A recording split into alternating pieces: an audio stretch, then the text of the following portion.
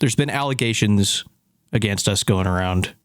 I don't like that. What does that mean? People seem to think, they think it's funny. They think it's a funny thing to do, to say that me and you have a podcast going on. And I don't like that. I don't like that they're saying... A podcast? Yeah, they're saying that we do, me and you, which is weird. Really? There's no evidence of that, first and foremost. I don't know why this is what they chose of all lying. things. It's a lie. It's lying. weird. It's weird. And I don't like it. It's a weird lie. And it freaks me out thinking that people are demented enough to spread rumors like that. This especially right now, not a podcast. No. This is just what we do. You just happen to hit record. I just happen to hit record. You're a fly on the wall. And, you know, me and you, we're doing our stuff. The people listening, watching. That's correct. They just stumbled upon this conversation me and you were having somehow. I don't know how they did it. Yeah. We're not going to get too into it. But, I mean, honestly, people just need to relax. They need to relax a little bit. And if you're wondering, you and I stopped procrastinating, but other people are currently procrastinating. Does that make sense to you? I don't know what you're saying entirely, but I think we can find out. But also, we did... If people want to see what a podcast actually is, I remember when that happened. Is that what you're talking about? That's exactly what I would have been talking about. Yes. Dude, I've got it now. Thank you. But here's another thing we need to talk about. I know we're going to have a few class clowns here pointing out the fact that it has to be a podcast because it's on Spotify, but they need to understand that that's a me thing. That's a me. That's a personal. No, you told me yesterday. I love talking to myself and sometimes other people, and uploading it to Spotify. Yeah, that's just a thing. But then I remember because you and I got into a big argument. You're like, I said like a podcast, and you said I'm gonna kill you in your sleep if you bring that up again. I haven't brought it up since. Yeah, because I'm a good friend. You're a good friend for that. And I'm a good friend for saying stuff like that to you, especially. I like when I say stuff like that. But it's a personal matter. The fact that this is going on Spotify, it's a personal thing. If I try to explain it, no one would understand because it's for me. So I'm not going to try. Mm-hmm. It's just you, me, and this camera in between us. It's the same camera, too. It's just one camera getting both of us. It's just one camera.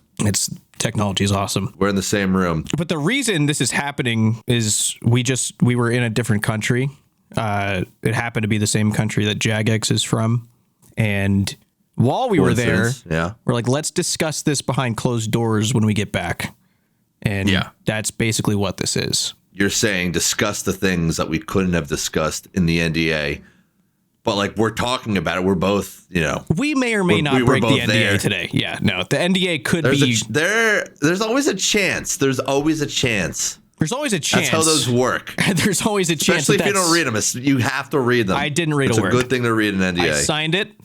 Had no idea what it said. Not a clue. Well, dude, why not? It's fucked up. What? I actually did read that entire thing. You read the entire NDA? I read the entire NDA, yeah. Does that make me fucked up or no? No, it makes you extremely smart. I should probably start doing things like that more because I didn't. Well, to be fair, I felt like an idiot because I was looking around. Not a single other person read that shit. No. I sat there and I literally did that thing where like you reread something because you're like, I don't fully understand what I just read. So I did like the reread. Dude, I didn't read a word. I think I even filled it out wrong the first time. I didn't even. Oh, I did fill it out wrong. I put the date wrong. And I was like, you know what? They're going to know what I mean by this. What do you mean you put the date wrong? Like I put the date in like America. Like, how America goes like, month, day, year. Yeah. I did that too. And I got to give this to them. Like after I signed it and I thought about it, I was like, it actually makes way more sense that I do day, month, year. Because it's kind of like a nice buildup of like, oh, this day, month, year. Am I getting 30? You were thinking about that? Yeah. That's I was awesome. Just saying, dude, like if you looked at me in the moment, you probably could have actively seen like my brain like forming that connection and going, oh, that's nice. I'm glad they did. That's I nice. Appreciate the one thing here I appreciate is the way that they write this. And you didn't appreciate do it that anything way. Else? Yeah. I didn't do it that way. I wasn't going to do it that way. No, I wasn't either. Clearly. There's no way. but we did that we did go to Jagex, and I feel like there's a lot of stuff that we got to talk about. It's very important that we talk about a lot of this stuff. Raid's 5. They're skipping over the 4th. They're skipping the 4th raid. They don't even care about that one. They're skipping the 4th raid, which is weird. Yeah, very weird. But let's start from the beginning. Let's go back. They invited a bunch of people out, and it was kind of out of nowhere. Mm-hmm. And we didn't know why we were going out to what we were doing until we got there, basically. Like, they said, hey, do you want to come here for the 25th anniversary? And we're like, yeah, sure. We went all the way up until like 2 days before without knowing a single thing of what they were going to have us do there. They could have been asking us to go there so they could kill us all. I have no idea, but we're fine, clearly. But yeah, we were just kind of left this like mysterious sort of vibe the whole time. I didn't really like that, but dude, I literally did not know what was happening until like, I would say the first night we got there, and I asked like one of the Jagex mods like in person. I was like, do you know what we're doing? And to be fair, they work at the company, and you would think, yeah, of course they work there. They know what they're doing. I actually found out they didn't even know what was happening until like a week before. Yeah. Oh, the one I talked to, it was Mod Goblin. I talked to him. He didn't know what we were doing when I asked him. He was the first person I asked, and he didn't know yet because he's doing other stuff. He's busy. Wait, we're skipping ahead. We had to fly there first. I think everyone knows that, though. Everyone knows that you fly there. People might think we sailed there, which is not true. We didn't do that. Okay, that's a weird conclusion to jump to. Centuries have passed since that would have been an option. We don't do that anymore. Yeah, we don't do that. No one does that anymore. We're not shipping cargo. No one does shit like that. Nothing in particular weird happened on my flight, but like I did one of those things where it's like I always get like economy, and like, you know, I'm a little tall, so I don't fit in it. So like right before, because it was like a red eye, I was like, I got to upgrade my seat. Like, yeah, I did like the little upgrade to like economy plus. No one was in my row. I was so excited. I was like, maybe I can lay down and sleep. And they have one of those like solid plastic dividers in between the seats. Yeah. So like I ended up having to like contort myself like a pretzel only to sleep about 7 minutes. So nothing cool happened on my flight, like just garbage stuff. I think I also got 7 or 8 minutes of sleep, which is fine. It was just long. It was a long flight. Yeah. I had no Wi-Fi on it. It was like barbarian times. I always raw dog that. Like I never go for Wi-Fi. I'm like, you're not convincing me to spend $13 for something I should have for free. You know, we're in the age of man where we have figured out how to fly through the fucking sky in a metal tube, and they still crammed us in there, and then they charge you $13 for Wi-Fi. Like, how fucked up is that? It's pretty fucked up, yeah. We should feel really excited to be flying, and instead, like, we're just shoved in there like we're cattle. Yeah, it's really disrespectful the way that they fly us places, the way we travel half the globe, the Earth, this star in the sky, not star, what is it, planet? We're a planet. Yeah, us being humanity, I believe you meant. That's us. We're the ones called that. That's us. And they fly dogs, though, and horses, dude. I found that they do fly horses. What? Yeah, I did find out they fly horses. I don't like that, knowing that there could be a horse underneath me at any moment. I don't like that. I don't think it's going to be, I don't think it's like on your plane normally. I don't think there's any horses on you think they gather them in like C-130s? Like they just like line them up like they're military? Yeah, exactly. And then they just drop them out sometimes just to test whenever they have extra horses lying around. What do you mean they drop them out to test? Sometimes they just let them go. You know what I mean? Like every now and then people have extra horses and they're like, we need to test some shit. So they just let the horses drop. Why? What would that be testing? What are they testing? There's a lot of different shit you could test. Okay. Like I guarantee up until probably like 5 years ago, no one would have dropped a horse out of a plane. That's just not something you would have done. And now, like, you know, one person did. It's like, we have to fucking figure out what happens. They figured it out, and they're like, that wasn't conclusive enough. So they probably do it like regularly. I just don't see how that experiment benefits. I don't understand the benefit of that experiment. What that could possibly advance. Science up close is messy sometimes. I think we all know this. You got to break a few eggs sometimes to make an omelet. That's basically what they're doing here with the horses. They're breaking a few horses to make a horse omelet. Okay. But yeah, my flight, was not that good. It was not that good. I did not sleep for a day. No, I didn't like my flight. And then not to mention, first of all, this flight was free, the one I'm complaining about. Also, the thing the next free thing was the ride. It was actually me, Flutton, and Sick Nerd in a car. We all got picked up. I think Sick Nerd had to wait like 3 hours to get picked up because they were waiting for us. And so he was just chilling there. I didn't even recognize Sick Nerd because he looks good. Yeah, he's a good looking dude now. I just felt bad because we talked to him for the first like 25 minutes in the car. And then me and Flutton were so insanely tired. We both just collapsed and fell asleep for the rest of the car ride. So he was sitting in silence with the driver for about 2 hours, 15 minutes in traffic, and we just were completely silent. And there's nothing I could do about it. I was mainly with the WoW guys and like Foe, right? I had to sit in the front. We got like a giant van. Right? I think there was like 5 or 6 of us or whatever. Everyone was having like a great time talking in the back. They were, it's like a 2-hour drive from the airport to there. And the entire time, again, I got 7 minutes of sleep, maybe. I was crunched up like a pretzel on this plane. I'm doing one of these every couple minutes, like, yeah, that's great. And then my neck ends up hurting so bad that like I just take myself out of the conversation for like 20 minutes at a time. And I was like, they probably think I'm so fucking like weird or just rude because, they're all talking, having a good time. Like, I'm like, yeah, that sounds great. Yeah, well, you have a responsibility. I just kept to myself. You have a responsibility, dude. Yeah, like you're riding shotgun. It's your responsibility to seem calm and composed for the driver while they handle the discussions. It's your. I did talk to the driver, dude. I don't think I remember a single word we exchanged, but I talked to him for 20 minutes. Yeah, you don't need to remember. He was a nice enough guy. Yeah, dude. Like kind of like everyone like that was flown out to this event. Pretty nice people. Like you think so? Yeah, I don't know why you would necessarily expect otherwise, but like literally everyone I met, I did not have a bad thing to say about.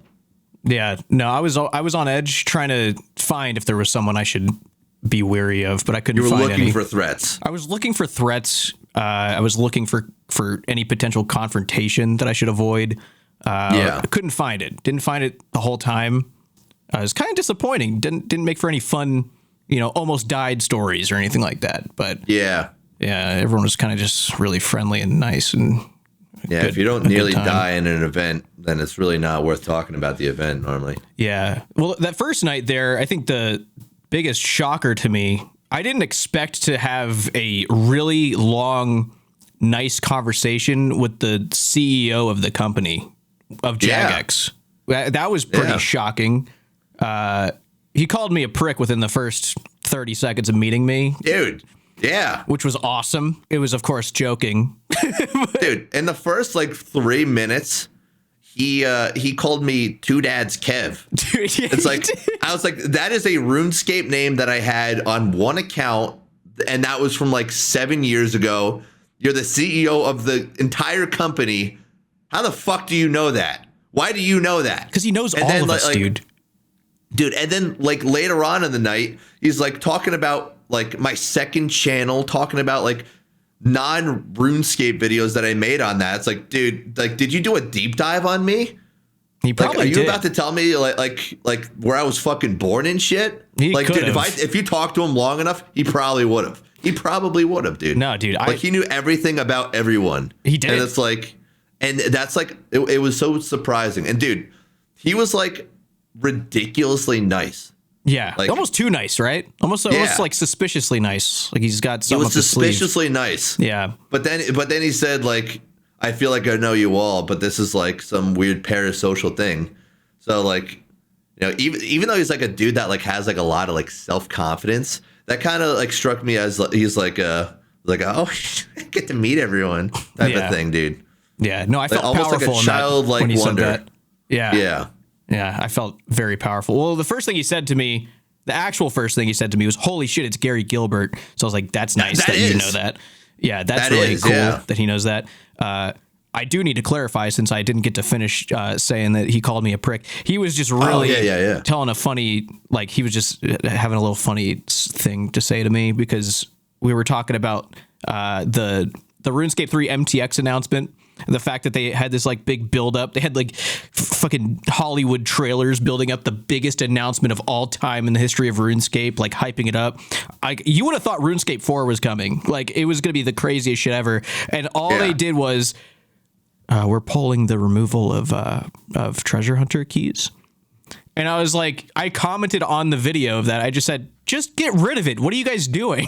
And it got like a ton of like thumbs up on YouTube. And I was like, okay, I don't regret saying that. And he was like basically saying how crazy of a thing it was for Jagex to do that. He was like, and then you go and just comment that, you prick. I was like, yeah, sorry, dude. I said what I said. I don't know, man. And then finding out like the behind the scenes, kind of like you were saying, like how hard he had to fight for that. He's like, when he became like CEO, I think that was one of the main things he really wanted to fight for. Yeah, he was always trying to do that. Yeah. So, and he was like, really building this up, and kind of like he wanted it to be this huge thing.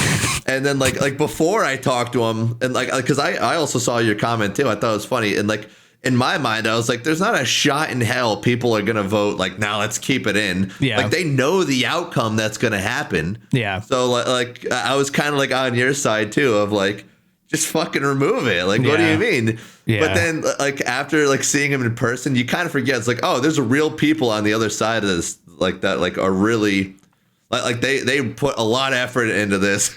Yeah. And you just wipe away like months of work with one comment, like, just fucking remove it. Yeah. Well, I think we see that obviously because we met them and stuff. But I mean, I ultimately, the consumer, the player here, they will never, ever consider the fact that there's humans behind it. Not just for Jagex, but like any company, any product they're using, any game they're playing. Like, it's not the consumer's really like responsibility to be concerned about be concerned about really anything except for what they're paying to experience, sort of thing. That's the truth. Yeah, that's true. That's ultimately what it comes down to. So, I mean, like, I said it at the table to Mod North. I was like, yeah, I don't regret saying that. Like, I'm sorry, dude. Like, I mean, it's gone. Clearly, you guys had to kind of present it for many, behind the scenes investors reasons. You had to, make a spectacle out of it.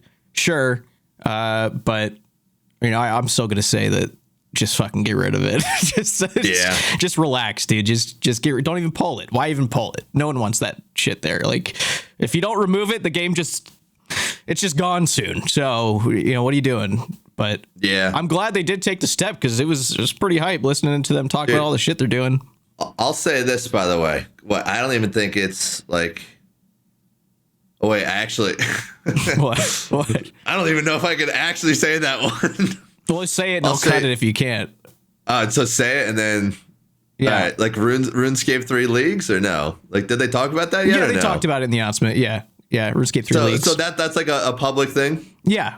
They announced that they're doing RuneScape leagues too. Like, do you remember that video we got shown in the auditorium? The little auditorium, yeah. They published that. That's all public now. Like, everything we saw there. Okay. Yeah. All right, yeah. To be fair, I feel like it's also obvious that they would have done another one. Yeah. If they successfully pull off what they're trying to pull off in RuneScape 3, I think I would play leagues too. I didn't play the first one, but I think I'd play it with you and, see how it goes. Yeah. Well, I noticed on their leagues slide, like, I don't know how much I could say about this, because it was like for us, like, but they watched my video, basically, is what I confirmed. I think they did talk a little bit about the stuff during the like video that they posted, but they addressed almost every single point that I brought up about that league.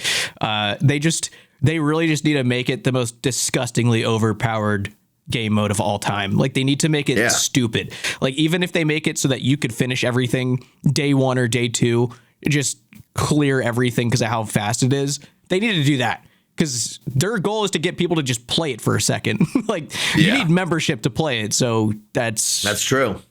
I mean, the thing is, if I was sitting there and wiping out every single thing in that game on like leagues, I would try it. Yeah. Like I would try it because it's like, I don't know the first thing about like any abilities. And I do understand because you had a whole thing about this in your video. You know, you technically just point and click. Yeah, I know that.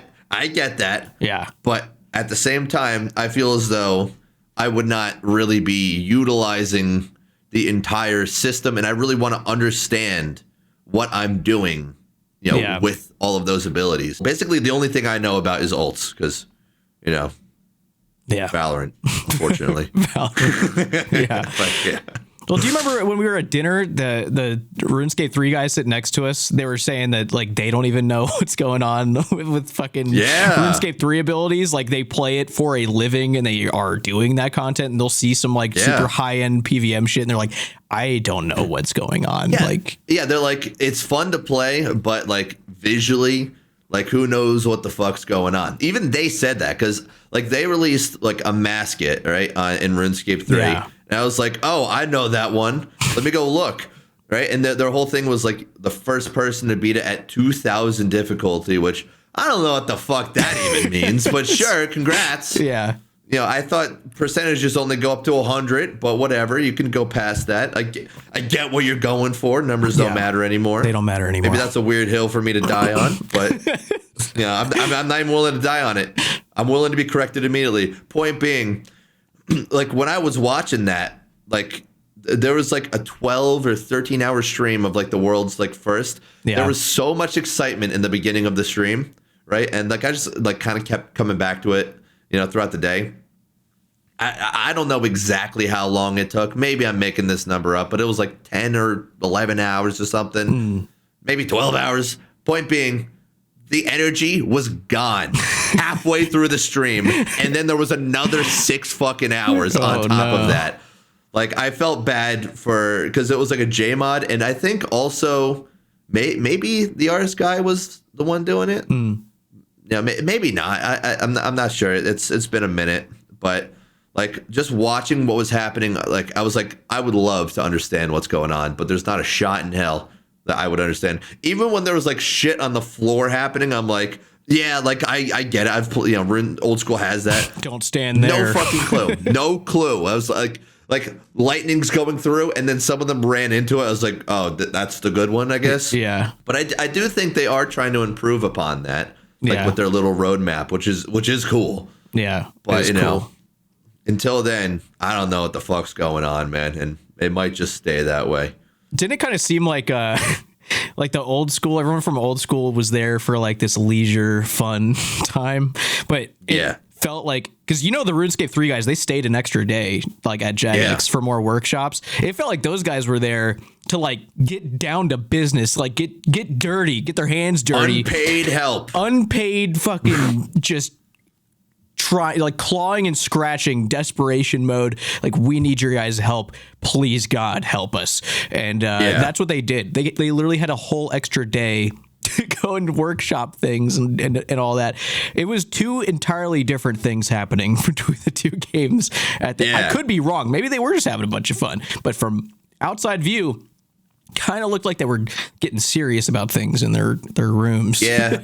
I mean, to be fair, they're doing like an entire rework of that entire game. Yeah, they need to. They have to. Yeah. Yeah. They were talking about like redoing the character faces. When they got to that section of like, you know, we're redoing faces of guys, you know, I was like, is this really that big of a problem? And then all like the RuneScape 3 guys in the room were so happy about it. And I was happy about it too. Yeah. I always poke fun at the player models. What's the thing? Were they like just that fugly? I don't get it. They're terrible. Like, oh my God, they're so bad, dude.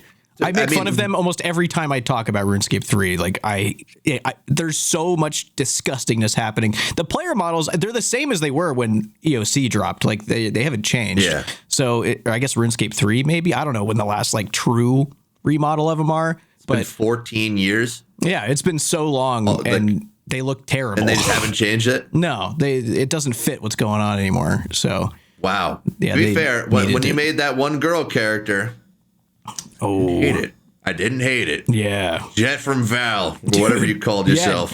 Jet from CSGO. Yeah. Jeff from CSGO. Yeah, that's what it was. And then there was Pretty Sluts was my next one. And that one, ooh, she got a lot of free stuff. A lot of free stuff. A lot of free stuff. That was awesome. Crazy cool name, by the way. Pretty Sluts. Yeah, I'm very happy. Did you get any comments about that, or did everyone just pretend like, you know, it just wasn't a thing? Like, no, it people was just the not only elephant in the room. People commented about it. People recognized me in RuneScape 3 with that name after that video. Really? Yeah. Yeah, it was crazy. I was like, I'm glad I did this for myself. I'm glad that's an alternate name that I have here now. How much money did you get from people giving you stuff? Hundreds of millions of GP, which I know isn't like a crazy thing. It's nothing, right? It's like nothing in that game. Like, you get 300 mil in old school RuneScape. You're like, I can do basically everything I want to do. You get 300 mil on that game. I actually remember from when, like, we played Fresh Starts. Yeah. Like I really wanted to have like a double, you know, that like little ability that would go like really fast. So you can do like the double, like the forward dash thing in RuneScape 3. Yeah. I was like, I really want to get that. That'd be sick. Mm-hmm. And I remember it's like, you know, to do that, you need to like have a codex or something. I don't know, whatever it is. I'm sure I'm butchering it and maybe I'm misremembering, but I think they changed how it works now. They changed it. So you just need like 10 agility or some shit, but. Well, that's cool, but like for that double dash, maybe I'm making this number up, but I remember it being something like 120 mil, and I had like 39 mil, and I was like, I thought I would be able. Like, this is just to go forward twice. Yeah, and that's all this is. But I did enjoy Fresh Start Worlds when they did happen, though. Like, that was really fun. That was really fun. I liked it. We're supposed to be talking about our trip, though, aren't we? Yeah, I guess so. All right. So here's the thing. We were talking about breaking an NDA earlier.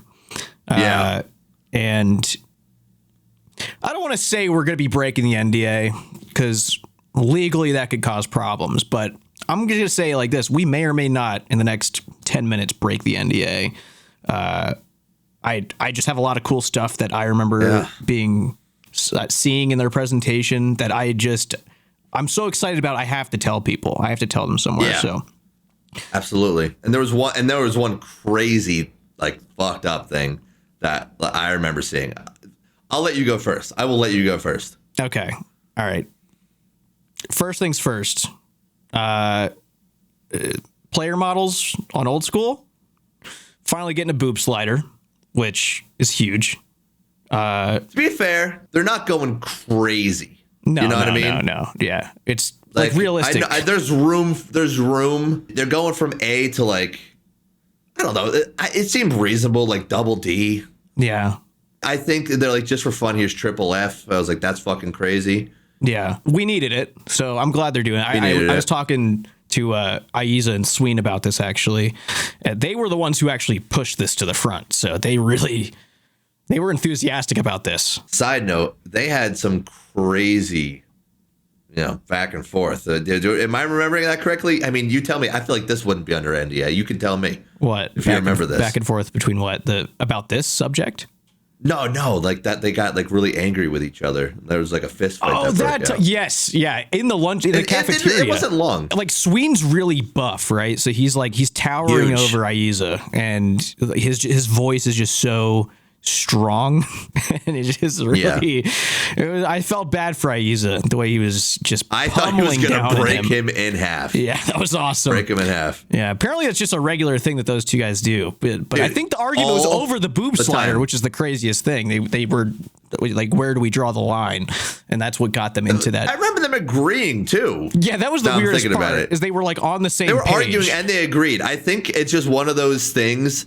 It's just like, you could get heated at work sometimes. Yeah. It was a culture shock to me. Yeah. But for them, it was just a Tuesday in the office. It was really weird to see, but I liked it a little bit. Side note, what's it? This movie, it's a classic movie. It's like, my name is Inigo Montoya. You killed my father. What's that movie? Do you know that? The Princess Bride? The Princess? Yeah, The Princess Bride. The Princess Bride. Yes, The Princess Bride. Dude. Tell me, because I brought this up to Sween, to his face, and Aiza too. It was after their fight. And I was like, has anyone ever told you that you look like the main guy from The Princess Bride. He's also in Robin Hood too. I forget, the actor's name. Yeah. I was like, has anyone ever told you look exactly like him? He's like, no, it's only been you. And I'm like, I find that hard to believe. This is what he looks like the entire movie. You're going to tell me that guy's not even related to Sween? Okay. Am I right? It looks like it could be like his uncle or something. Yeah, he does look like he's blood related. That is bloodline right there. That's blood related. It doesn't need to be him exactly. They, at the very least, see each other every Christmas. Like, you cannot change my mind. That is absolutely him. You might be right. Speaking of the next very real, truthful thing that we heard about, the next leagues, the name of the next leagues, Thumple Rock, I believe. And I don't know what that means. I don't know what that includes. Thumple Rock. It's a cool name, but I don't know what that could possibly be. It might have something to do with the new skill. Digging. Dude, you have to cut this out. You are going to be sued out the fucking ass. I'm not taking part in it. I'm very excited about it. I'm very excited about it. I know you are, but dude, okay. Yes, we got the playtest digging for 2 days. It was fucking sick. I found a mine and I dug out the entire thing. 46 rubies in my bank later. Explosive mine, right? Like, no, that was yours. I just found like a normal mine. I found like claymores buried under the ground, like bouncing Bettys and shit. Yeah, I was digging those up. Yeah. To be fair, okay, it looks like a bouncing Betty, but it's like old lore. It's like, because this is like the fifth age. There's like castles and shit. There's no technology, dude. It looked like a bouncing Betty. I'm willing to give you that, but I'm sure they called it something else. Yeah, I'm sure they called it something else. Yeah, it was like a purple, like unfinished asset that I couldn't see the whole thing. But you found a mine though? That's kind of cool. Where the dwarves go type of thing. This was a new mine. A new one. Yeah, they called it Minerville. I said, I don't really want to be here after I heard that name. They shouldn't call it Minerville. That's not a good name for that place. It's not a good name. And to be fair, I left the moment that I heard the name. One of the dwarves is like, welcome to Minerville. And then like I turned to a J-Mod. I was like, why is he saying that? He's like, that's just the name of the town. That's got to be like a stand-in. Surely they're not keeping it as that. No, he said this is final. He's like, look, a lot of things are subject. He said a lot of things are subject to change. This is final. This is one of those very few things. This is final. I got out of there. Immediately. Like I made sure to click on the exit, and then I physically got up and I left from the computer. I did not go back. I did not go back to that computer. I don't blame you for that. They got to do something. Someone's got to snap them back to reality. That's not a good name. Yeah. What did you think about the new game mode they were calling "Fuck My Slug Life"? It's like where you run around the map, you're constantly being chased by a slug. Like my slug. They said it's like gonna be a lot faster than the slugs that we know. What do you mean? I don't know many slugs. I thought you were listening when they said that. Fuck my slug. I was, but like I legitimately, until you brought this up now, I thought I misheard that. I thought I misheard a lot of that. No, I wrote it down. I made sure I was listening, dude. It's real. To be fair, I thought you were like a little weird for bringing a notepad and sitting there writing fucking notes. But now I kind of get why. Because it was all mind-blowing information, and I knew I needed to take notes because I wanted to talk about this. Yeah. I wanted to be the first you hear about it. My slug life. Yeah, dedicated servers. You're sure that's what they said? You're sure that's what they said? I'm positive. I recorded it. I have recordings of them saying this. Of course, I'm never going to reveal that. And this wasn't just a game jam, right? No, this was during their presentation of like future updates. Fuck my slug life. It's coming back. I do remember seeing a slug, and dude, what was it? It was I think it was like Mod Rice. He was like he was really proud of it, dude. He was like the slug moves 3 ticks every 3 ticks. Yeah, and I was like, and I remember someone asking, and it's like, is that sped up from 5 ticks? And he said, like he looked there, he gave like one of these. He was like, yeah. He's an enthusiastic from 5 ticks to 3. He did one of these. He did one of these. You know what I mean? Yeah. I like when he does that. It was nice. Yeah, it was really nice. Yeah. Like the energy he brought to that presentation, I was like, I'm just happy that he's up there. Yeah. He's living the dream. he knows his he's slugs, really happy. dude. He knows his slugs. Yeah. And that's what I appreciate most about him. Yeah. I really think, though, that fuck my slug life. You know, I'm hearing this for the second time. I'm thinking that's not a good name. You know, but it's I all could coming be wrong. together. I think it'll work. I think people will really like that. Yeah. Yeah. So I know they touched on this too. This is what I mean, I don't know how I feel about it, but they said RuneScape 3, they're going to be removing microtransactions and replacing them with huge fucking transactions, which is crazy of them to say.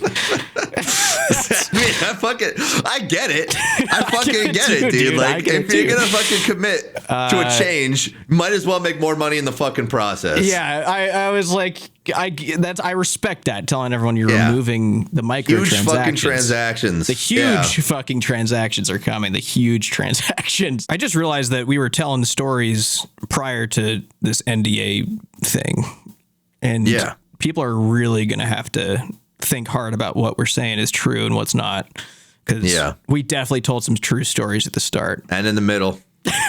Maybe even in the middle somewhere.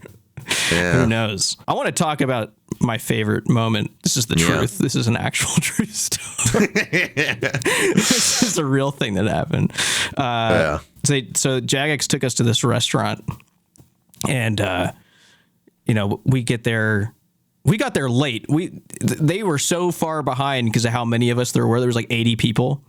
So we get hauled to this restaurant like group by group. I think they were just like calling Ubers or something to get us there. And there's only so many Ubers. It was not as efficient as you think it would be. No.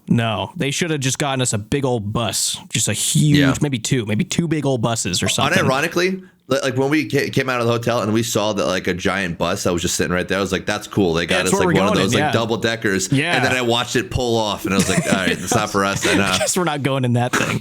That was not for us, that thing. But we got there super late. So like I think it was like Bodie, Stefan, 40 minutes settled. late. It was like 40 minutes late. It was like 40 minutes late. And they're already sat down. All the chairs are already taken up. Stefan kept you a seat and not us, not me. I didn't. that was sweet of him. That was really sweet of him to completely just forget that I was there in the UK. Dude, it's fine. To be fair, the moment you said you're not doing Gillenor games, like he shot you a fucking look. I knew it. I knew from then on there, like you wanted me killed. Yeah, you were dead to him. That's fine. So I understand that. Anyway, we're at the very end of this table. We're with the guys that were just now meeting, like the RuneScape 3 fellas, and I don't really know them, and they look like they're exhausted. They were like, I sat down, they were all on their phones, and I was like, guys, what's going on? You guys on your phones? Like, here we go. And they're like, dude, we just talked for like 10 hours straight, man. I'm like, all right, I get that, dude. Like, it's fine. So then like it was really silent. It was really silent until I begged you to come over and liven it up. You didn't come over. Told me to come over? I was like, dude, please, like, I can't liven this area up by myself. Like, everyone's on the verge of sleeping right now. It was basically it was me, Flutton, Kriken, Sea Engineer, and Mikaru, I think is how you say it. Yeah. And then Mod Doom. And like we're all like, we're all talking, but everyone's just super tired. And so I was texting you like, dude, I'm gonna literally throw your food on the ground if you don't get over here. Like, you need to get here now. Because I really wanted to talk to the RuneScape 3 guys, but I feel like I messed it up with my first sentence to them. I think I got off on the wrong foot with them by saying, come on, guys, no phones, let's talk. And they did not like that I said that. Dude, they thought you were a narc, bro. Yeah, they thought I was being a bad guy. That's that teacher bullshit. I was like, I'm sorry, you guys can stay on your phones. It's cool. Yeah. But anyway, my favorite moment of this whole restaurant ordeal, we all had to make orders ahead of time. Like, we had to like submit the food that we wanted and the desserts that we wanted. We get the dinner. Everyone eats like their two things that come out for each person. And if you order desserts, those came last. And so the desserts start coming around to anybody. And we all have these like little cards in front of us that say what we got, but they're usually like folded down. No one's really looking at them. So they start handing out the desserts and they come around. They're like, oh, who got this chocolate cake thing? And then you raise your hand and they give it over to you. And so C Engineer, he raises his hand when they call it out. He gets his. And they call out the second thing, which is like the same dessert. And like you straight face, like poker face, you're just like this. Yeah. He puts it down in front of you. And so you start eating it. And I was like, what is that dessert called? So I grab your card and there's nothing there. There's no dessert on your card. And so I was like, is this yours? And you just said like, yeah, clearly it's mine. I'm eating it right now. Like, yeah. It's no one else's currently. It's not. What's going on? And so it hit me that somebody's not going to get dessert because they made the desserts from the orders, and you put your hand up. I gotta justify this when you're done. And so that someone didn't get dessert, but you got dessert. And that's fine. But then the real nice part of this, the real good part, is that you proceeded to eat the entire thing. And I'm laughing because I figured out that that was not yours. And you just put your fork down all polite. And you look me straight in the eyes and say, I didn't even want that. And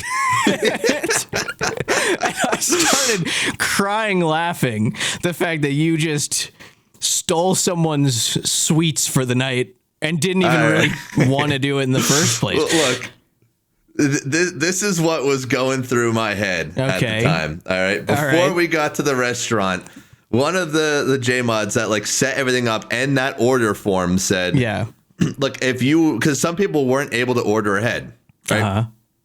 So what he said was, look, you can have like your cards there and everything, but like, even if you don't get what you want, just ask them to bring you out, something, and like we'll cover it. Don't worry. So it's like so just you can get whatever. And I was like, that's really sweet. Okay. So then when they're bringing desserts out, I'm thinking, man, I really should order dessert. and like so they're putting desserts out, and the guy's kind of looking around, seeing like who got this. So then I kind of did like one of these. I was like, well, no one's raising their hands, so I just grabbed it, right? Yeah. And so like in my mind, I wasn't taking it from someone else. Yeah. I'm not just sitting there and going, I'm gonna make sure I get this and not someone else, because I didn't have the foresight to order beforehand. I thought I was being so good because you ordered it like a week before. Yeah. And I remember sitting there looking at the options. By the way, I got the chicken. Fucking terrible. Fucking whatever. Everything else was great there. Like I was reading these British ass desserts. It was like chocolate poupon with a strawberry tabletop. And I'm like, I'm not getting this dog shit, dude. I'm just gonna fucking not eat dessert. Like I don't need it. I'll be fine. I'm gonna be so proud of myself for not eating dessert. So that was the real tragedy. I don't think they were anything crazy. The one I saw, it put me off from reading any of the other dessert names. Lost in translation, just couldn't understand what you were looking at. I was like, there's a lot of fucking trouble in this menu here. Yeah.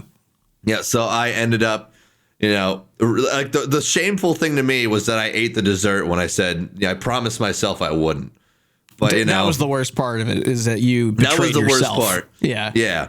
But if there was anyone at this event that was supposed to get this dessert, and they did not get this dessert, and I don't want to hear like it's 3 people, because then it's a restaurant issue. It's not me. It has to be specifically one person. If there's one person that did not get their dessert, I will buy you a dessert wherever you want. Let's keep it under $50. Dude, everyone's going to be raising their hand saying that they didn't get the dessert. Like you can't offer that. You don't go through with that. All I'm saying, it takes, if one person says it, it was them and no one else, I got you. If the second 2 people say it, you're both fucked. Okay. Yeah. That second person screwed it for that first person. Yeah. Even if that first person was lying. One person's got to step up, and that's it. no one else gets to. Yeah. I also thought it was funny too, because like it was pretty loud in this restaurant. And like I had C engineer sitting to my left. You and Flutton are sitting across from me. And C engineer's like, I don't want this dessert. Like, and he offers it to you. Yeah. And he's like, Jimmy, do you want this dessert? And you're like, sure, why not? And you're about like halfway through eating. And like I'm kind of noticing the entire time, Flutton's just kind of like looking over at you like this. Yeah. And then like something in her, she finally can't take it anymore. She's like, why are you eating all that? Like you're not supposed to be eating that. Give it back to him. Yeah. She thinks he offered you a bite and you're just eating the entire thing. Yeah.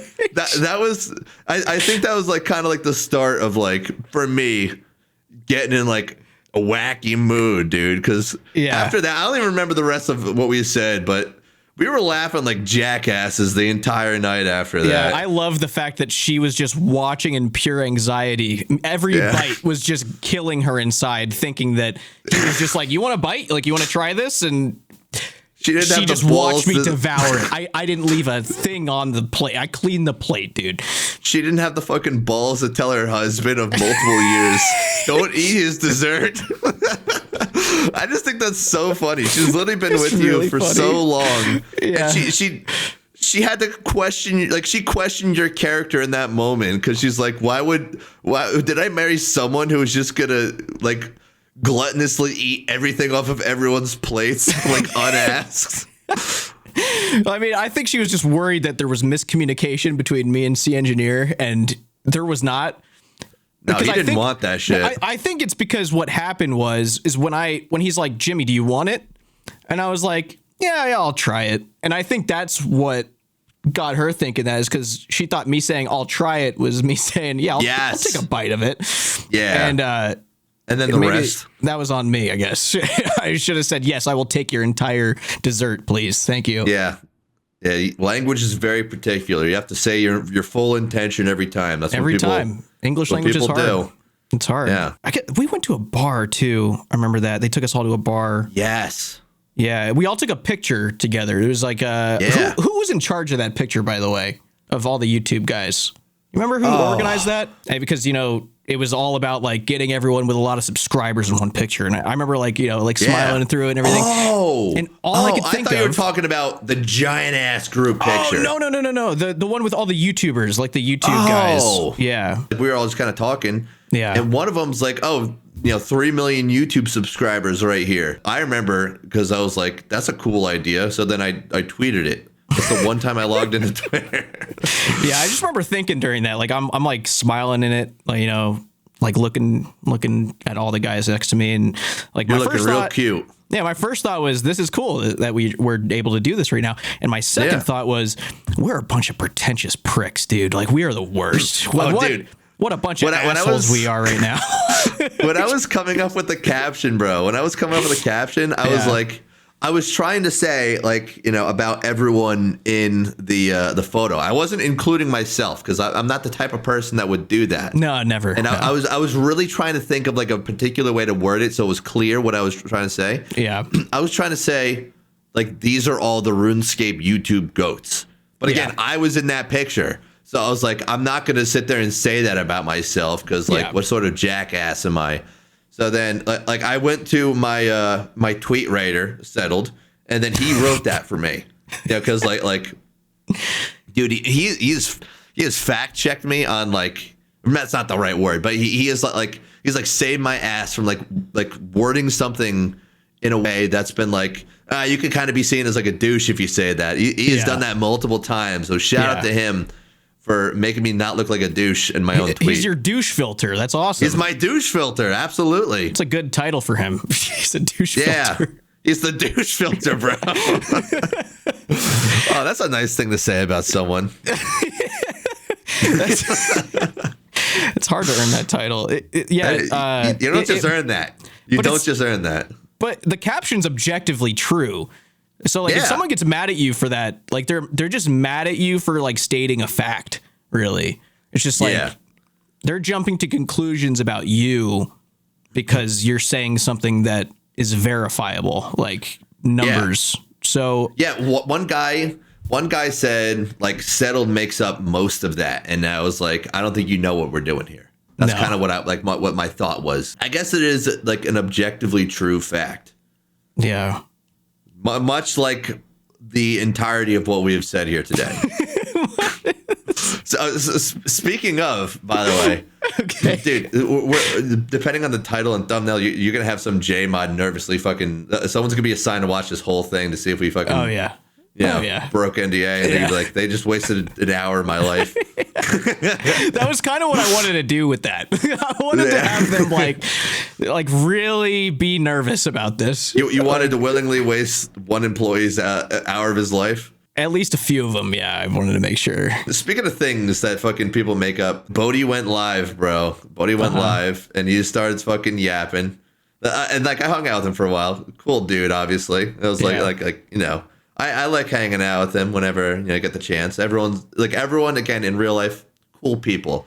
Yeah. But then like I get told by Settled and Soup that Bodie said that I showed up every single day with a different $5,000 Rolex to all these different events, and I was iced out, and I was like dressed in like freaking like Louis Vuitton, like head to toe, and like all designer shit. Yeah.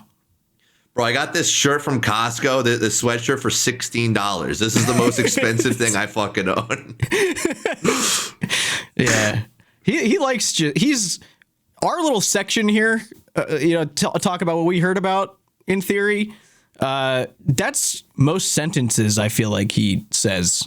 He's trying to just see what kind of things sticks. He can plant in people's minds so that they go and spread it as much as possible to see like how far something can get and how true people believe it to be for years. Yeah. Before I forget about this, I want to say something. All right. I got some dirt. I got some dirt on Odablock. Okay. He doesn't want people to find out about Odablock. It's actually a pretty nice guy. He doesn't want you to know that. But he's a really fucking nice guy.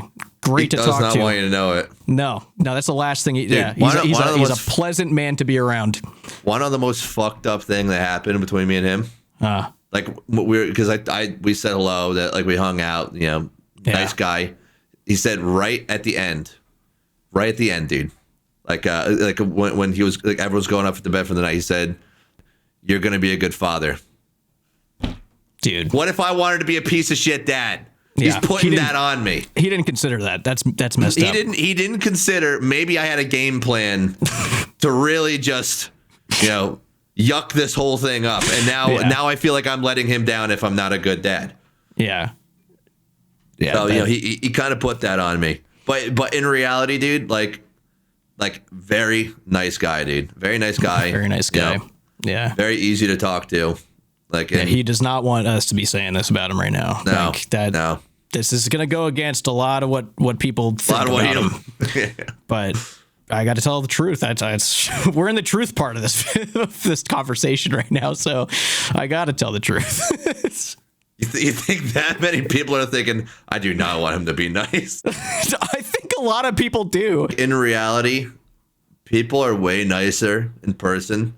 Yeah. Than you think they're gonna be. Like I think people, it's very easy online to build up a perception of who you think someone is. Yeah. But like the thing I've heard said so many times, you don't have any fucking clue who someone is until you meet them in person, and then like you really get to like talk with them. You really don't know online, dude. You don't. You and I, we could be the biggest fucking assholes in the world, or we could donate to fucking charity every single day and just not talk about it. You could do both of those things. Like those don't cancel each other out. Yeah, you could be a chaotic neutral in there.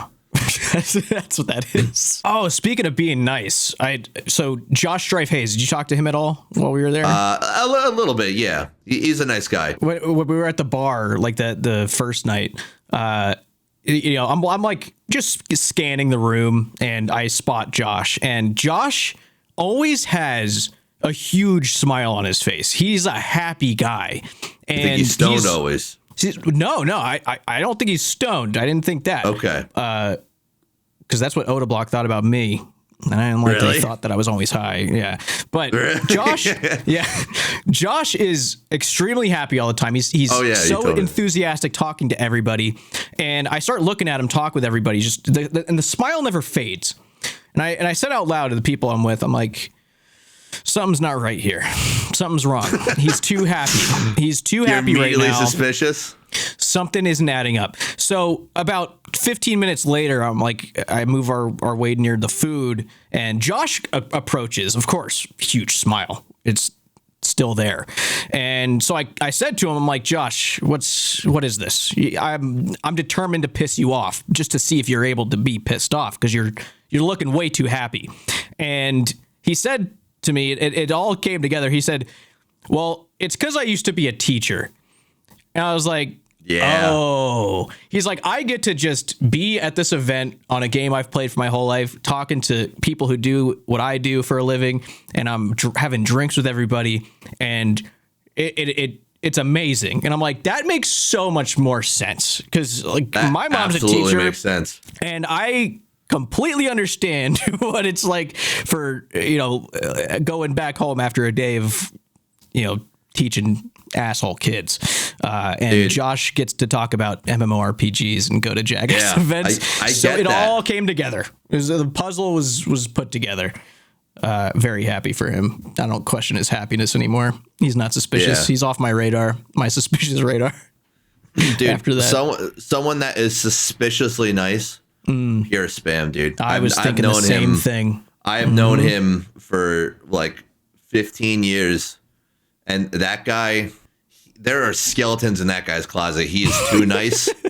You look at him, he's just sitting there. Dude, every time I talk to him, he's always talking about how he wants to catch up, right? And he specifically says he wants to have a chin wag. I'm like, every time you tell that to me, I'm ignoring you for an extra week. Right? I don't know what that means. That would freak me out if you said that to me. It's like a British euphemism of like, a chin wag's like, oh, like let's talk. And it's like, you don't need to say what you just said. You could just say, I would like to talk to you. Yeah. Don't tell us how you had a lovely time hanging out with us, dude. It's implied. That's implied. Yeah. He really angered me with his niceness recently. Yes, dude. Like I sit there and I'm like, this guy there, he is suspiciously nice. Yeah. He is trying to take my eye off the ball, dude. Right? Yeah. Like, if that's, maybe I just combined two sayings, dude. he's trying to divert your attention somewhere else. Yeah. The moment he does that, you have to start looking. You have to start sniffing. You got to start sniffing. That guy is. He wants to plug your nose, and you got to sniff. Yeah, I get that. He's up to no good. Doesn't matter how happy he is. We're gonna have to. The moment we get any negative thought out of him, he is no longer a threat level. He's in the clear. He's in the clear.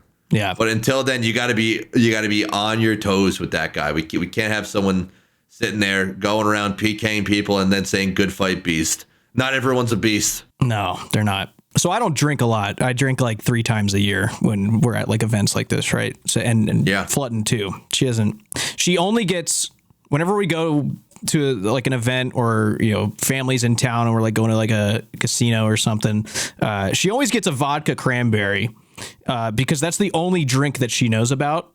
And we were talking about that with Skill Specs. He was at the bar near us, and the bartender overheard us, and he was like, well, let me make you something since you don't know anything like about drinks. And we're like, yeah, sure. So he ends up making her like a cosmopolitan. He's like, well, what do you want? And I'm like, I don't know drinks either. Like, go ahead and make me something. So he's like, okay, I'll make you something. And like 15 minutes goes by. He's like, sorry it's taking so long. I'm just waiting on some ingredients. I was like, ingredients? Like, what the hell is this guy making? Dude, yes. I was so shocked that he was like going this far for it. I'm like, you didn't need to do that. Like, you could give me something simple. So like, I don't really see what he's doing. Like, I see him getting crazy. And then he turns around, finally gives it to me. And I'm like, that looks great. Like, I'll try it. It's just a Red Bull vodka. Yep, dude. I had the same thing because I drink 0 times a year, right? Yeah. And I asked them, can I have a virgin pina colada? Yeah. And they said, we don't do that here. And I asked, well, do you have like coconut juice? And they're like, yeah. I was like, do you have pineapple juice? They're like, yeah. And I was like, can you just do that? Like, no, we don't have the ingredients. I was like, okay, well, look, I don't want to cause a scene. Like like Jagex is covering for this event. Yeah. So like, I don't want to be that guy. Right. Right. Yeah. To be fair, I'm literally never that guy anyway, but I especially don't want to be that guy now. Now is not the time. It's not the time to do tryouts for being that guy. You're not in your home country. Yeah, don't do that right now. They could arrest me for that. I don't know. They could have different laws. I'm sure they do. So I'm thinking, okay, well, I need anything. So they're like the bartender's like, well, we have a mocktail, right? She says, we have one mocktail. I'm like, all right, I'll get that. Same thing. I'm standing at the bar. I think it was for like 12 or 13 minutes. She comes up and she says, I'm making it now. We just had to get you an ingredient. Yeah. And I'm like, okay, like same thought process. Like what is this ingredient? Like it must be crazy what they're making. Right. It was a seltzer. With just some strawberry flavoring in it. And then like some strawberry thing on top. Yeah. And don't get me wrong. They had to dive deep for those ingredients. I enjoyed it, but I was like, I don't think this took you 13 minutes to get. I think you were doing something else and you could have just admitted that. That's fine. Yeah. Right. Just be honest with me. Yeah. I'm very clearly chilling there. I don't need to have things in that moment. So I feel as though, they could have just, saved a lot of trouble of having to think, of that ingredient lie they told me and you. Maybe that's something they agree upon every night. They say, we're getting an ingredient. Yeah, it's like a code. Like they've all talked about this. Like just tell them they're getting ingredients. Because it sounds like they're going like the extra mile for you. But yes, exactly. In reality, they're just like, I got to think about something else for a while. Yeah, like do something. That's not this. And just when you really think about it, the job of any bartender is to already have the ingredients. So if you're getting the ingredient, you don't need to say it's that. It's like ordering a pizza and then 10 minutes later they call you and they say, hey man, we're just getting the pepperoni. It's like, all right, that's cool. I did ask for that, so thank you. Yeah, I'm glad you guys are still on the clock. That's really nice for me. It means it's going to work out. This is going to work out for me. Yeah. Oh, dude, I totally forgot about this. I just want to get your opinion of all people as applies to you. This was actually a quote from Flutton. She said this to me on the drive from our hotel back to the airport. And it really got me thinking. This was out of nowhere, like no context. Yeah. She just turns to me and says, anyone above 6 feet should be banned from being a streamer because they're wasting their natural gift to do manual labor. What's your thoughts on that? So she thinks that everyone above 6 foot should do manual labor? Yeah, because they have a better ability to lift things, reach things. Here's the thing. Okay. See, that's a real dwarf thought of her, okay? Right. So here's the thing. Because when you're taller, when you're above 6 feet tall, you got extra stuff filling the gaps between your different parts of your body. Shit breaks easier, right? And shit aches easier. I guess I would need to understand what type of manual labor she's talking about, like plowing in the fields all day sort of thing. Construction or something, yeah. Is she talking about, like, in terms of, like, muscle or what? What does she mean by that? I don't know what she meant by that. I just figured you'd have a little more insight on it. Just because you're over 6 foot doesn't mean that you're automatically built for labor. I would argue a lot of people over 6 feet tall have no ability or reason why they should be doing manual labor. Specifically saying they shouldn't be allowed to stream. Mm-hmm. Well, I don't understand. Like, do you have to be like a hobbit to stream in her mind? I kind of feel as though she is angry towards tall people, and I don't get why. Maybe it has to do with the fact that, you know, she like only comes up to here, you know, on me, and like, you know, she's just not a threat to me physically. No, like she could have a gun, and I feel like I'd be able to figure it out before she could pull the trigger in the process of trying to kill me. Yeah, that's really interesting. I mean, I don't want to see how that would play out, but like, I don't want her to shoot me either. If like we had like a simulation to run that, I'd be curious about it. Yeah. Put someone like me in it, but not me. Well, I was thinking there's going to be like a virtual thing, so we don't have to actually sacrifice anybody. Like, no, I get what you were saying. I get what you're saying. I'm glad. But like, you know, with the way technology is going, one day they could figure out how to upload us, and, you know, someone like me instead of me is going to be getting fake shot. And then they're, you know, they're going to die in the game. Well, you made me think of the experience of, you know, like where tech is going and being able to experience, like, you know, getting shot. You're going to talk about isekai, aren't you? You're talking about isekai? Well, I have that written down. You already did that. I have that written down, but that's for later. This is about, so you never played Cyberpunk, did you? No, you don't play a lot of games. One of these days I will. I heard there's a boob in that game. I'd like to understand. Yeah. I'd like to understand where that boob is. But in that game, there's these things called brain dances, and essentially it's like a VR experience, but like you are essentially reliving the memory of somebody else and experiencing like all 5 senses of them during that experience. So like, wow. Yeah, you get I don't know if you get introduced to it this way, but essentially in the story, you experience a brain dance of somebody going in and robbing a store and then leaving the store and getting shot and killed. And like you experience his like adrenaline and like the feeling of getting shot and dying. Like you experience all of it. So I'm like, what kind of brain dance are you ordering? What would you want to experience? Because that's like extreme. That's fucking crazy. But like, what would you order if you got to order something? I feel like I know most people's answers. Yeah. And they're immediately going like, I'm having lots of sex or something. Yeah, I think that's what most people get. Yeah. That's not me. And also, by the way, if you're living in Cyberpunk, I haven't played the game. I got to imagine there's freakier ways to get off than doing a brain dance. All right. Right. But, you know, there's a lot of weird things. Like, are you doing a brain dance of like your buddy type of thing? And is, you know, like I want to be the father of his kids.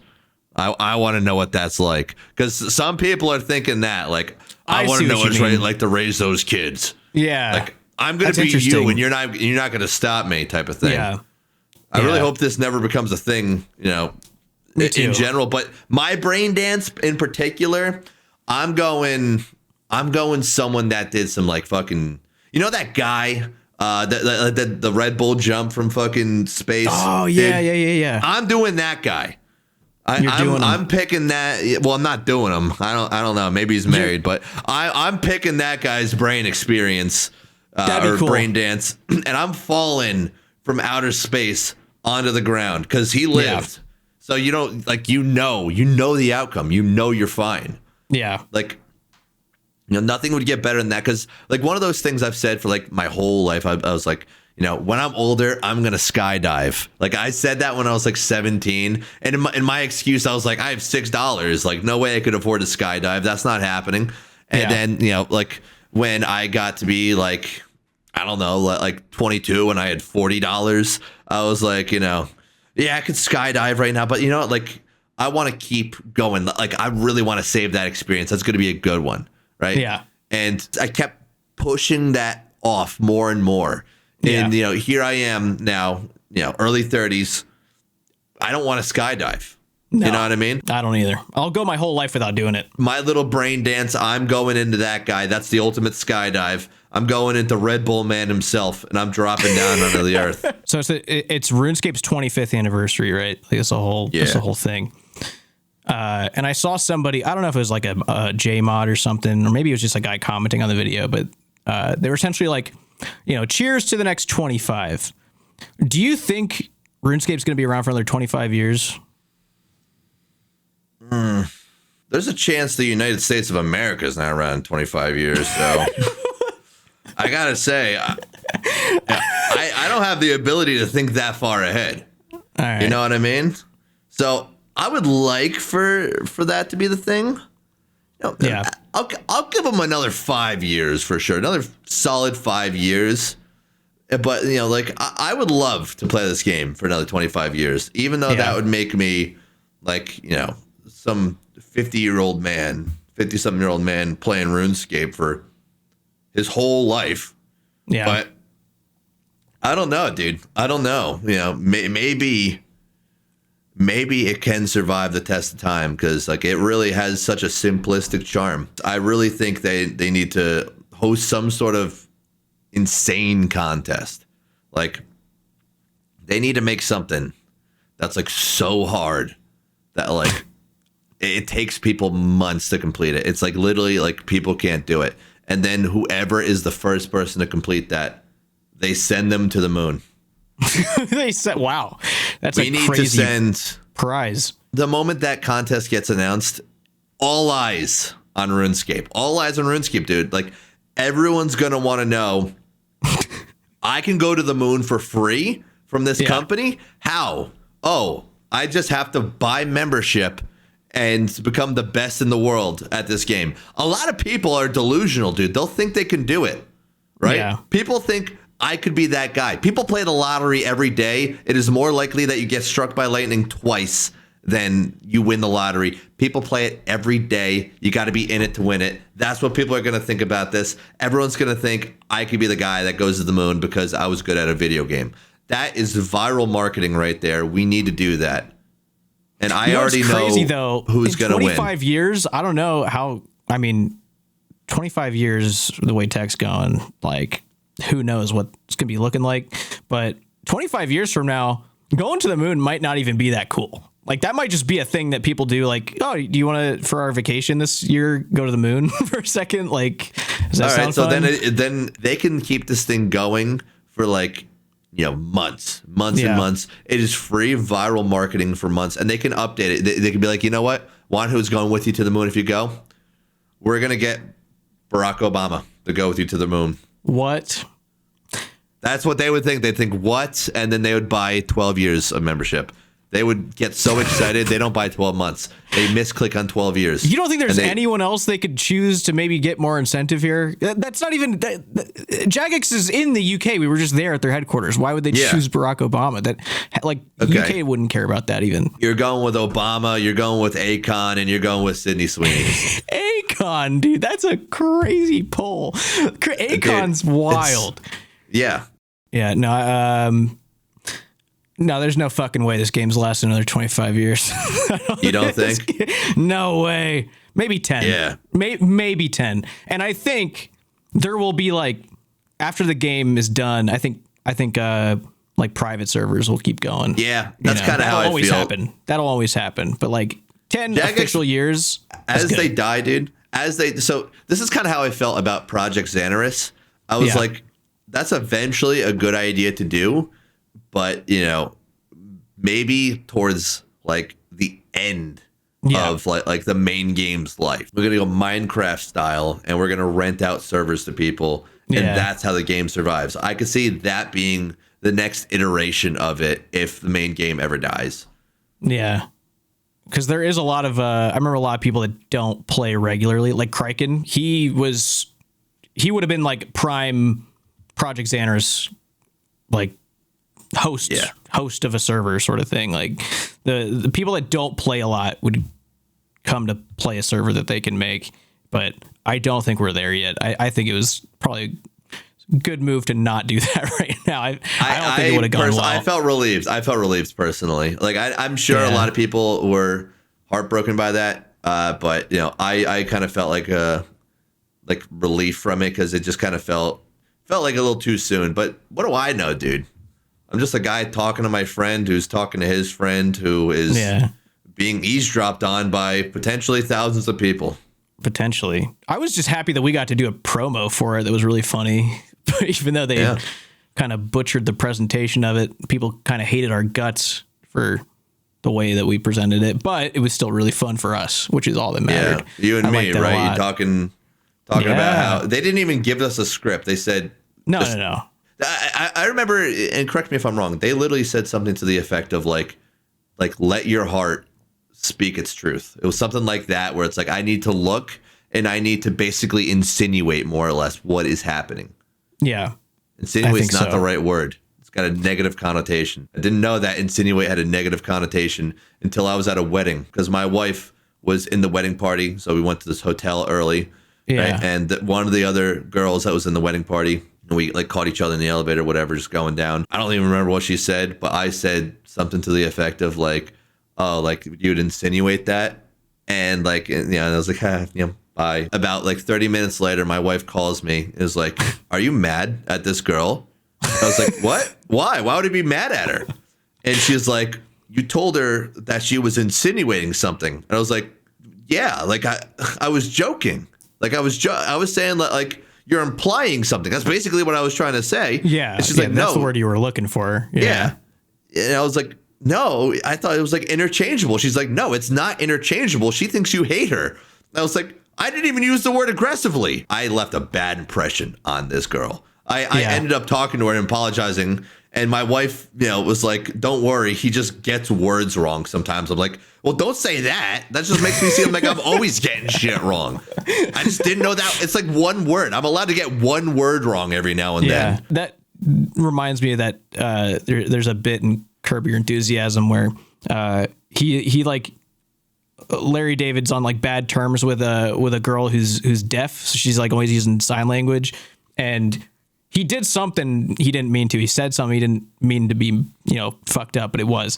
And the husband of the deaf girl is like, dude, you gotta like apologize to her. Like they're in the bathroom. And he's like, you gotta say something to her. Like she'd really appreciate if you apologize, because it'd mean a lot. And he's like, okay. And he starts drying his hands like in the dryer. And he's like doing this, and he accidentally signed something really fucked up, like sign language or something real fucked up, like while he's just trying to dry his hands. And the guy's just like, "What the hell's your problem?" And he storms out of the bathroom. Oh my just God! Like, I'm just drying my hands. So I feel like that was almost the equivalent. I was in a Larry David Curb Your Enthusiasm scenario in real life. They do happen. Yeah, it absolutely does happen. Just like, I don't know, people just they assume the worst. I guess it's just kind of how it goes. Yeah. Because they see you and they're just like, this guy, he hates my guts by default. It's like by default where you're at. Yeah. I feel as though my default state is I don't want to be mean to someone I don't know. And then if I know them, I also don't want to be mean. Yeah. That's good. I'm glad that's how you think. That's good. Yeah. That's kind of what I'm thinking about whenever I'm in any social situation. That, and then I'm thinking, I hope to God this person knows how to talk to other people, because I can't carry a conversation with someone who doesn't know how to talk to people, because then I don't know how to talk to people. If someone's good at talking to people, I can talk to that person for like 9 hours, right? But like if someone just sits there and they give you nothing, I'm like, I'm in like my own little version of hell. Like I want to leave. You know? Yeah. I think you don't give yourself enough credit. I think you're pretty good at carrying conversations, at least in the environments I've seen you in. Because once you get going, there's no stopping you. It's a train. It just keeps going. I kind of do like this little test with people sometimes, depending on like if I feel as though there's someone I can talk to in a much more lighthearted, funny, candid way. Yeah. And I did this test on Kraken, because obviously you're friends with Kraken. Yeah. And by default, I was like, if Jimmy's friends with this guy, then this guy is like someone I can probably easily talk to. Let's test this theory. So I told him that like an intrusive thought I had as one of the first things. Yeah. Within like the first 5 minutes, I basically said to him, like, dude, you ever just meet someone and you're talking to them and things are going well, and like you just get that thought, like, I could knock this guy out right now, one punch across the face, and you're not sitting there thinking like that's what I want to do. You don't want to do that. I have never hit someone across the face, actually, in my whole life. Right. I'm not hitting people, and I never have. Yeah. So I told him that. And then he immediately goes, "Is that what you want to do to me? Like, you want to punch me in the face?" That does sound exactly like what you were saying, to be fair, immediately upon meeting Crichton for the first time. Yeah. And I didn't even hear that until it was kind of said out loud. Yeah. And I was like, to be honest with you, Crichton, I was actually thinking about the CEO of Jack X. That's what I was thinking.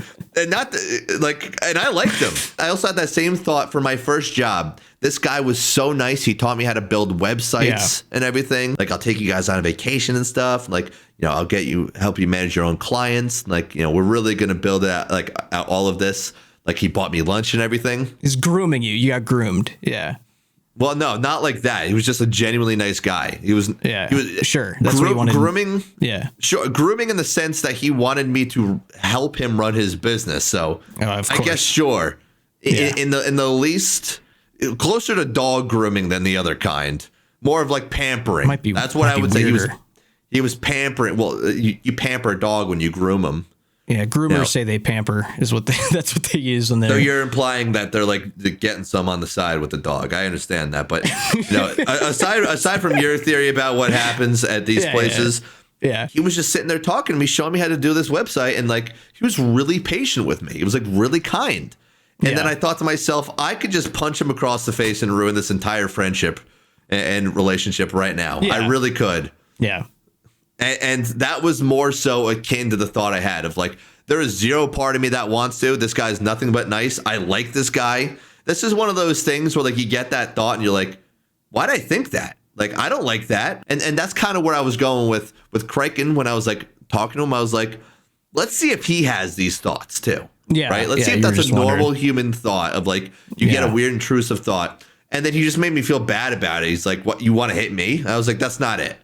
That's not it. I'm thinking about something else. He absolutely applied to the criteria of what you were talking about. Absolutely did. You just met him. And you asked if he had ever felt like punching someone he just met.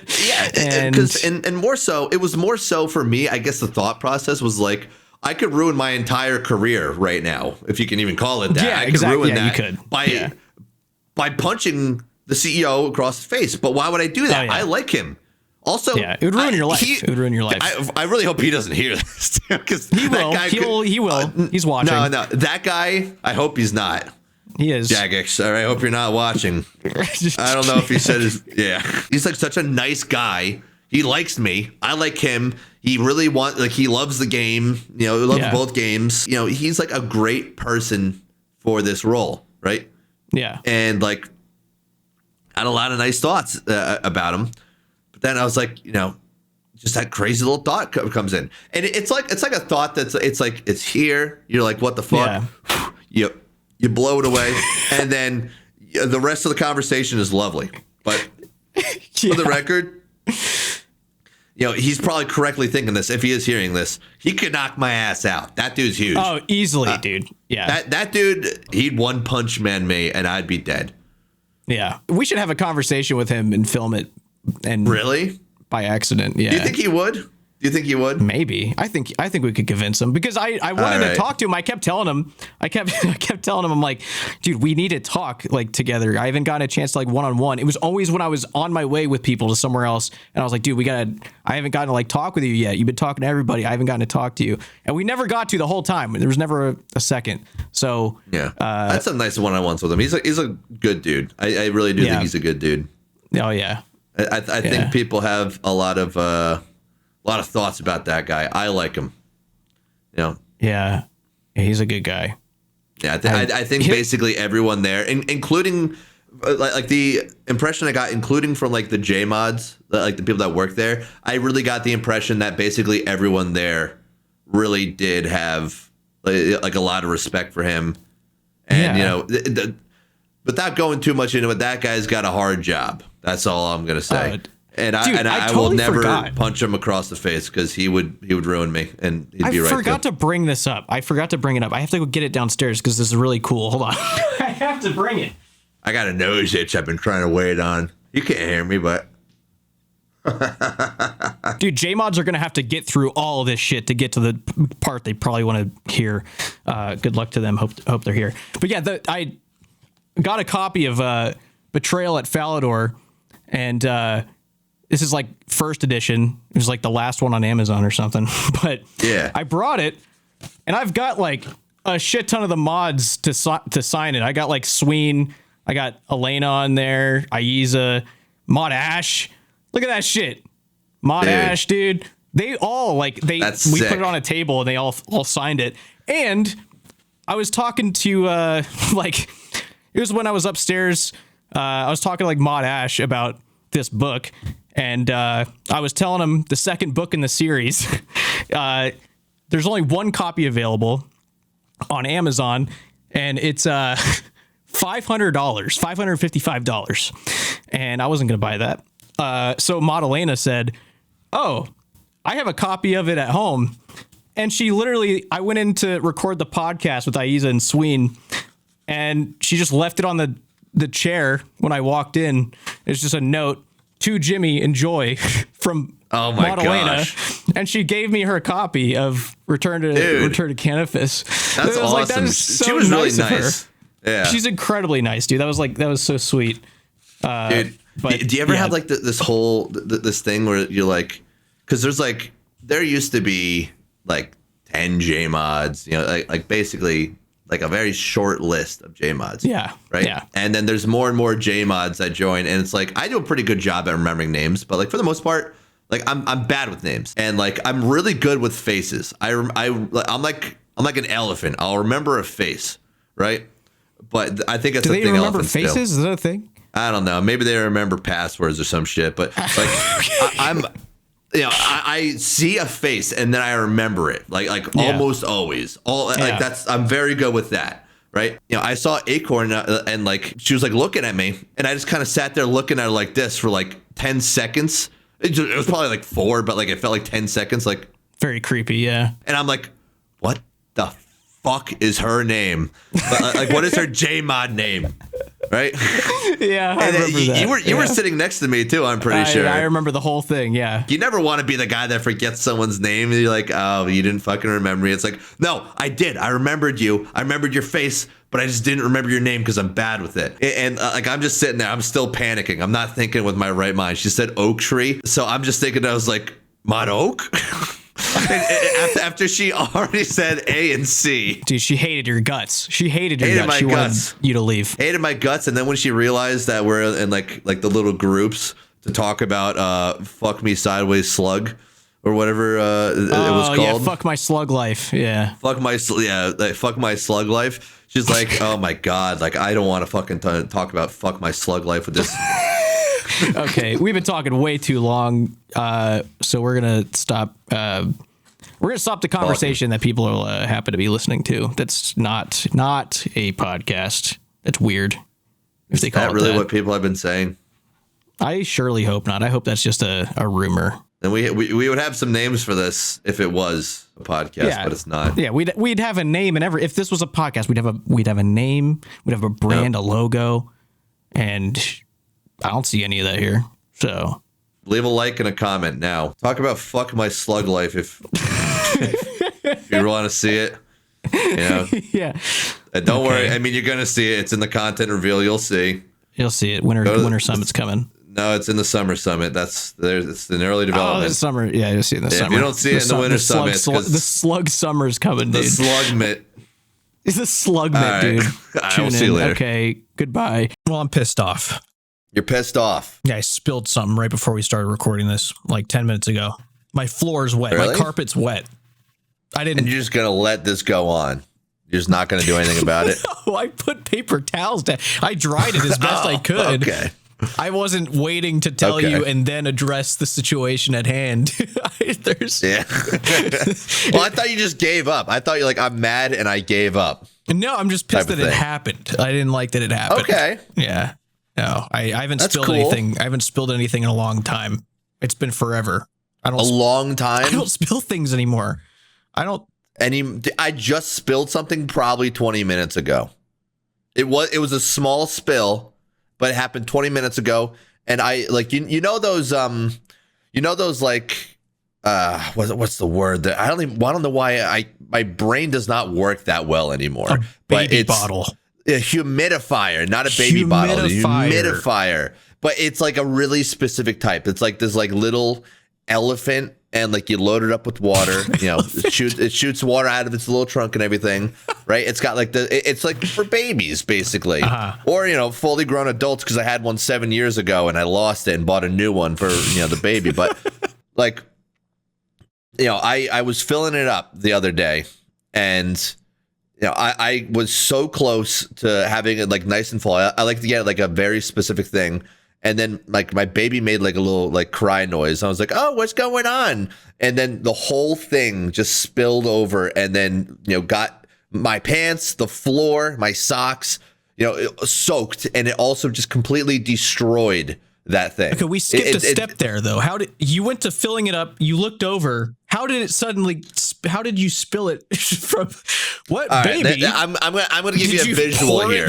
Okay, I'm giving you a visual here. Okay, this is the thing, right? Yeah. Let's say this is a table, right? This is That's a table, whatever right. it's on. Yeah. Right. I put it down. Yeah. I put it down in a way where more weight was off the edge than on, and then it spilled on everything, and then did you catch it?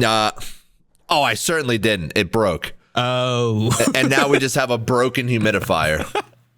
It's cool. Yeah, I try not to. My spill wife things. loved that from me. Yeah, she hit me with why are you rushing?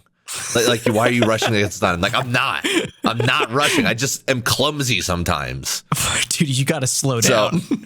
So I'm glad that you don't have any issues when it comes to. Clearly, I do. Not dropping things. Well, no, this is you're making it seem like this is an isolated incident. It's like it doesn't happen often, but that is not the case for me. I'm gonna say I drop maybe 4 things a week. Not the baby.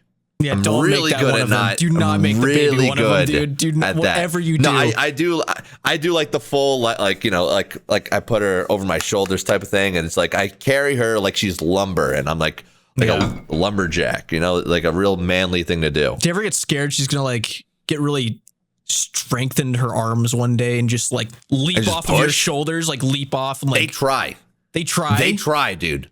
Dude. Babies in general, they try to actively, end their existence. Yeah, a lot. They do. It's like the first couple years of their lives, dude. Like you really have to be on it, because they're trying to take the exit ramp as soon as possible, right? Yeah. And that's you can't let them. Yeah, you can't let them. You can't let them. I feel like that's probably that's like one of the few things that they're able to do is just end it all a little early. Absolutely. Yeah. Absolutely. So you gotta make sure that's not the only thing they can do. Also, what is it? I guess I wanted to ask you last time, because I guess you haven't really talked about it. What's it like being a dad, you think? You liking that so far? Really? Yeah. Look, I can go into that, and I will. Okay. But you ever just hit record on this and then immediately get an itchy nose? You're like, how am I going to do this in a way you can itch your nose? No one's going to be upset at it. No one's good. No, well, I'm doing like that. I'm doing like the fast one too, where I'm like, okay, look how clear it is. It's skimming. I'm not going in, because you don't want to be that guy that's just sitting there, digging in his nose for gold. Yeah. Right. You can misdirect it. What is that over there? And everyone looks away.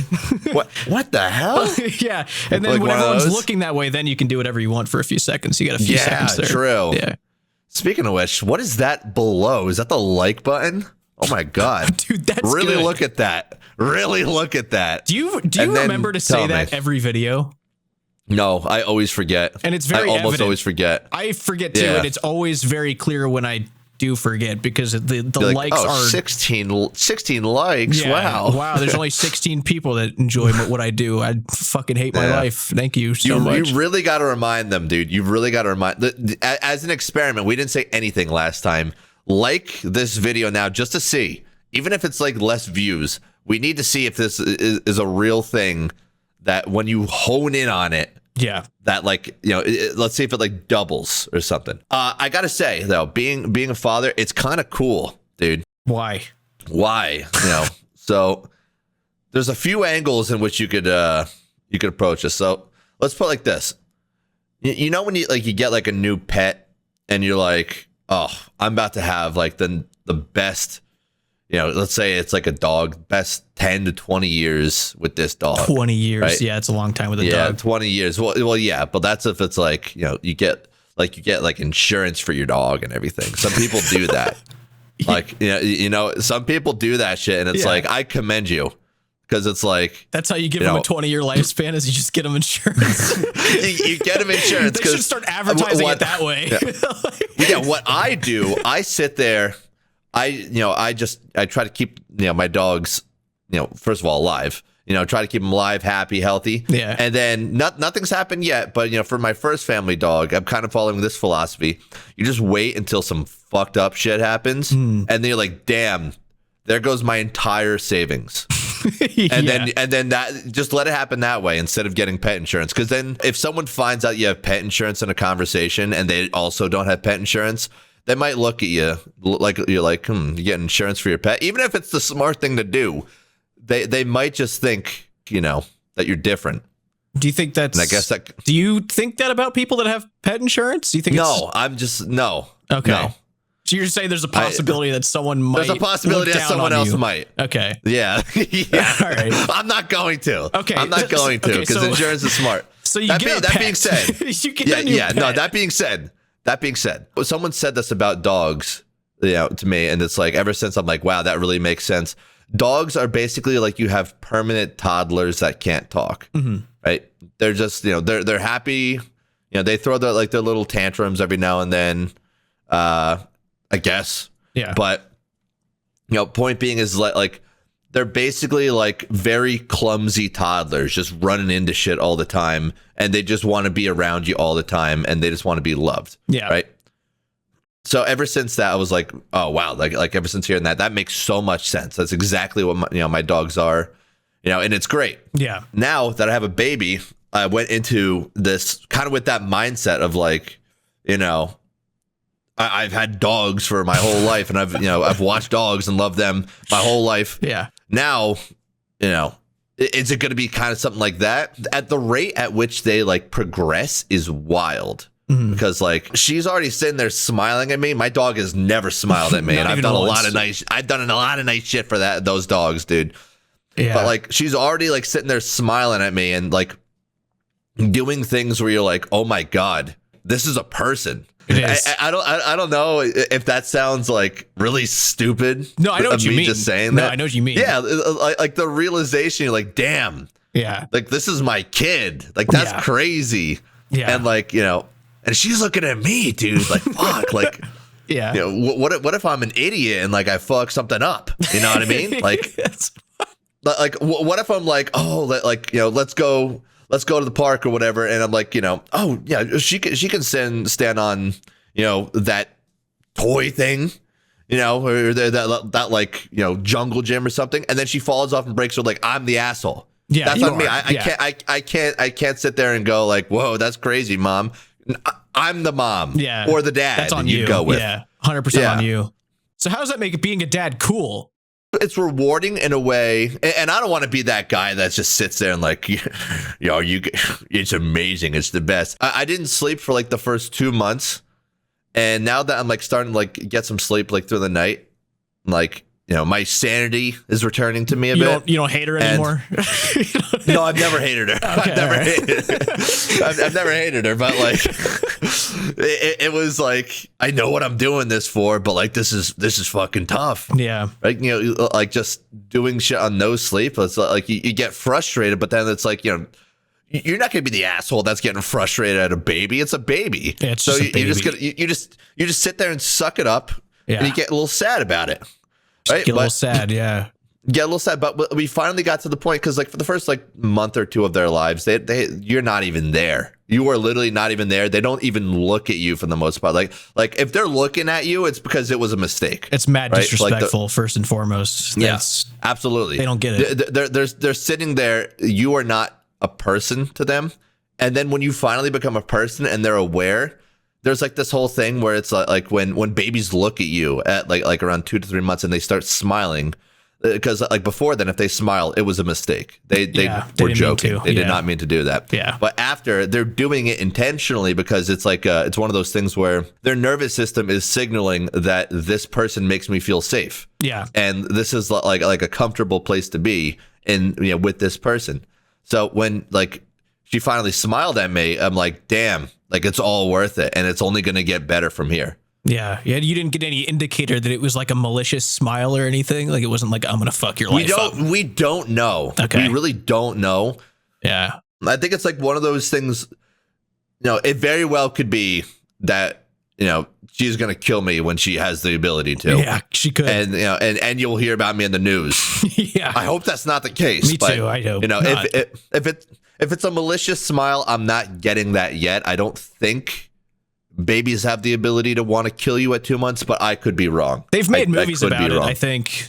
Like whole movie, I guess more Killer like Baby. Yeah, well, I think like Chucky's a doll. I was thinking of that. Yeah, they've definitely experimented with the idea of a very small, insignificant living being having the capability of, murdering.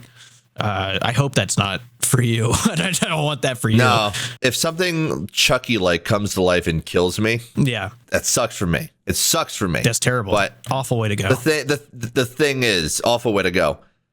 There's some cool shit going on, right? There's some cool shit going on. We got to look into it. I can't look into it anymore. Yeah. I'm doing something else. Yeah. I'm not here anymore. You're on to bigger and better things, assumingly. You're not here. You're doing something else. Yeah. Yeah, I am elsewhere. But we got to look into that doll then, because some cool shit's going on. We got to do a little more research on that. That is really funny that this did come up, because I wrote down a little note that I was having this thought. I don't even remember. I think I was just like watching YouTube shorts or something. And, my YouTube shorts, ever since I started watching anime stuff, it's just anime stuff. That's all I get. It's just people ripping anime scenes, putting subtitles on them, posting them, and then hoping to God it gets millions of views and they make money off of things. And it works. And it works so well. It always works. It works so well. I get movie clips, dude.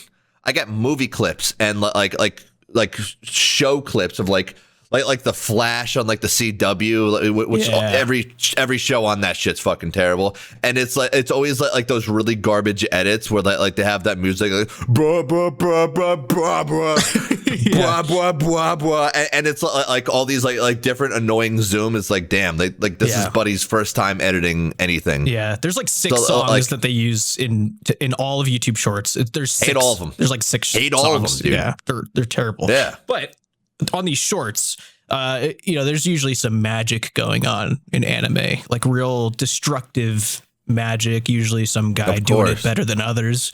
And he's always looking cool. He's always aura looking farming, cool. Aura farming per usual, just looking real nice. All the girls are like, damn, this guy's, I like what's going on there. I think me and 18 other girls are thinking the same thing, and they all go after the guy. But I was thinking when I saw this that I'm really, really happy that magic, it doesn't exist in our world, because if it did, well, one, we wouldn't be here.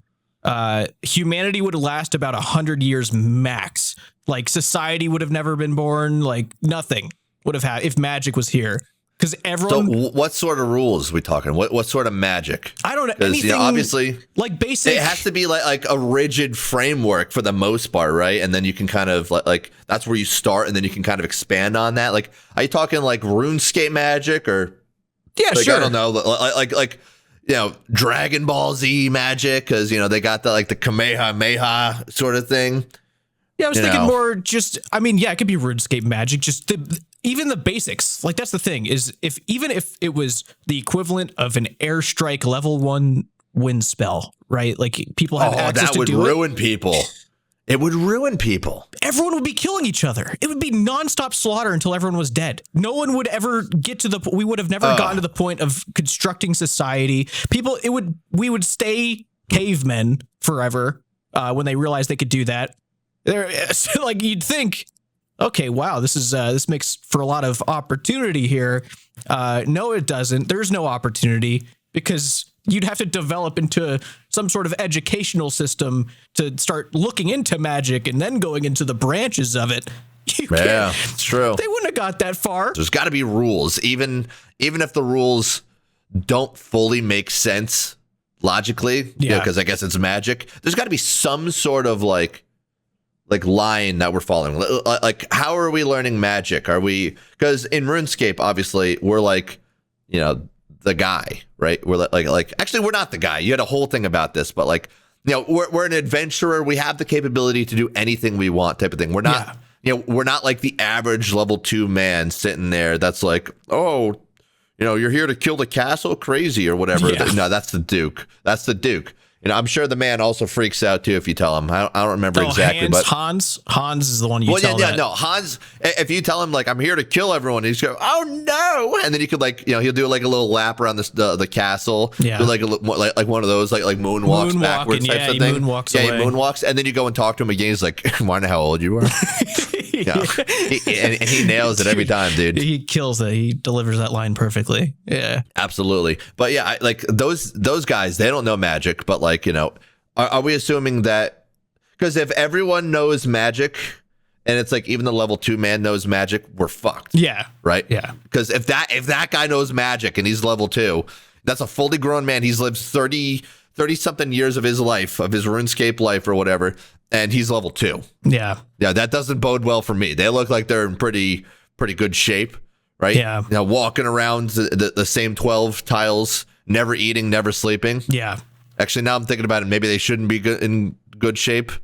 But, you know, that aside, yeah. You're not running into that many guys that ice barrage you. So by that same transitive property, wherever you live in real life, you're probably not seeing ice barrages every day. Right. That'd be a terrifying thing to see. Especially it's literally called ancients because it's not supposed to be here anymore. Yeah. Imagine some guy cuts you off in traffic and then you freeze his car to the ground. That would He's suck. not going anywhere. That would suck a lot. You ever walk around Ardoin and you see a hero? You know, they got like kind of some spin off of a rune armor thing on. All right, listen to this. 54 attack, 55 strength, 54 defense, 82 HP. Mm-hmm. That's their stats. That's what he has? And he's a hero. Wait, 55? So he has base like 55, basically. Yes. That's a hero to these people. Yeah, to put it in perspective. Wow. Yeah. So, damn. And he's got one magic it's not also. Common. No, it's very uncommon. Oh, again, that guy's a hero, and even the hero does not have magic. So really, I feel like that's supporting the argument of what I'm saying. Is that there's rules. There's some rules here. And there's like skill trees. There's invisible skill trees in this game for the NPCs, not for us. We're fine. We do what we want. Yeah. You know, that's basically, you know, like a Navy SEAL to those guys. Yeah. Right. Yeah. More or less. Yeah. He's called a hero. That I feel like we, you know, also call, you know, in America, we call the SEALs heroes, right? Yeah. That's basically a Navy SEAL right there. He's a Navy SEAL. Yeah. And you could safe spot him and kill him in like maybe 10 seconds. So the Knight of Ardoin, he's got 31 defense, 40 strength, 38 attack, and to become a knight, become a knight, like that's a rigorous thing to do. So it had me thinking, like, did he train his whole life, like up to that point, to get those stats, or was he born with those stats, or what's going on there? Because that's a big part of that. Like, if this guy's trained for years, like 2 decades, 3 decades, and got 38 attack, 40 strength, this world is fucked up, dude. Like, that's terrible. Didn't even try to train ranged. No. I get it with magic. I get it. You don't have the capability. You're not going all the way to the Wizard Guild. That's basically in another country, right? It's like Europe. You got to cross multiple countries to get to wizarding country. That's cool. I get it. But no ranged. If you're a Knight of Ardoin, you're like, oh, I'm gonna just fucking kill people with a sword. You're not even gonna think, you know, that if I had a bow in my hand, I could fuck that guy up. Well, if it's taken him that long to train up 38 attack, 40 strength, like, I feel like he's probably just kind of locked in, like trying to just tunnel vision those melee stats, because if he diverted and went to range at all, he'd have 20 attack and 20 strength. So it's like, maybe it's just a really shitty leveling up world, but it's hard to say. Going back to Magic, this one thing that always really baffled me is the this trend of incantations, of needing to say some shit. You gotta say some shit, before you cast it. And Harry Potter like. Yeah. And it became like a trope that like in these animes that like if you were able to cast something without an incantation, you were basically a god. Like you are insane. And it was just it became a trope. And I was thinking, we cast shit without incantations all the time. We actually used to have to say an incantation to go to Corrend, and then they took that away, and now we can just cast it however we feel like the same way. You're right. Remember that? Yeah, we had to sit there like we told the whole world, look, this place is new. I gotta fucking read the book. Yeah. I don't know. I don't remember how to say the spell. I can make a guy's car stop on the highway with one simple little spell. I don't got to think about it. I just do it. Yeah. But if I want to go to this new country, I don't have the location, dude. I don't have the coordinates yet, even though I've been there multiple times. I got to read this bullshit thing on a book that some guy fucking wrote for me a million years ago. Like, it is embarrassing. You're right. Yeah. I just remember always being pissed off when I cast it because I was like, well, now everyone knows where I just went. Think about how dorky it is, right? Right? I'm gonna give you a scenario. Yeah. You're sitting there, like, you know, you just want to go to like the baker, right? Yeah. Right. You just want to go, like, you know, you're traveling from Draenor, you go into Falador, right? And it's a long path. It's probably like an hour walk for you, right? But you know what? It's nice out, beautiful sky, right? You know, kind of like dusk. Yeah. You know, perfect weather. You're walking up, right? And you're like, I'm going to go get the breast. No, I'm going to go get, maybe like, you know, maybe after the bread. That. Yeah. You know, you go to the party room, but you're like, I'm going to get the best bread I've ever had in my life. Yeah. And then this fucking dork comes up to you, right? And he's a loser. He's sitting there with the mask. He's going, your money, your life, stand and deliver. Yeah. Right? This guy's fucked. He doesn't realize it yet. He doesn't even realize it yet because you have the lunar spellbook on. Yeah. Right? You sit there. You think red thoughts. You think angry red skull. And immediately you scream, taste vengeance! Yeah. Right? You look like the biggest fucking loser in the entire world. Yeah, that guy's true. dead. Yeah, he's dead. He hurt you. You hurt him worse. Yeah. It bounced off of you. Yeah. Right? That guy's dead on the ground. Who looks weirder? The guy that tried to rob you and died immediately? Or you, because you sat there and you screamed like the biggest dork you've ever seen in your entire life? Yeah, that's true. I Which didn't think one's about worse? it like that. Yeah. Which one is worse? Do you feel embarrassed like that when you're PKing or something and you cast that and you just have to say it out loud? Oh, I don't bench PK, dude. No, it scares me. Yeah. Dude, I don't want people to think I'm a weird ass. That's like the most demonic spell I can think of, like a reflection spell. Yeah. It's like really messed up to cast on someone. Dude, if I scream, taste vengeance, and this red giant fucking skull goes over my head. Yeah. Scary as fuck. You're like, that guy just summoned Hitler, basically. Yeah, he did. That guy summoned the darkest of demons possible. Yeah. If we're taking like the real world application of that, you're just sitting there looking like a weird dork screaming taste vengeance. From anyone's perspective that sat there and watched it, there's a farm right there by these guys. You know, they're mugging people outside the farm. They're probably sitting there thinking like, oh my God, that guy just had a heart attack after that dork just screamed something. Right? Yeah. So I'm thinking, I don't, maybe I just let myself be robbed, right? Because I don't want to appear like a dork to people at the farm. You would take losing your wallet, all your GP. Yeah, well, instead of having to look like a dork. Here's the thing. There's a banking system, right? And it's a magical banking system. So yeah. I put all my items in there. If he comes up to me and robs me, and I can say, dude, you can take my pants and see my balls. That's fine. But I have nothing otherwise. Yeah. And I will just grab my money at the bank in, you know, East Ardoin. Or I'm sorry, East Falador. I'm not walking that far, right? I got to cross a mountain with some wolves if I want to go that far. Yeah. That reminds me. Do you remember years ago? I don't even know why we did this. I do remember. Yes. we did this whole thing, and we didn't. I don't even think it went in video. Maybe it did. No, it didn't. It never showed up in video. It wasn't even on stream. Never showed up in video. Yeah. Not even on stream. Because people, you know, just wanted to do follow trains back then, right? Yeah. And I don't know how we did it. We just convinced people to just start this follow train with us. And it wasn't like 50 people behind one. It was like everyone does like one behind another, following everyone. We just convinced people to walk from Varrock all the way to like Yanil or something. Like Castle Wars. And then we would say some shit like, I forgot my purse. And then we would walk all the way back. All the way to Lumbridge. And then be like, okay, I got it. And then we walked all the way back again. Yeah. And we got people to do it for hours on end. It was like a 2-3 hour excursion every time of us just walking people. We did it multiple times because we thought it was the funniest thing in the world, and we never thought to share that experience with other people. No, we never did. It just in video. Yeah, but we just did that. I don't even think we ever filmed it. I think we just did it. Like I think it was just funny. Talk to people in friends chat. Like it was either mine or yours, and we're like, hey, who wants to go on a walk?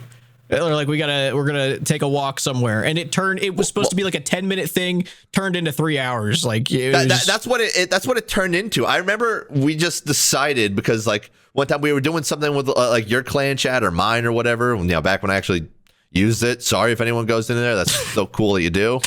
But like we just did it where like we just decided one day it would be funny if we just started walking. Yeah. And then it turned into this whole thing that we did. I think for like a couple months we did it. Yeah. Like, and like we did it a couple times a week. Yeah. Like it took a real hour of our lives, and we just sat there walking back and forth, and that's all we did. Yeah. We got nothing to show for it, but it was good, dude. Not a single clip anywhere. There's a chance at least one person in the comments will know what we're talking about because they were there. But that is something we used to do. I think about that sometimes, like whenever because I recently I needed some footage for the last video I made with the best place to live. So like there's my friends chat is active as hell because I shout it out sometimes, and like my mods in there are still just like they hold it down, dude. Like it's hardly even my community anymore. They run that shit. And but I've been popping in a lot more frequently, and I needed some footage of like when I was talking about bringing up like the Falador massacre or like Falador riots. Like I could have gone on YouTube and like pulled some clips, but I was like, what if I just have people recreate it? Like just go and make a riot or something. So I love that. I was like, hey everyone, I need you guys to start a riot so I can film it in Falador right now. Like just come here, start killing the guards, put cannons down, whatever. Yeah. And they did it. And then I was like, okay, I need to just get a bunch of footage of just a bunch of adventurers together. So I had one person follow, like do a big follow train from Falador into Barbarian Village, and I just filmed them on the hill while they were all walking, just to emphasize like the menacing appearance of adventurers. And I literally thought about that time that we used to just take that walk, so many hours just walking down the path through the mountain all the way through Camelot into Ardoin over to Yanil. Like it was so often. People died sometimes too. Yeah, dude, from like the mountain, like level 3s mainly, but like people did die sometimes. We would stop in the mountain and we'd say like, "Oh man, I'm getting tired. Like we gotta take a break." Yeah, dude, and there's the whole thing of like scale theory too, obviously. Oh yeah, going from Lumbridge to Varrock, and that's supposed to take like 3 days or something in adventure time. From Lumbridge to Varrock? Yeah, it's something like that, or maybe or it's like from like Falador to Varrock is like a 2 or 3 day trip or something. I think it's like that in like one of the books. Varrock right? to so this is the type of guy you're dealing with, dude. I literally have my notes up right now of like all the betrayal at Falador things that I was looking at. Varrock to Barbarian Village is 2 days. Falador to Taverley is 2 days. Is like that area. So it's probably. So if you think about it, what we were doing, because scale theory technically applies to these characters, not to us controlling them, but to these characters. Yeah. We made people walk for 2 weeks to travel the globe. Yeah. Only to say we forgot our purses, to then go all the way back another 2 weeks, to then say, all right, got it, and then go another 2 weeks. Yeah. Just to say we did it, just to do it. And we got multiple, I'm going to say anywhere from like 50 or 60 adventurers to just do that with us. For no incentive, no reason, no reward. They just did it. They agreed to do that because it was me and you. And I'm thinking to myself, people might do that these days, though. You never know. That's true. But I was thinking, like, all right, let's say that we in real life, we're doing that whole excavation, this big walk to nothing. And they're called hikes. I think people do them. Hikes. Yeah, I guess a hike would work. Is there anybody in the entire world that I would choose to just follow for 6 weeks through all these towns and places for no other reason other than to be following them and like go along with them? You'd follow Forrest Gump. A lot of people did it. A lot of people followed that guy. Well, so that would be Tom Hanks. Like, it's his character, but like, I don't think I would follow Tom Hanks just to be behind Tom Hanks for 6 weeks, as he doesn't. Why not? I mean, that's 6 weeks of my life, dude, and it's treacherous. It could be a treacherous activity, and I don't really know if he's equipped to deal with that. You're saying that it's going to be harder on him, that you're going to be there. You're going to be the nuisance to him. I'm not an anchor here. I'm just saying that it's an inconvenient journey that he's choosing to make, and I would have to be willing to follow him just because he said he's going on a walk, and he's now going on a 6 to 8 week journey. Well, technically, he's going on a run, because remember, he started running. Okay, that's Forrest Gump. I'm talking about a real person that I would be willing to follow. Yeah. Tom Hanks is like 70, 80 years old or something now. There's no way. He's okay. That's dramatic. I'm willing to go 60 here. Tom Hanks' age. He's 69. Almost 70. He's almost 70. Oh, he is not looking good in this picture, dude. I gotta say, like, in general, like, he's a pretty decent looking dude. This is not his finest moment, bro. Oh no, that's definitely not. No, not his finest moment, dude. I've seen better Tom Hanks. Yeah, me too. The photos are getting worse though. Like, this guy is not 30 anymore. You can tell. Wow. That is how age works, I suppose. Oh my God, dude.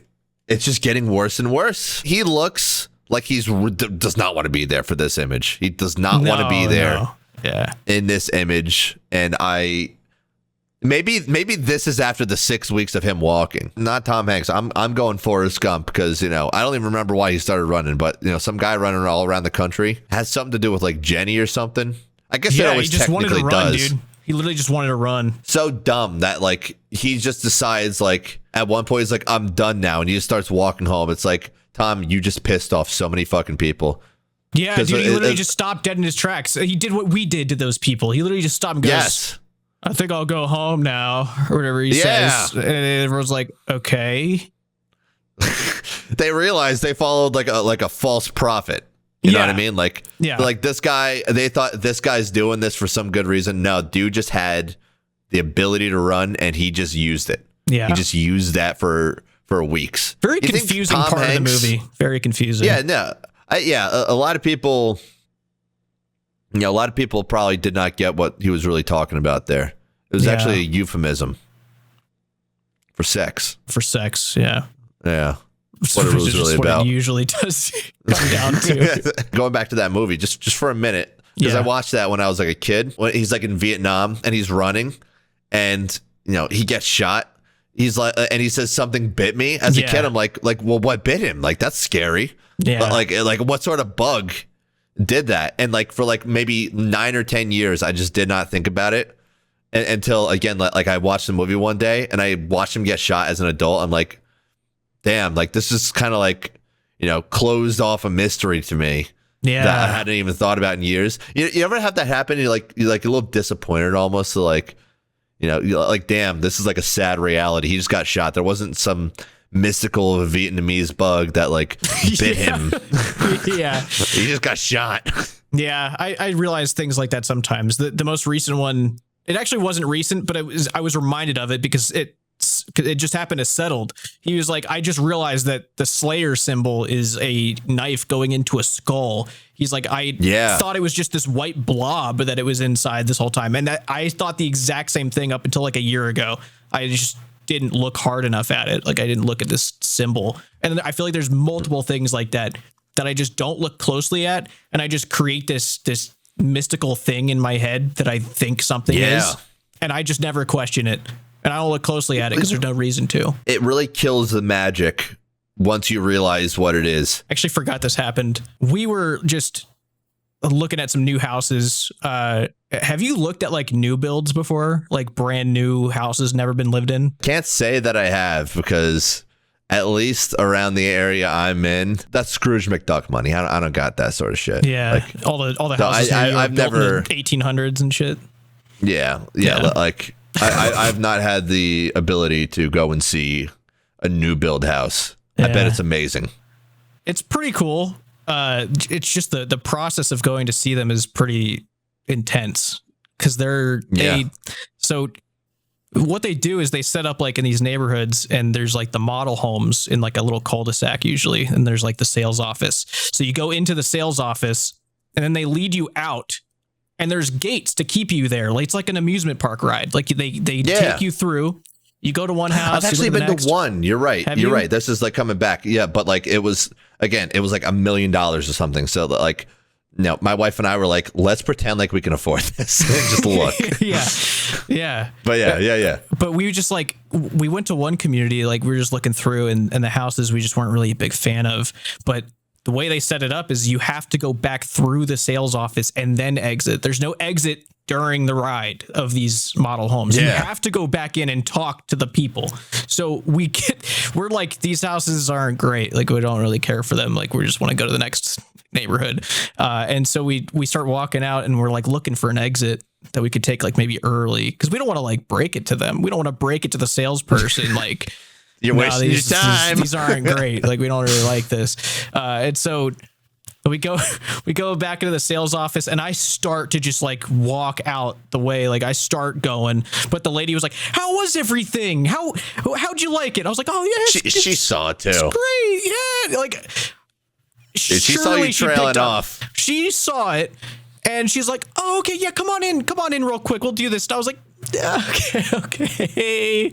And then we have to get to sit down. She takes down our information. She's showing all these options, these things happening. And I'm just like, these homes fucking suck. I don't want these homes. I'm not moving into any of these. They're clearly struggling to sell these to somebody. So I was like, okay, whatever. But then the next neighborhood we go to, we find like the perfect house. Like we're like, oh my God, we kind of want this thing. Like, let's go talk to the salesperson. Like, let's go see. The salesperson is sitting at the desk in class. She's got a fucking iPad full blast going, listening to some instructor like on Zoom or something. And we're like, "Hi, ma'am, can we get information on this?" And she like looks at us because she didn't fucking hear what we said, because this thing is blasting in her ear. Of course. And we're just like, the one time we really want to talk to somebody, they're in class, in the middle of class right now. And so we eventually like, relay to them, we'd like to learn more about this house. She starts looking it up and everything. And she starts telling us like, oh yeah, this model is like really popular. Like this one was just sold. She's like, and this is like, there's a fucking giant empty lot of homes yet to be built, by the way, like dozens and dozens of empty lots that these guys are eventually going to be building in. And there's like 4 model homes. So we're like, okay, well, when's the next one being built? Like how many months until the next one? She's like, well, let me look at this. Like, I don't really know.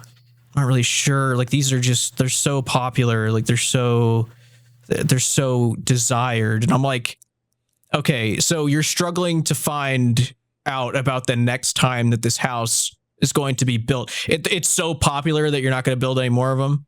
Like this is the last one. And she just, it's impossible, dude. It's house hunting, house looking at is an impossible task that will never be solved by anybody. There's a reason that everyone makes a career out of being a fucking real estate agent to deal with shit like that. I hate it. The popular ones, shit like that, like they act like you're bothering them. Even though you're a prospective buyer. When a house isn't popular, they're sitting there and they're like, here's my information, blah, blah, blah. Yeah. And they're really talking to you about it. And they're like, oh, like the owner wants to move fast. Like we can get you in whenever, blah, blah, blah.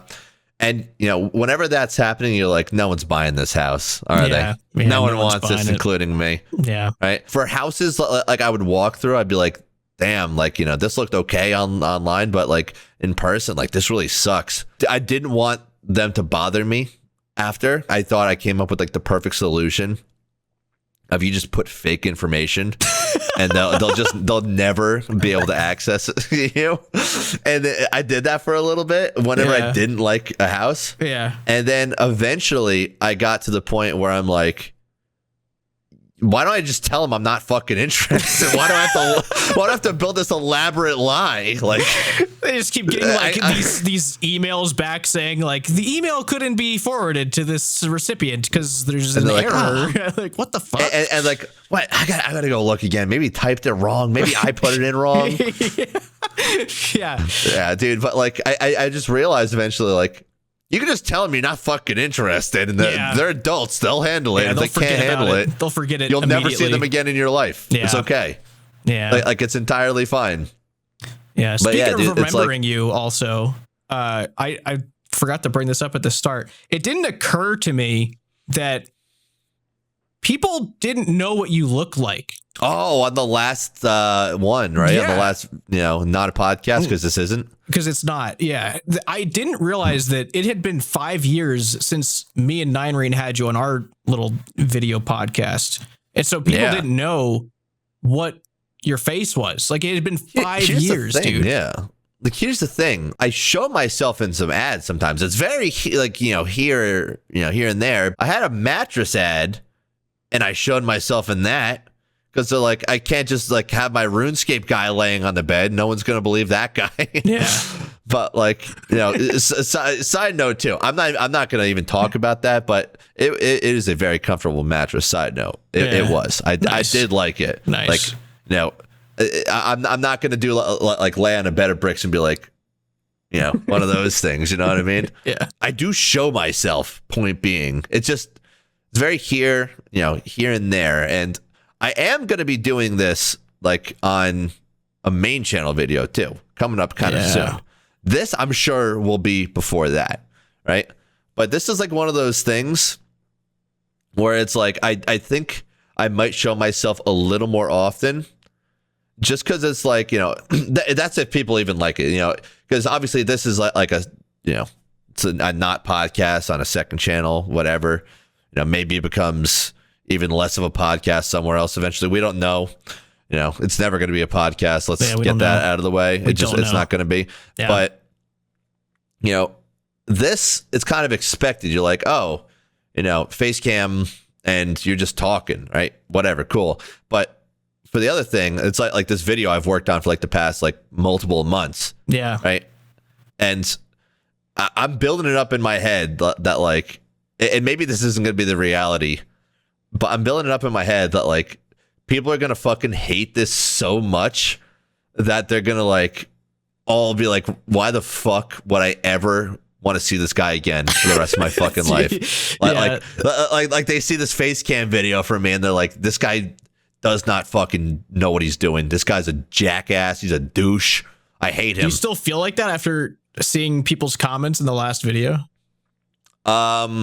Maybe a little less so. Yeah.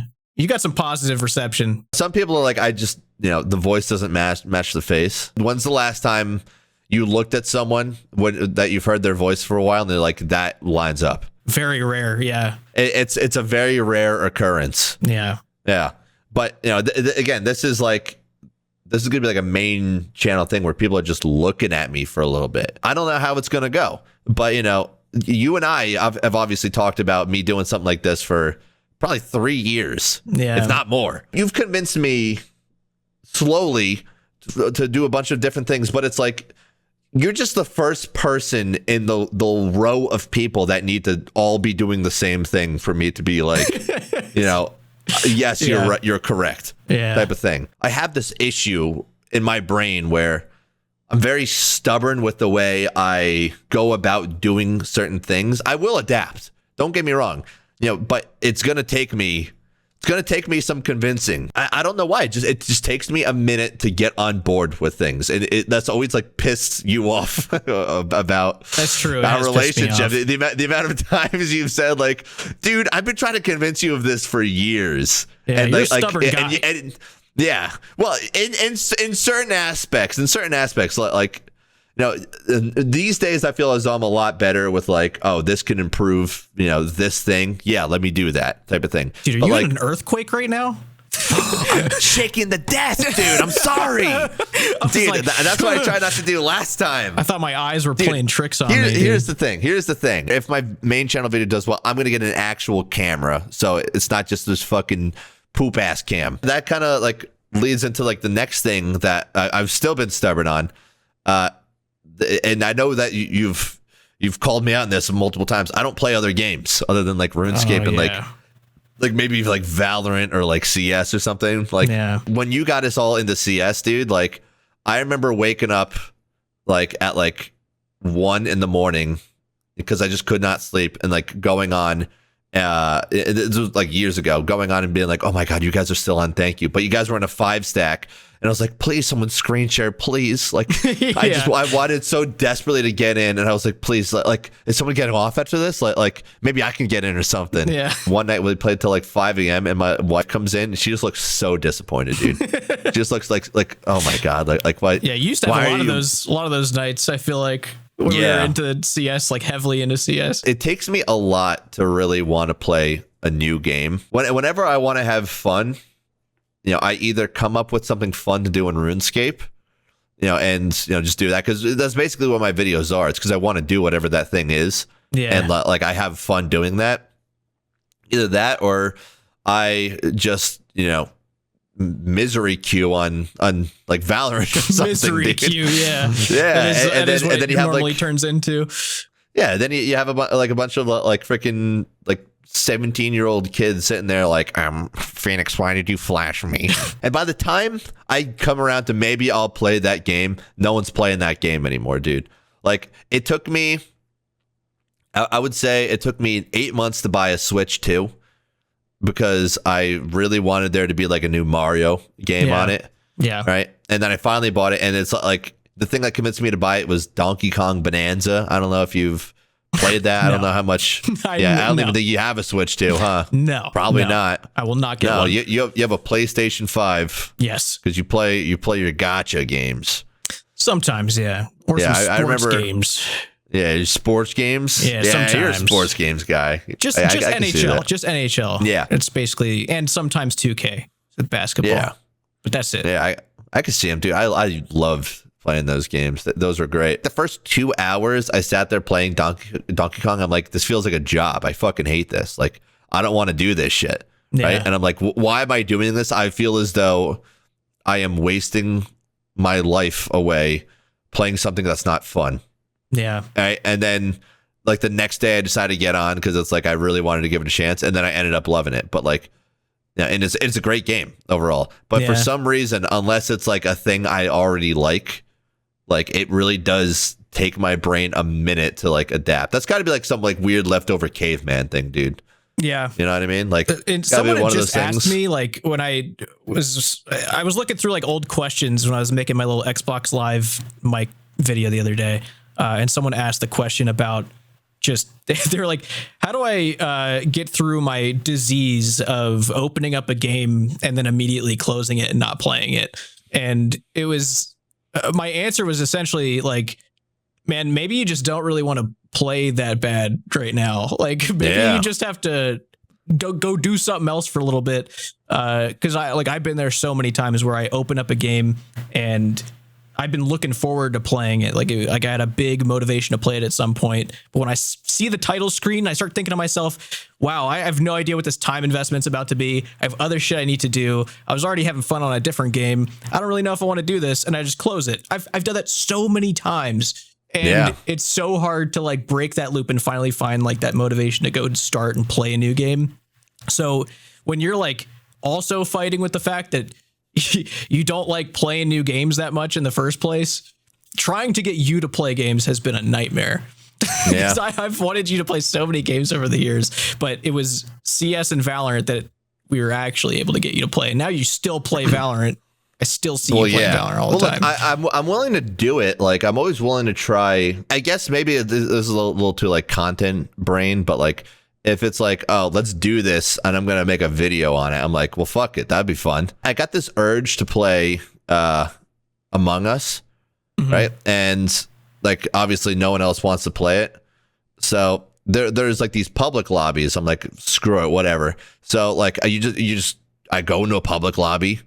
And I wait for the game to start. If I'm not imposter, I immediately hit the emergency exit, or emergency thing, and then I say, "Guys, I pick a color that looks infuriating to me at the time. I say, I just saw him vent. I just immediately make the entire lobby turn on one guy, and I'm like, dude, I promise this is the imposter. You can vote me now and then vote him after. And like, I want to say about like 60% of the time, they just end up voting that guy out. And I'm like, oh my God. When was the last time you played that game?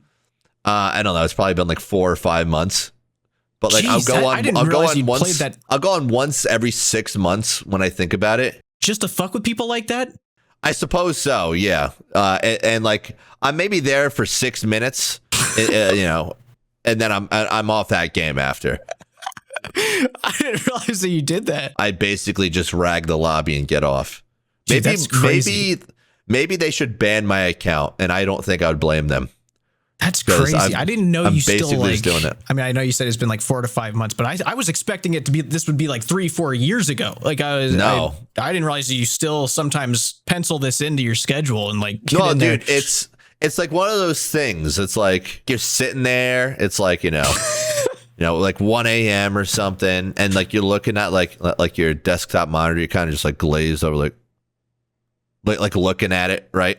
And then you're just looking at the different icons on your screen. Every now and then, it's kind of like Among Us is wearing a 2-piece saying, click me. So then I do it. Wow. I don't think, unless people are going to want to play, I don't think I'm going to be tempted by it again, because it's like, it's just not that sexy of a game anymore. You know what I mean?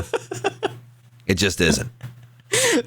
What a great feedback for the devs. Just, why haven't you logged on? Like a little survey goes out. It's just not sexy enough for me. Not sexy. I'm not talking in that way. I'm talking like, like where's the appeal type of thing. Like you're not getting me in. You're not saying like, oh, new boob slatter on the Among Us agent. Yeah. Like, because then maybe I'm in. That would be crazy. That'd pop off like crazy. That would pop off like crazy. If they're listening, they should take notes. Did you ever see? Or maybe they shouldn't. Did you ever see the Pal World April Fool's joke with the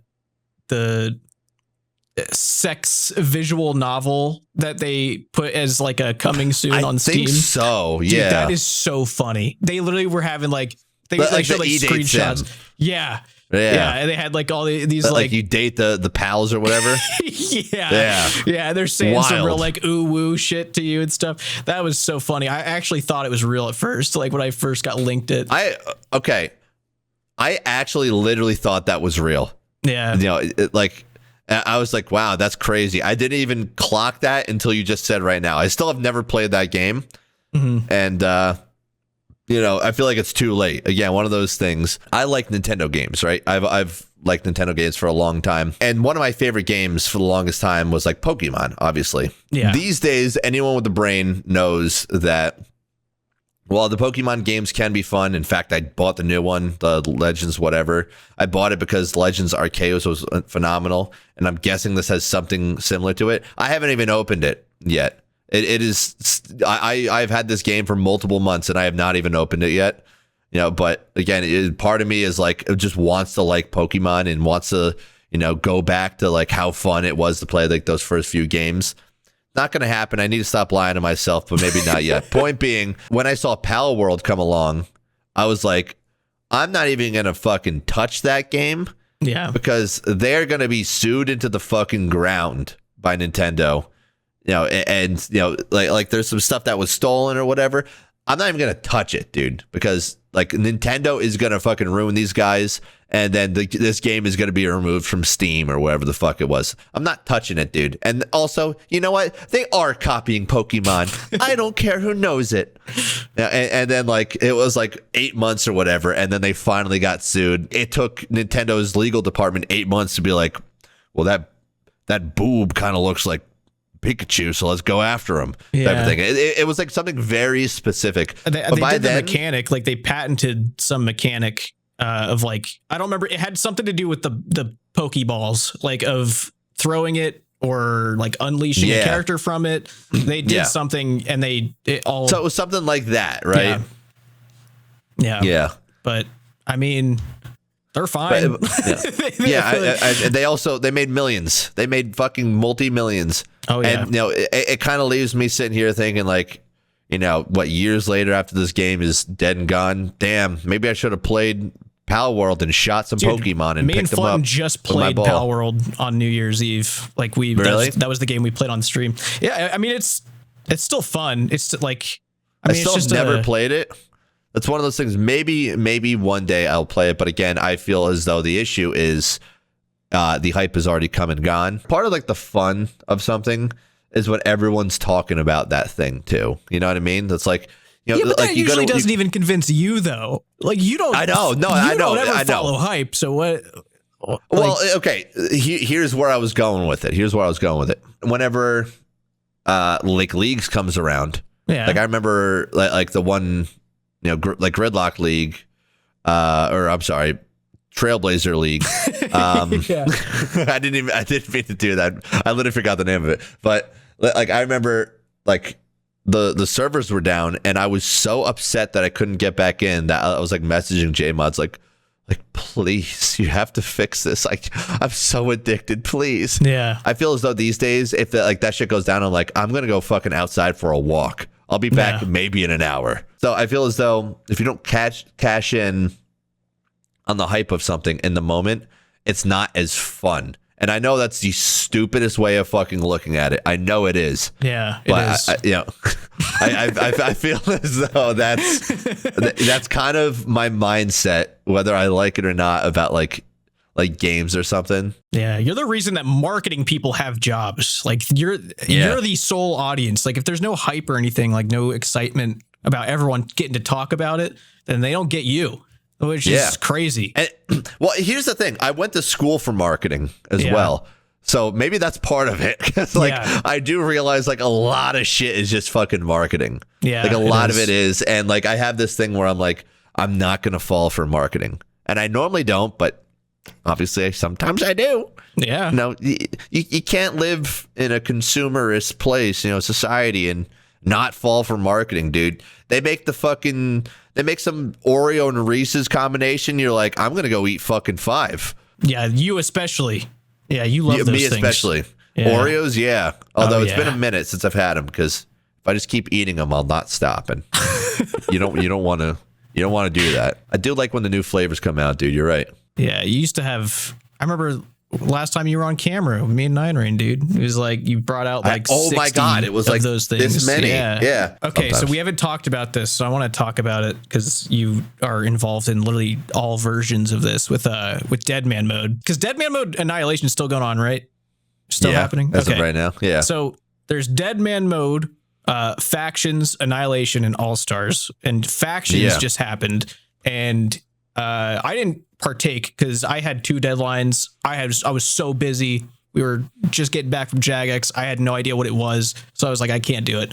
And I'm glad I didn't, because it was like the busiest day ever for me when it was happening. But I was trying to like watch in the background, and then after the day was over, I went back and like watched some perspectives, and I feel like it was a good idea on paper. I think like the ending part was cool. Well, Walnut, I'll say this, Walnut was the most entertaining part of that whole thing for me. Getting to the final battle with everybody and having PK Skull prevention on was amazing. Yeah. That was the coolest thing of the whole tournament. That made it all worth it. That was good of him. That was very good of him. But I feel like there was a lot, there's a lot there that could happen with like big teams like that. I guess 3 hours is tough. 3 hours for that is like really, really tough to make something like nice. Like it was a cool idea. Well, I guess I would ask you first, do you feel as though you were the target audience? I feel like everyone was supposed to be the target audience based on like all the creators. I feel like they had Tyler One. They had all these guys who didn't really play RuneScape. Like it was supposed to get everyone's audience on the game watching this thing happen. Yeah. Okay. So I guess from that standpoint, criticizing it is like from that, I guess it's fair enough. Playing it, because obviously I played in it, so I'm not going to be able to have the perspective from a viewer. I thought it was fun. I thought it was a good time, and I'm not normally the type of guy to be like, I don't play every dead man mode, right? Like this year I will be, kind of like you're saying, I've involved myself in all three, but I'm normally not the guy that is that interested in dead man mode. From like an audience perspective, I don't think it's like a problem to try doing stuff like that. And like, I think that there is going to be something there, but maybe it needs like a little bit of a modification, like for the viewer experience, from, if that's what you're saying, like viewer friendly. Cause I think like the idea of breaches are really fun. I feel like it would be cool if you have all the, for something like Deadman factions, you take that same thing, you make a new map, right?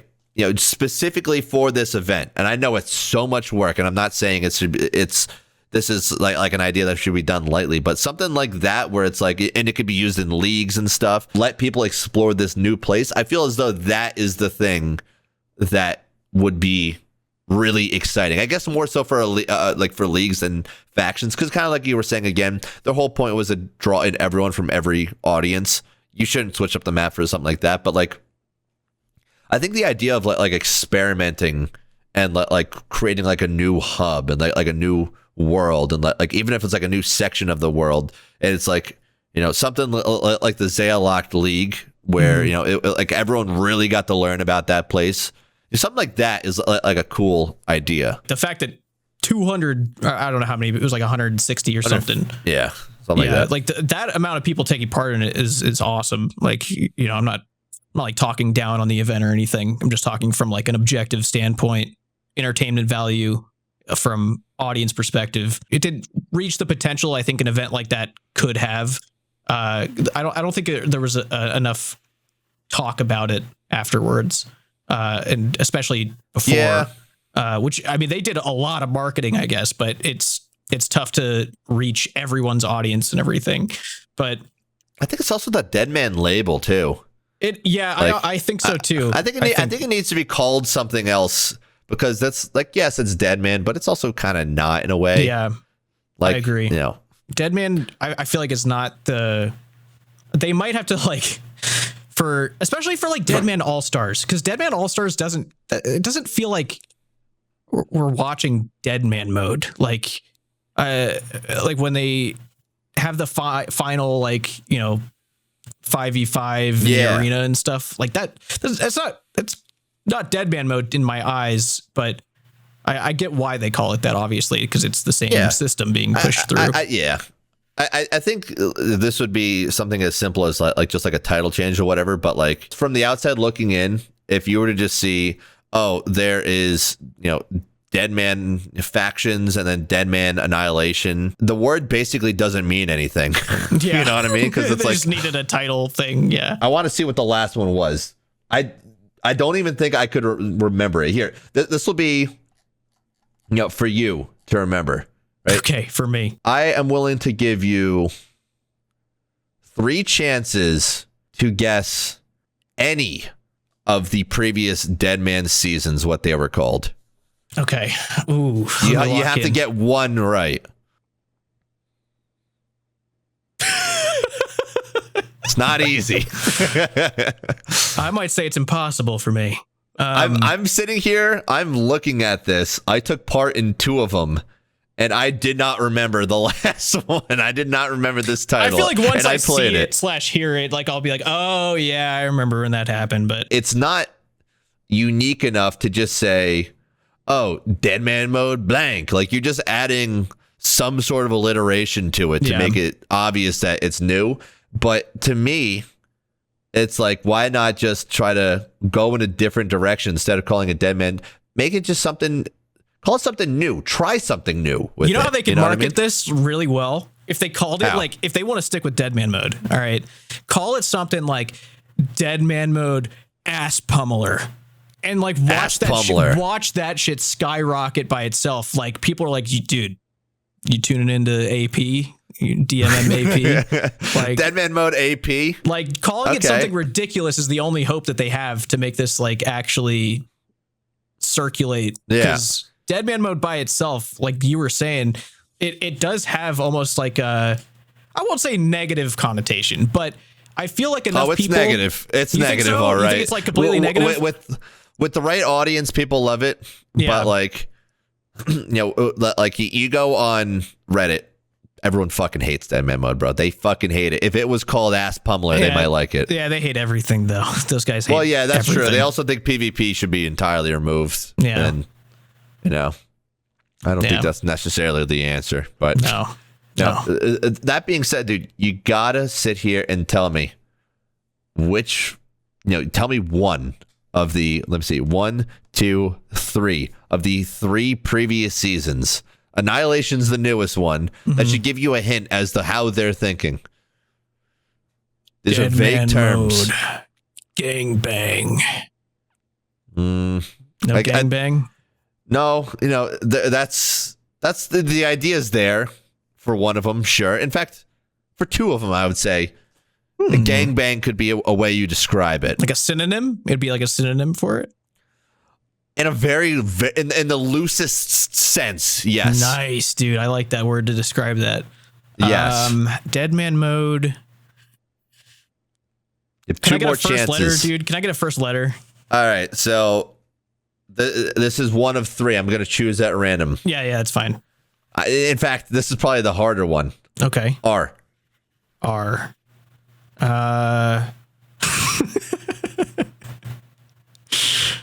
Retribution. That's such a good guess, but it's actually horribly off. It's nowhere close, dude. That would be the perfect. That's probably going to be the next season. That's how fucking meaningless these words are, dude. Ravager. Rectify. All right, almost rectify. Almost rectify. Almost in a way. Reaper. Okay, come on. Okay. This is a big hint. A phoenix rises from the ashes. Phoenix rises from the ashes. Revive. It's reborn. Reborn. Right. Dead Man Reborn. You're not. I'm willing to give them Dead Man Reborn. Right. Okay. Because it's like they're like Dead Man's coming back and we're rebranding it. I'm like, you know what? I get where you're coming from. You're rebranding it. I'm willing to give them that one. Yeah, that's fine. So that's the first of the 3 that we've not discussed. The next 2, you just need to hit on either one of them. It starts with an A. An A. Both of them start with an A. It's not ass pummel. We know that for a fact. It's not ass pummel. That's my suggestion. But you know what? This one has one of them is AP. Is it aggressive? Oh, it is AP. AP, yeah. So both of these are very aggressive terms, I would say. Yes. Oh, okay. AP, really? AP. Maybe that doesn't even help you. Maybe that's because you're like, what letters starts with AP? Apple. Yeah. Dead Man Apples.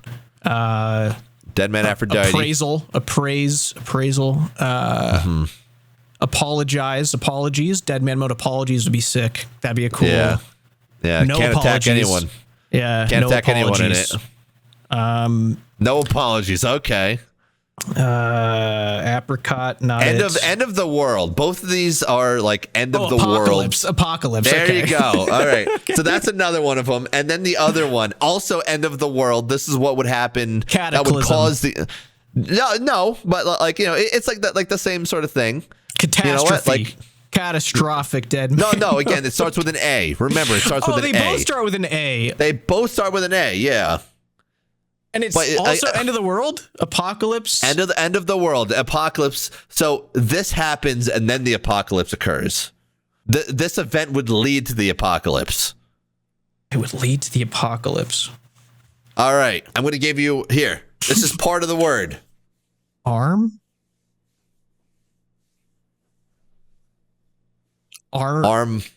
Armageddon. There you go. Got it. In 10 minutes, when we're eventually talking about something else, you're gonna remember any of these three?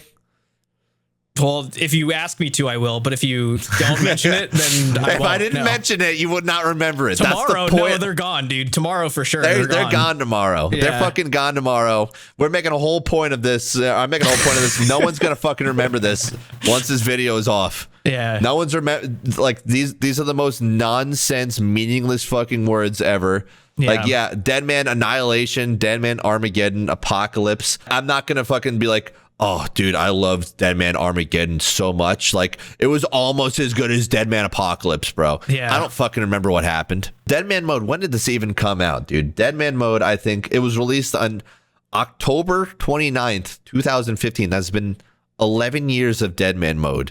Oh my God, dude. Eventually, I feel as though it's worth trying to switch stuff up. Yeah. You know what I mean? Because what was the original, like, do you remember what the original Dead Man mode was like? Like, yes, absolutely.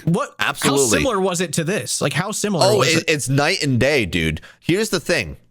You would lose your stats. You could protect, like, I think 3 stats or something like that. I remember that, yeah. So, and that's if you just died. Some guy could come along and just fucking kill you, and you just lose all your fucking stats, right? And then it was, if you were skulled, yeah, and you know you got killed, you lost even fucking more stats, dude. Like, it was brutal, and because it was new, you would lose 28 items in your bank.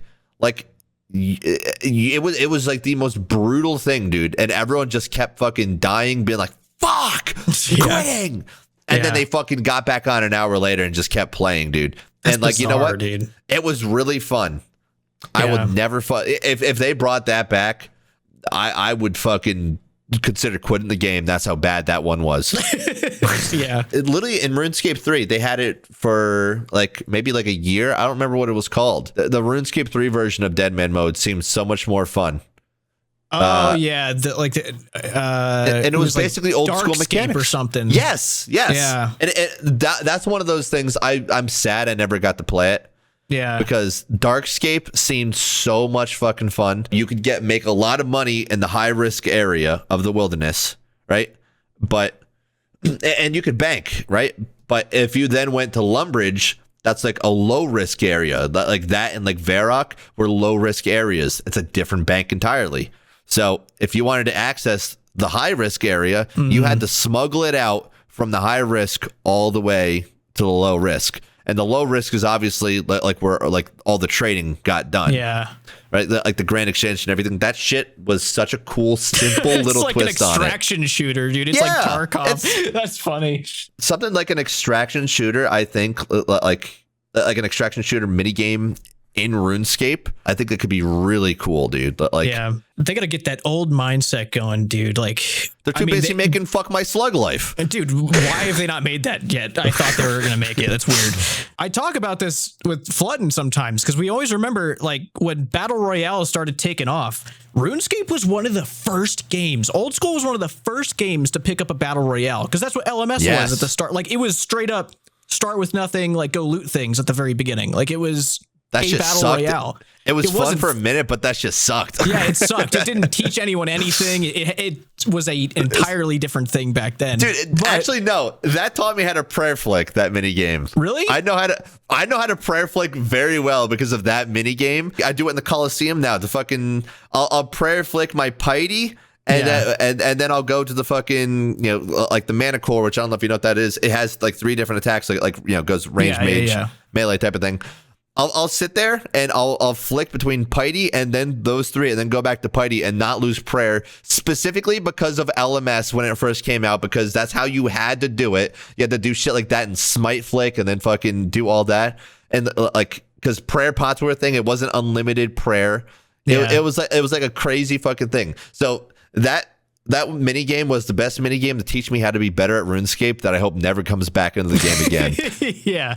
I just remember that happening. I'm like, dude, they capitalized on that so hard when it first came out. And I guess I don't really know. I think extraction shooters, they're still happening.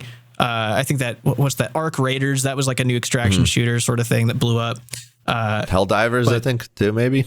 No, Helldivers. Oh yeah, I guess that would be technically. Yeah. That shows you how fucking far out of the shit I am, dude. Like, I think it's like one of like the most popular things going on right now, and I'm like, maybe that's something. I don't know. Well, Helldivers isn't like Helldivers 2, I guess, is the one that went crazy, but I haven't heard much about that game in a while. But I mean, yeah, like extraction shooters and extraction games in general, I feel like there's definitely something there for old school. And I mean, I feel like there's something there for a lot of stuff with old school, because I don't remember if I even talked about this in the video. I think I had rambled on too much about it in my little movie theater video I did recently, but just the idea of like true Castle Wars in like so let's say like the factions, like if you did Dead Man Mode factions or whatever, but rather than like you're all fucking go into one area and, you know, don't go in the fog and you're all fighting here. Like, imagine if you did that, but it was at castles instead. Like, you had to, like, overtake castles in the game. Like, Varrock Castle, Falador Castle, Lumbridge. Yeah, like, take cities, dude. Yeah. Like, you had to, like, take cities, like that whole thing. The whole idea that you discussed. Yeah, dude. Like, that is such a sick idea. Honestly, something like that for factions, I feel like could be so much cooler. It's like, you know, you have like the Ardoin faction, you have the Varrock faction, you know, or it's like Mistlin or whatever, because there's like different things, dude. Trying to turn the map your color, like you're trying to paint the map blue I think or that yellow would be or whatever. So sick. Imagine they figure out how to, like, you know, take that ballista in Castle Wars and put it as something that you can build like with your team at your castle. And so you have people like at the front gates battling, and then you have people on the castle like shooting that ballista out like to like defend it. That'd be so cool, dude. I feel like not there's that so fucking much knight there. from Ardoin, bro. The one range. That dude is not manning that shit. Not that guy. Anyone but that guy. You could even have NPCs helping you as well. Dude, it could be like that. Like I think something like that honestly could be cool. There really is so much that we can do, you know, Jagex can do with RuneScape. There's still so much, you know, like imagination for game modes. Yeah, maybe you should freaking do this, dude. Maybe you and I fucking no. So, you know, maybe you and I, we go to Jagex. Now I'm gonna piggyback off your idea now. Like we create like this like game mode, right? Of like, you know, something factions like where you get a bunch of different people, and the whole idea is to, you know, do like this castle versus castle sort of thing, right? And, you know, you have people in these different factions or whatever you want to call them, villages, towns, cities, you know, sections of the map, and you see who wins. It's kind of like a Civ. It's kind of like Civ in a way, right? Yeah. I guess it would be Civ. That was the biggest thing that I was trying to emphasize when I had pitched it, like at the little game jam thing that we did. Of like, this could be, so there's a game called Foxhole, which is essentially, it's one of the coolest ideas. It doesn't have the biggest appeal because of just the mechanics of it. But I always like dreamed of a game like this as a kid, where a server would go online and two factions would just be having a constant war 24/7, no stopping. Like they're fighting each other, trying to take over the map. And that's what this game is. But it's not just people fighting at the front lines. Everyone has to work together because there's like actual logistics of it. Like there's actual people getting resources, driving certain like ammunition, all that stuff to the front lines and trucks and making the way back and all this. And it got me thinking of an idea to, you know, have that sort of system going with a Castle Wars game mode, like where you're actually going to different regions of the game with your team, trying to overtake, you know, two teams, two factions, trying to take all the castles in the game. And you've got the PvPers on the front lines, and then you got the skillers and people trying to just like get the dopamine of skilling on the back end of things, supplying the fucking front lines and like maintaining base materials and all this stuff. Yes. And so you're finally getting a game mode that both appeals to PvPers and people that don't give a shit about PvP and don't want anything to do with it. Yeah. Like honestly, I think it's a sick idea. I do think something like that there's something could be there. Cool. Yeah, it is. And it can literally start as simple as like, something like a factions event where you get creators in on it type of thing. Yeah. And then if there's something to it, then it could be maybe expanded upon to like an actual like game mode type of thing. Something like that could be really cool though. I do think that. Yeah. Again, like I do like the idea of like an extraction shooter of like PvP where it's like, you go in, you risk nothing. This is a separate thing, from what you're saying, but like, the idea, like you go in, you risk nothing. You can get some loot from this place. Maybe it's like $1 million an hour or something. I don't know. Maybe there's like some uniques that you can get, and you can either choose to tank and try to escape, and then the worst thing you lose is your time, but you don't lose anything. Or you get like a good amount of loot, and you could PK and you can get like a bunch. And it's like maybe as a PKer you can make like a couple million an hour or whatever. But there was like again a J mod that kind of I think had that idea that was like kind of discussing that with me a little bit at this thing that you were talking about.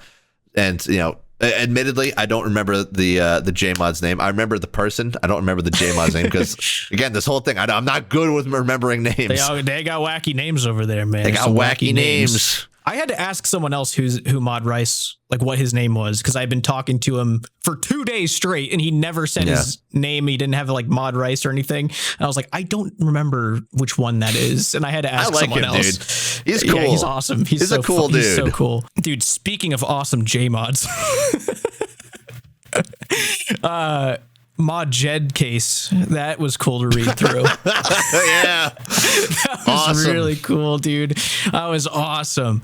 I actually didn't hear about this until I saw like some Clips channel like taken. I don't know where it was probably from like a Critical live stream, but Critical talked about it for a second. So I was like, oh damn, I didn't know they released that.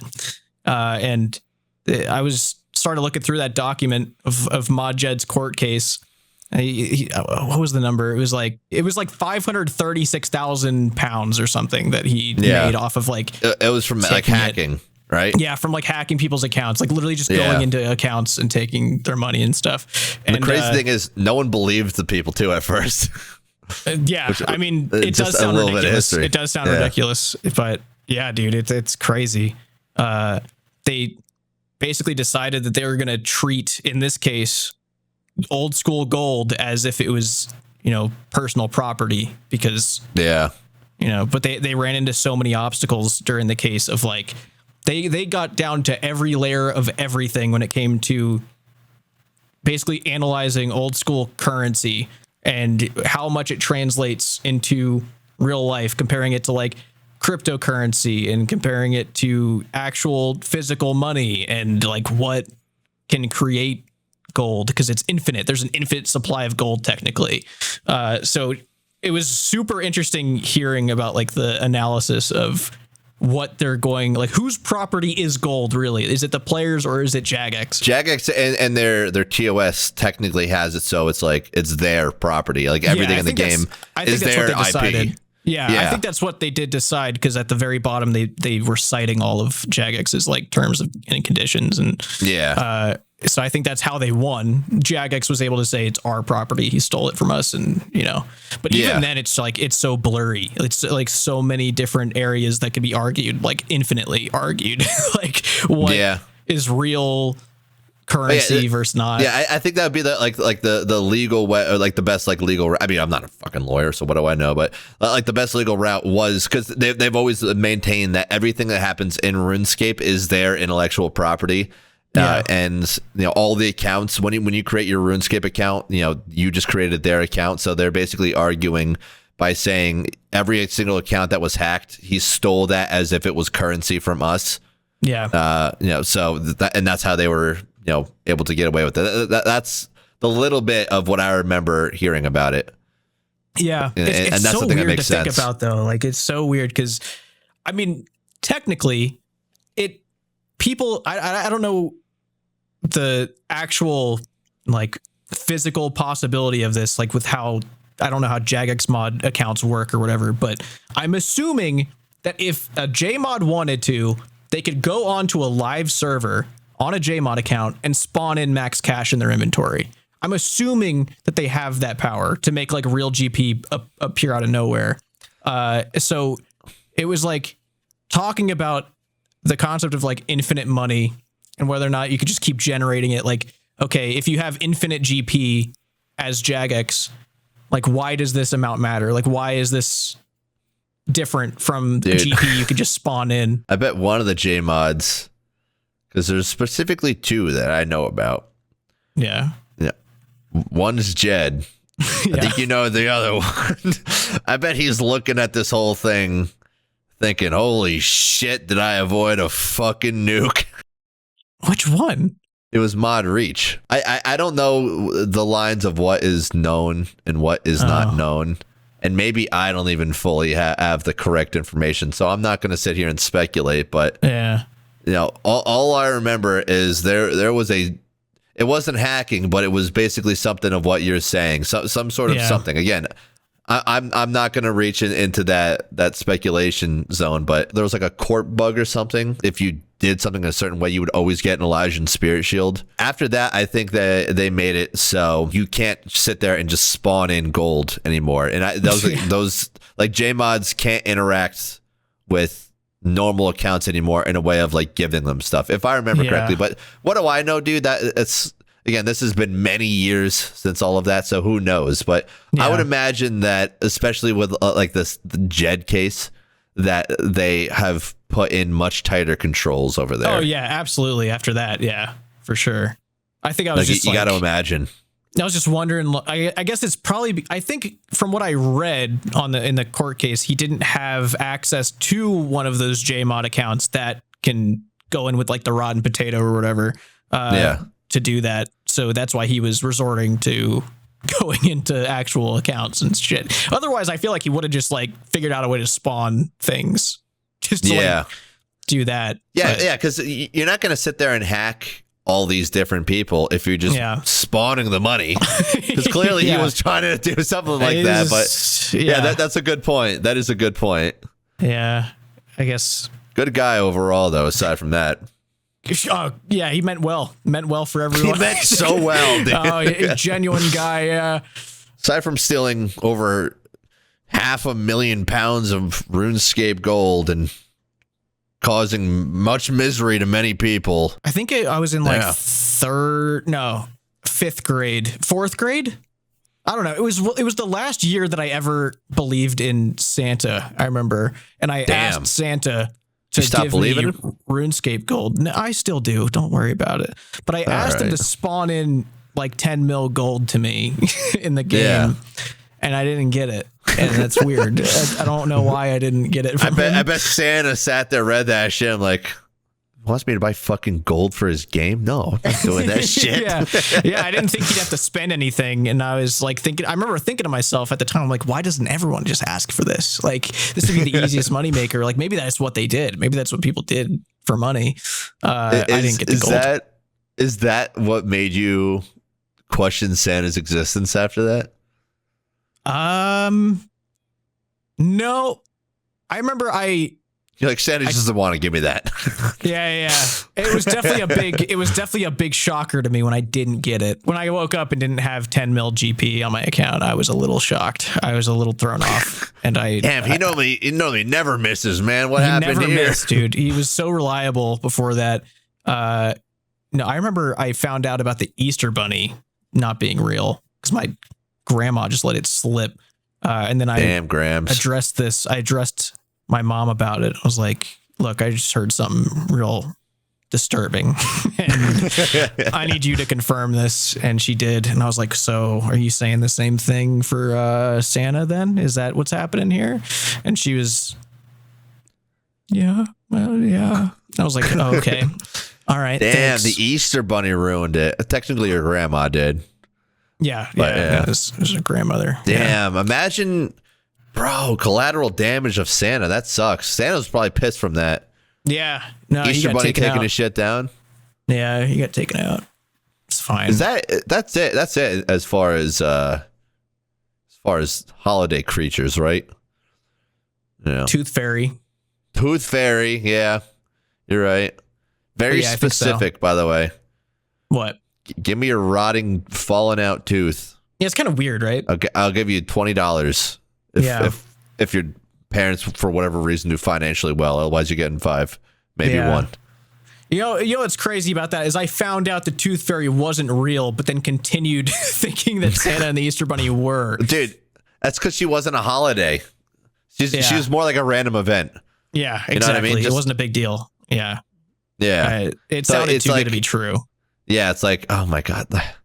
So you mean nobody wants... I mean, if you think about it, someone breaking into your fucking room in the middle of the night to steal something under your pillow and then being like, I like this so much, here's some cash. Have you decided if you're going to have your daughter believe in the Tooth Fairy, if that's going to be a thing? You know, I've not gotten that far, I gotta say. No, you don't have to. It's not a concept that'll be even... Well, I think the Tooth Fairy is this whole thing because it's like, you know, children are losing their teeth. Yeah. And, you know, that could be like a traumatic thing. So I think it's one of those things where it's like, you're like, oh, this is such a good thing. The Tooth Fairy is going to come. And they'll be like, what do you mean the Tooth Fairy? Because they're crying, obviously. They just lost a tooth. It's traumatic. Like, what do you mean the Tooth Fairy is going to come? It's like, well, if you put this tooth under your bed, Mom's going to sneak in the middle of the night and put a 20 there. That's not as fun. So you say Tooth Fairy. I guess it's the most pleasant way to put it. It could have been like Dr. Tooth or something. Dr. Tooth's coming tonight. Dr. Tooth's coming. He wants your teeth. He's going to make dentures. No, Dr. Mouth is not allowed in my house, dude. Dr. Mouth will be here tonight. Make sure you put that tooth under your pillow. Dude,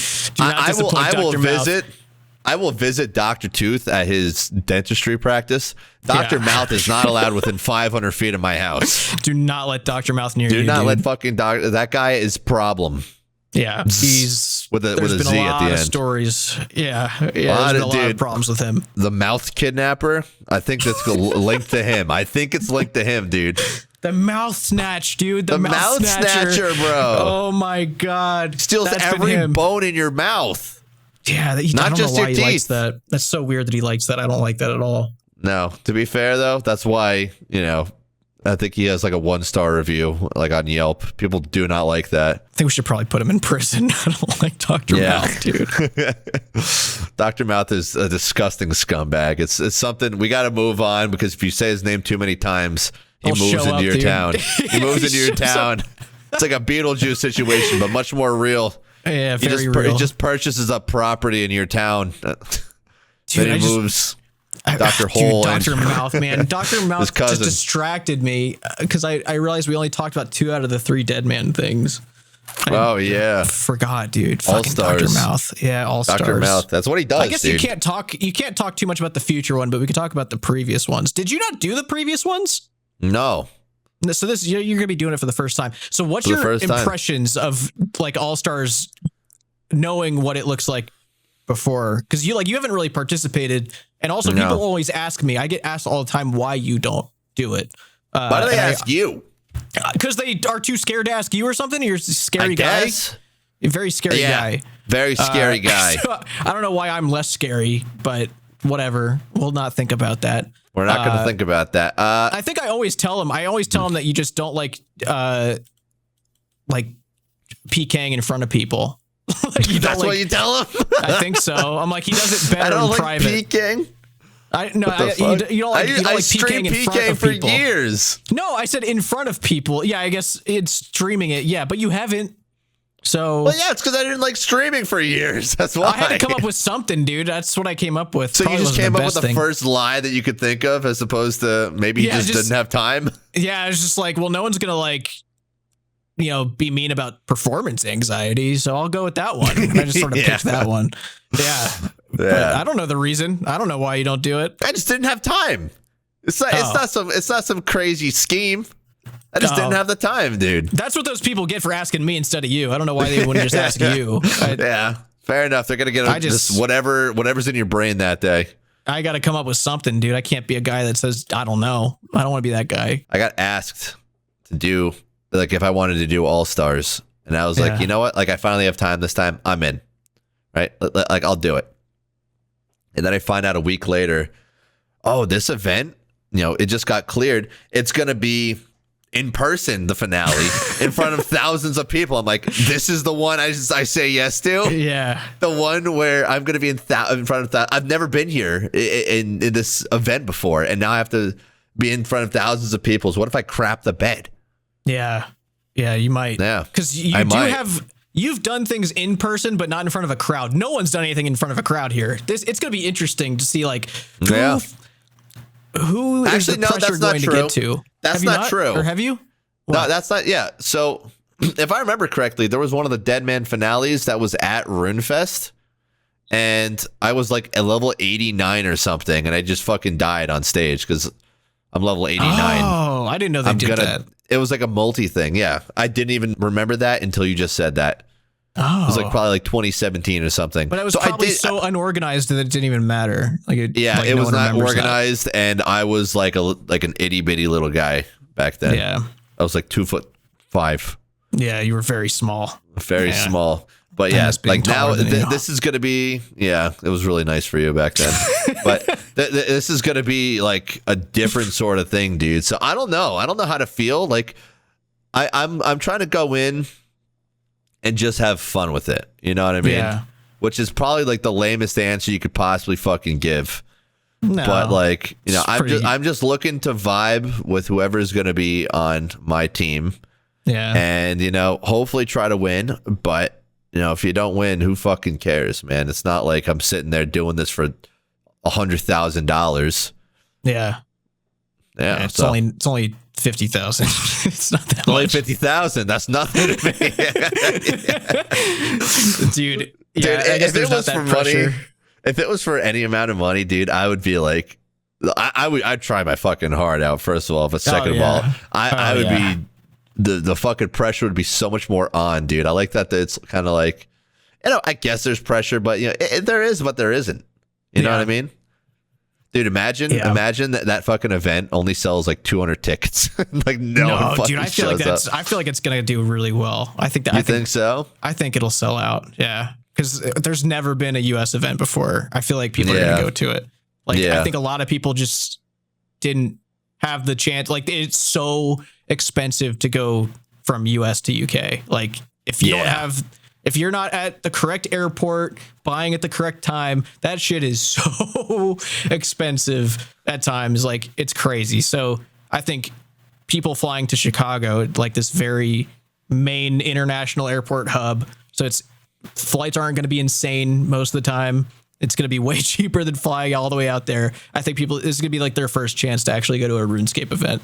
So I think it'll sell out. There's a lot of people that play this game. Yeah. Yeah.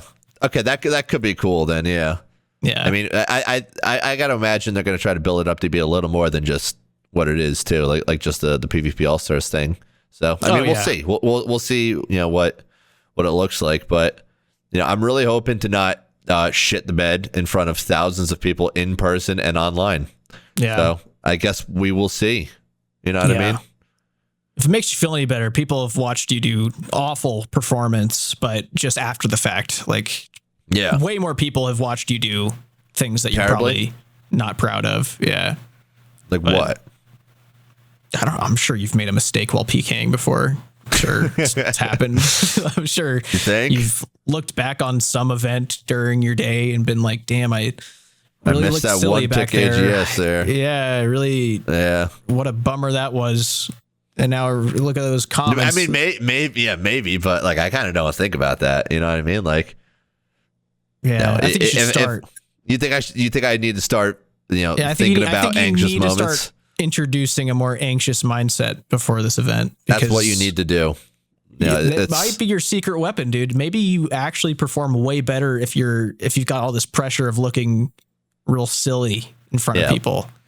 Because if you mess up, everyone's going to stop looking at the screen, look at you directly, like line of sight, point and laugh. You think every single person in the auditorium or whatever the fuck, it's going to be like one of those things that, like, they're going to be like, yeah, and they just point and start laughing hysterically. Yeah. And then the J mods are gonna come over, put you on a stool and put a dunce cap on, and you gotta sit in the corner while everyone else still fights. Damn, and that's just for me. You're the only guy that's happening for, which I don't think is fair. But it's not my event. I didn't come up with that. It's not your event. You like, I get it. I don't have that kind of power. You'd make it like an equal. Everyone wears the dunce cap type of thing. That's fair. Yeah, everyone's got to go sit in a corner when they die. I mean, I think you'll do fine as long as you don't think about that. That's cool. I I mean, realistically, if I just don't lose, I just have to get first every single time without fail and never make a mistake and be better than people that have been doing this at a higher level for multiple years. Yeah. That's not going to be hard. No, it'll be fine. That sounds like a Thursday to me. Yeah, it is a Thursday. It's going to be so casual for you. I remember during the OTK event, because we didn't have an audience like in person. It was all just, there was like 90,000 people watching live on fucking Kick, which it's the worst audience to be having on you like ever.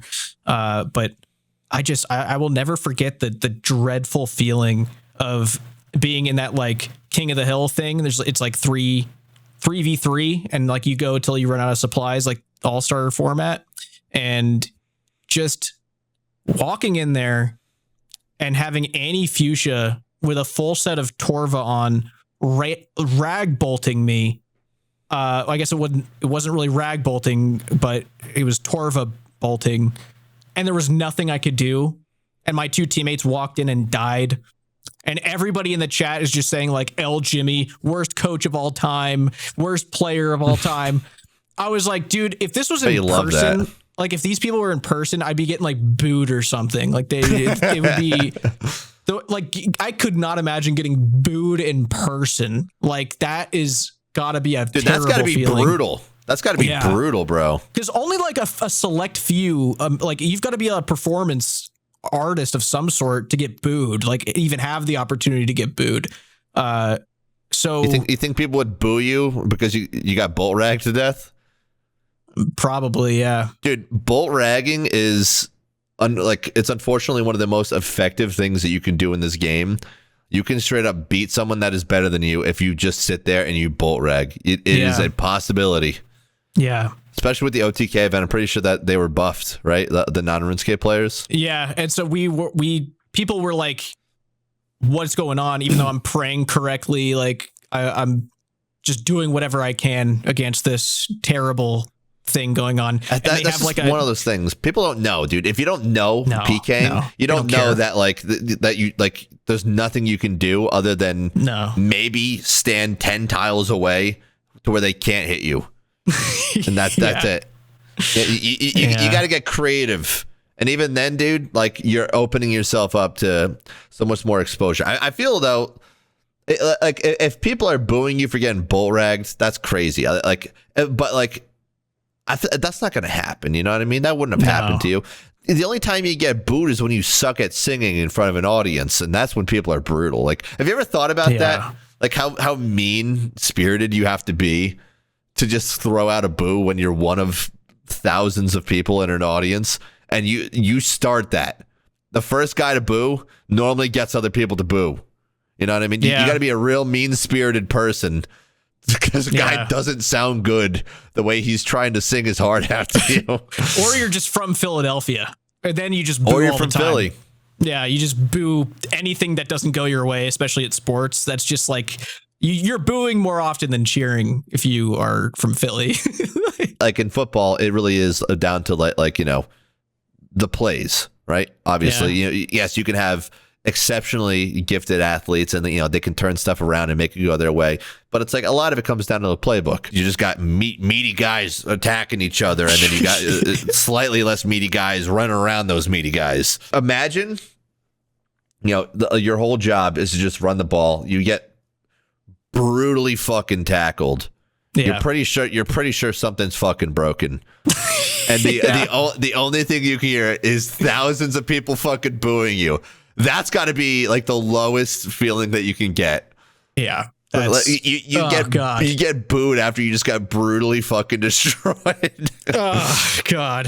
That would suck more than anything. I feel as though that's one of those boos you don't come back from, where you're like, you know, that's the boo that fucking broke the camel's back, dude. I always feel nervous about is when I'm at a sporting event and the national anthem's going on, and I'm just like hoping with all of my heart that this person knows the lyrics to the national anthem, because there's nothing I hate more than seeing a a botched national anthem, and then them having to like figure out how to get back on track and like, oh god, they why do so many of them get it wrong, dude?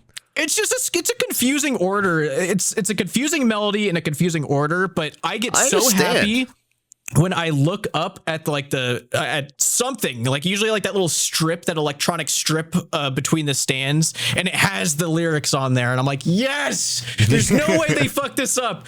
They've got a karaoke machine in front of them, dude. That's awesome. Like everyone should do that forever. No, national anthems being butchered should be a thing of the past. It's this thing that hasn't happened in 30 years. We got a lot of technology to really avoid this. Yeah, dude, it should never happen. It's crazy. Dude, I hate that so much. The worst is when they go interpretive with it and they're wrong. And it's like interpretive as in like, it's like for the like that sort of deal. Like you're like, you got to just do it how the original guy intended from the fucking 1700s or 1800s, I'm going to say. And I guess that's what makes us uniquely us, is that we, you know, even though after knowing the national anthem for well over 100 years, still get it wrong. It's a very uniquely us thing. Well, yeah, but it's not like we've been studying and rehearsing it for 300 years. We've only been alive for however long we've been alive for. So we've only had that amount of time to do it. I think I would fuck up the national anthem if I tried saying it right now. Like, really? Oh, I don't know it hundreds of times, but I feel like it would get to me. So I'm willing to say this. If you were to gun to my head, like sing the whole national anthem, I'm dead right now. I'm willing to admit that. But if I'm hired to go and sing someplace, I'm going to at least go to A-to-Z-lyrics.com and look up what the fucking lyrics are of this song. Yeah. I'm going to have some sort of idea. And you know what I'm going to do? I'm going to practice. Yeah, you got to practice. I might not be the best, but I'm definitely going to practice. Yeah. I'm not going to fuck up the words. You know, the only fuck up I would have is I just straight up don't say the word, because I'm like, and you get like that deep swallow, and you like, and then your brain starts like, you are under attack, sending like signals like that. That's how I would fuck up. But it's not because I get the words wrong. Although again, in this very particular instance, I'll even, he says, God bless America. I was going to say, I don't even remember how it starts, but right? Is that how it starts? God bless America, land that I love? Or is that a different song? That's an entirely different song, dude. I'm dead. I'm telling you. It starts with "Oh Say." That's. Oh my god. Yeah. You know the one I'm talking about. That's the other America song. Doesn't get as much FaceTime. Yeah, I know what you're talking about. Land that I love, stand beside her and guide her. I remember. Why don't we start singing that one? Yeah, I don't know. God bless America, my home sweet home. I think sometimes we sing that one.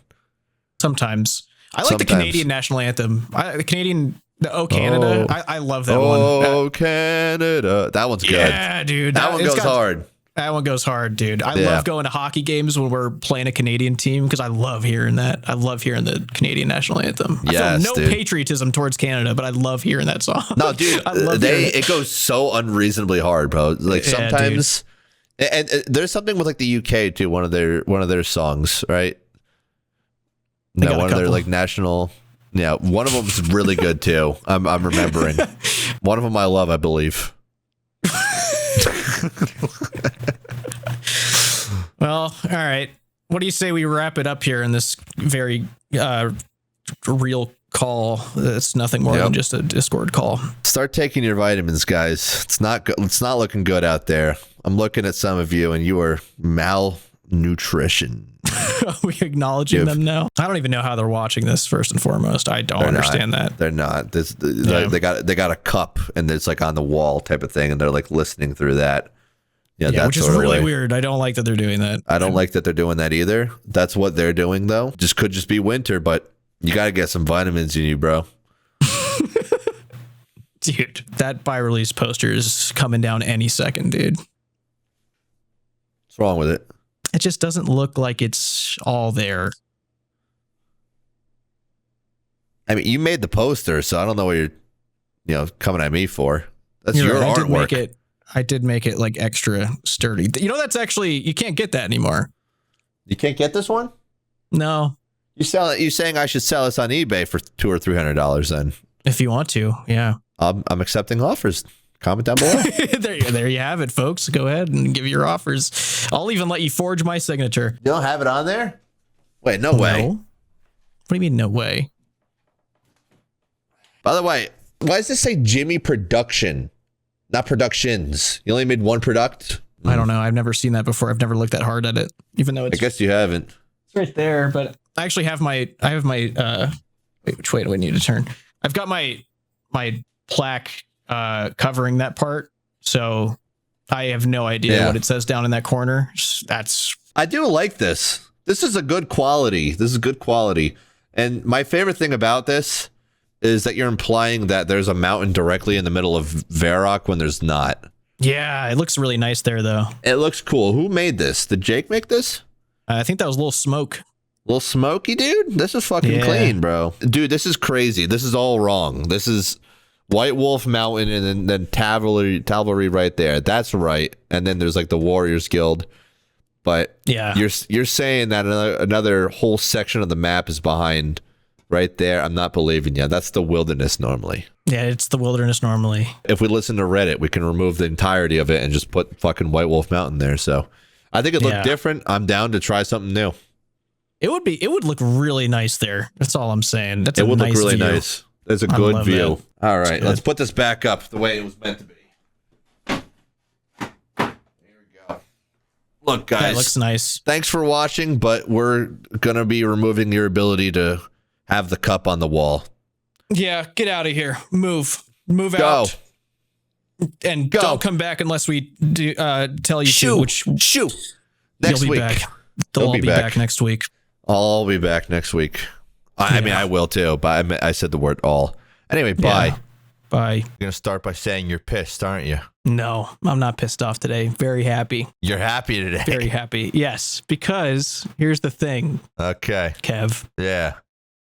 We got rid of the pores. We did it. They're not allowed in RuneScape anymore. We got rid of them. Success. Yep. Real success story. So this is the game I've been dreaming of for so long. Yeah. We finally have it. No more pores. Oh man, dude, good moves all around. All around it. Everyone's happy too, which is the crazy part. I can tell. You can tell a lot of people are celebrating in the streets. The atmosphere has never been better. People are massing up because they want to show their support. I've never seen the community come together in such a wholesome way. I actually did about 1 year ago and then about 2 years ago. So what do you mean by that? I think this is like a yearly celebration, it seems, every time something like this happens. Oh, yes. People voice their support in it. Or maybe it's another thing. It could be another thing. Maybe you and I have this wrong. No. We've never gotten anything like that wrong. You don't think? No, I remember very clearly. You're talking about September 2024, a beautiful month for this community. Oh, everyone was holding hands, parading around, saying nothing could be more perfect. That's right. It was a good time for everybody, and I'm glad we get to experience that again less than 2 years later. Very blessed. I like it. I think that much is clear. Like, yeah. I get that you love it at this point. Oh, man, I can't get enough of this. Yeah, I'd hate to be a J-mod right now. Yeah. It's so, dude, I think I saw a post on the old school RuneScape subreddit somewhere. Maybe it was just, or maybe it was on the regular RuneScape one. I don't remember, but someone was just like, man, the radio silence of the J mods every time something like this happens is really eerie. Eerie? They're eerie. What do you want them to say? Yeah, dude. It's like they just have to. They don't like it. They were basically just like placed in place of a punching bag, basically. They're like, that's right. The higher ups, the people that don't even enter the Jagex office, they place them in front of everybody and say, take it all for us. Just absorb it, enjoy it while it lasts. The nicest thing, you're right. The nicest thing about it, it's for no extra money. Still, like that's dude, the coolest part. Yeah. Yeah, for free, dude. Yeah, for free. Let the community, mods, let the J mods who control the community, who discuss with the community, let them just take every bullet possible. Yeah, that's the smartest move. If they're lucky enough from these membership changes, these higher prices that will inevitably cause more profit, if they're lucky enough, they might just get laid off. That would be really nice for them. they're really, things are looking up for them over there with this new change. Let me ask you this. Okay. So when you heard that they were getting rid of monetization in RuneScape 3, mm-hmm. how quickly did your brain make the connection that this is where they were going in X months? I mean, I knew that they were going to do this. They've never given like a straight up number of how much RuneScape 3 MTX itself brings in, because I think on those reports, like the yearly Jagex revenue report, it always just says microtransactions, but it doesn't specify which game they're from, and bonds and shit like that. Like those are classified as microtransactions. So we don't know how many bonds are being purchased by Old School versus like treasure hunter keys from RuneScape 3. So that's what a lot of people thought. They're like, okay, yeah, we got rid of MTX. So, they had to do this. They had to up the membership. But MTX in RuneScape 3 is still very much there.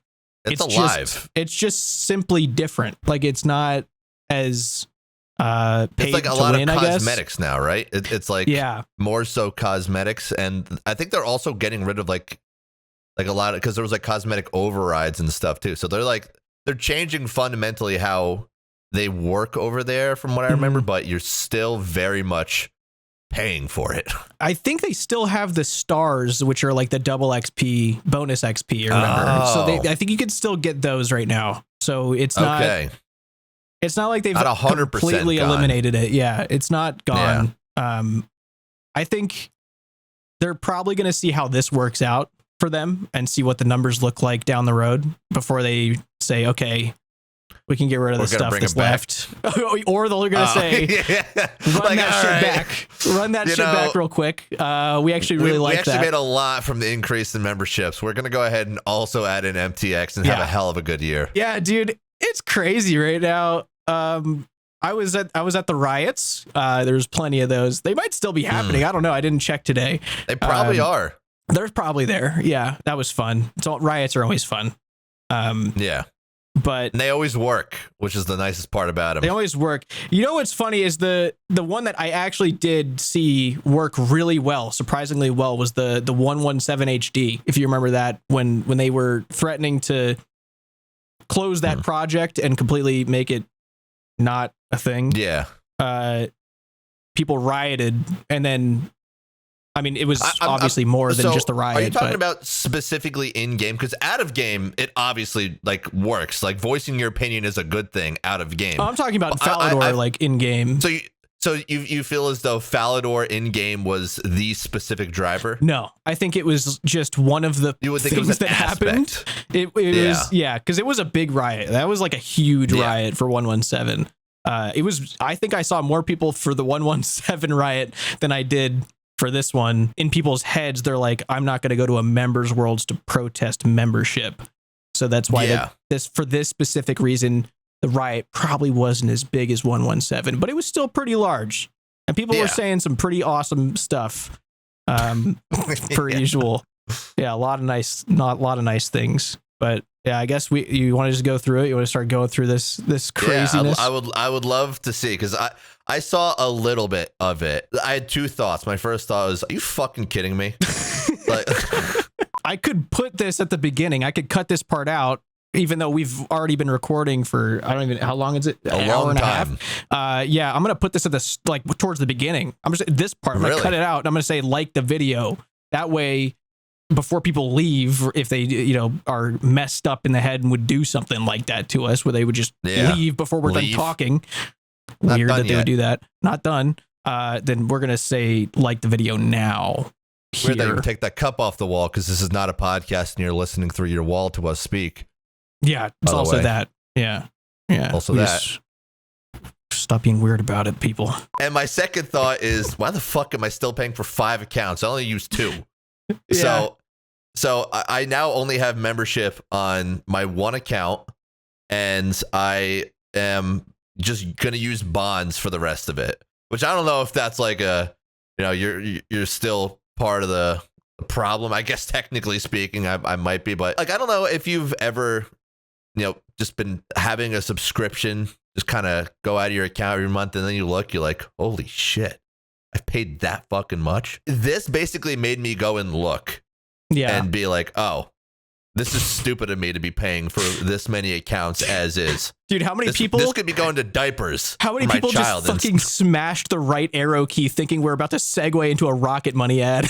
Oh my God. Yeah, maybe. But no, we're not. I was like, dude, people have heard this exact sentence, I bet. Like, many times. You're right. You're right. Like, I'm more than happy to say this is stupid. Like, this is a dumb thing that they've done. I've crunched the numbers and we're going to look at all of them. I've gotten down all the percentages, all the history. I've looked at other subscription services to see how much they've gone up in the last 4 years to kind of compare. Yeah. I'm ready to fucking... You did your homework for this. I did some homework and we're going to go through it, but... I just went as far as to cancel my own subscription, dude. You were like, I'm going to look at every subscription I've ever seen. Yeah, I was looking. I'll give you credit. The thing is, I haven't paid for my own RuneScape subscription in a very long time. Well, there you go. I don't deal with it because Jagex allows me to not deal with it because I have that privilege because I'm awesome. Yeah. You're awesome. I've done a lot of shit. I've probably paid them 100-fold back in getting people subscriptions over the years. Look, all I'm saying, this would be the time if they did this and then added like a creator code or something and then discounted it back to the old price.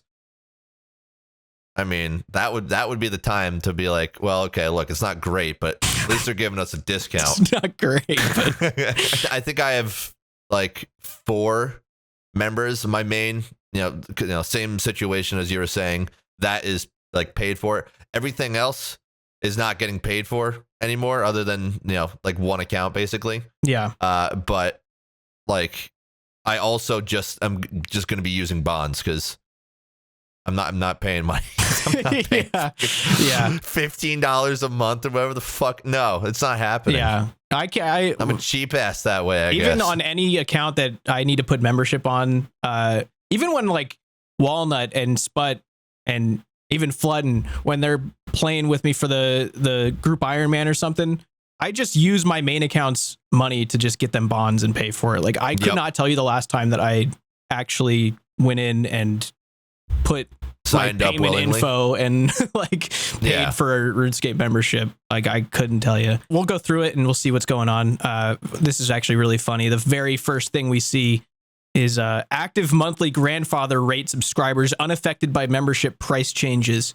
And I'm just going to go over here to this link, the top voted subreddit. Jagex quietly changed me to a 12-month recurring, killing my grandfather rate despite no membership lapse for 20 plus years. Oh my God. That's got 7,500 upvotes on Reddit right now. Wow. Yeah, things are not looking great for the grandfathered accounts. I've seen hundreds of these posts on Twitter and on Reddit. Phenomenal work. Yeah, so that's a really bold statement to lead in with. But thank you, valued RuneScape member. You gotta feel bad. You gotta, yeah. Thanks for being a valued RuneScape member. And here's why I hate you. Dude, you got to feel bad for the guy that had to write all this because, it's not like it's not the higher ups that are writing this, right? Like they reviewed it, I'm sure, but you got to feel bad because he's like, so you're sure that like the active monthly grandfather rates are going to be unaffected, right? Yeah. And they're like, yeah, don't worry. Just put it down. First line. That's how confident we are. No, 7,500 upvotes later. That might not be true. I don't want you to stress that. I don't want you to worry about it, about that person's well-being because ChatGPT doesn't feel a thing. Okay. So really, you think no one wrote that? Dude, this soulless paragraph was clearly not written by a human. Maybe it was. Maybe you got to force yourself to be a little bit robotic if you're forced to put something like this out. Yeah, I mean they've written this like this for years though on topics like this. Yeah, it's so I'm willing to lean either way. Yeah, they've got on who bone wrote structure here. Yeah. Yeah. They Wait, oh my God, that's the M dash right there. What? The M dash? Yeah, is that not the M dash? The M dash right here? Yeah. You might be right. You might be right. I think it might be. Oh my God. Oh my God. Okay. All right. Well, yeah, I don't have one of those. I guess. I don't think I have one of those on my keyboard personally, but it's fine. No. Yeah. Wow. All right. What a discovery. We'll give him the benefit of the doubt. Don't worry about it. Gassing themselves up a little bit to start. You kind of have to here about what they've done. You know, they got the new skill sailing. They got this continent, Varlamore, Leagues, and Yama. You remember Yama? You remember Yama, right? You remember them? We did that. I would argue like Doom is like probably just as important as Yama, like in terms of like what it drops. Like it drops best in slot like gear. I love Yama. I think Yama's a phenomenal update for what it's worth. But why like? Well, I guess they're saying Leagues and Yama because like it's the new league is gonna be Yama. Yeah. But like I don't know. It feels a little like fuck. Just throw Yama in there too. Like Leagues, awesome, Yama. You remember that one? Yeah. Like, oh fuck! What else have we done? Yama. We did him this year, right? Yama this year. They're like 4 examples is plenty. Let's move on. Yeah. As well as significant improvements to player support and anti-cheat. I don't know. This is a bold move. Anti-cheat is a bold thing to throw in there. Considering I just recorded a Gary video and the biggest bot farm I have ever seen in my life, just casually hoarding onions at Farmer Fred's farm. Like you found a bot farm that's they just pick going onions. After onions. They just pick onions. Hundreds of them just picking onions. I don't know what they've figured out that I don't know about, but that shows just how prevalent they are literally everywhere. Anti-cheat not boastable yet. I know their numbers are probably impressive. I know that they ban tens of thousands probably every week, but to them I'm sure they feel good about it. Yeah. I'm sitting here being like, I don't know about all that. Like player support, dude. I remember seeing that they have like some chat bot now or something. And like I know very little about it. Basically, one of the only things I know about it is it effectively tells you to fuck off. Chatbots do not fucking help at all. Yeah, they're not great. They're not. So player support, I'm going to go ahead and say I don't believe you on that. But, maybe you believe it. And I'm glad that you believe it. I don't believe it. Yeah. Moving on. We don't believe you. Really don't. So we got they're talking about a roadmap, which I'm guessing it's just this one. Yeah, this guy. All right, so if we really look at it, a lot of people, they didn't necessarily love Dead Man Mode. I think it was a more popular one. I think it was the most popular one. Yeah. So I don't know if I would say that is. I don't know if like that's technically a thing you can put up there. I played it, right? I'm not sitting there going, oh, like I'm not sitting there pointing to it on the roadmap and being like, oh. No, I'm not doing any of that. Yeah. To be fair, I'm not looking at most of. I think Leagues I'm excited for. Summer Sweep Up, I'm not like, yes, charge me more. Bingo, that's community what I'm feature. Trying to say. Take more of my money. First of all, Leagues, I'm sure it's going to be fun. I'm not sitting here and doubting any of the quality of the work that they do. I love the devs, no problems with them. But I'm not sitting here, based on this, based on what is being said, they're saying an exciting new roadmap right there, right? And if you go back to it, I'm going, cool. Leagues will be fun. Blood Moon Rises, that will be fun. I'm not sitting there going, well, they're going to charge me more a month, but at least I have the bingo community feature to look forward to. 3 out of the 6 of these things, even though you can obviously tell based on how they sized it, are like exciting. Yeah. The other 3, I'm glad they should have made them smaller. They should have made them physically smaller based on my interest in relation to them raising membership prices for this very specific tangent. Otherwise, I'm glad they're doing shit in general. Just like as the development team, great. I have no problems with the roadmap. But the moment you put it alongside the I am paying more money for this thing, you just made it more of a product in my mind. And it was always a product, I know, but like. You're taking me out of the fucking world of Gillinor, dude. I'm not sitting here thinking like, oh boy, new quests and new everything. I'm going, oh boy, I gotta work more now to fucking pay for it a little bit. Gotta work more. You're changing the structure to charge $15 a month. There hasn't been a fucking actual real PvP update for fucking years, dude. For years. Off to a poor start in terms of wording. Let's look and see what they've done. Let's see this disaster that they've put upon us here that's caused outrage like I really have never seen before. This is probably the most rage I've seen from the community in... Really? I don't know. I don't know. I feel like it's always like this. And I'm not even saying... This one feels more intense for some reason. I feel like I'm seeing a lot more this time around. You think it's just recency bias, though? Or it could be. It could absolutely be. Because I remember this, and then I guess, probably the last time it was really intense as well. It just, something feels different about this time, but maybe you're right. Maybe it is recency bias. Here's what you got to click to expand it. They knew they had to hide that. They're shit, like, bro. mentally prepare for this when you open it. Like, take a deep breath. So now, 1 month is $15 if you're just paying monthly. If you're getting the year, it's going to be 11 a month, 132 per year. Bonds are 10 each. They were definitely not 10 before, so that's got to be new as well. So. I remember them being like 6 or 7. These are the new prices. I don't know, how true these exchange to be equivalent to USD, but I'm assuming they're pretty similar. I'm assuming this is an international crisis, not just UK, not US. Just an American one. Yeah, it's probably more. Some of these are it's probably a more of an increase than what we're dealing with. So that sucks for them, not me though. Yeah. Here's why people are pissed. Okay.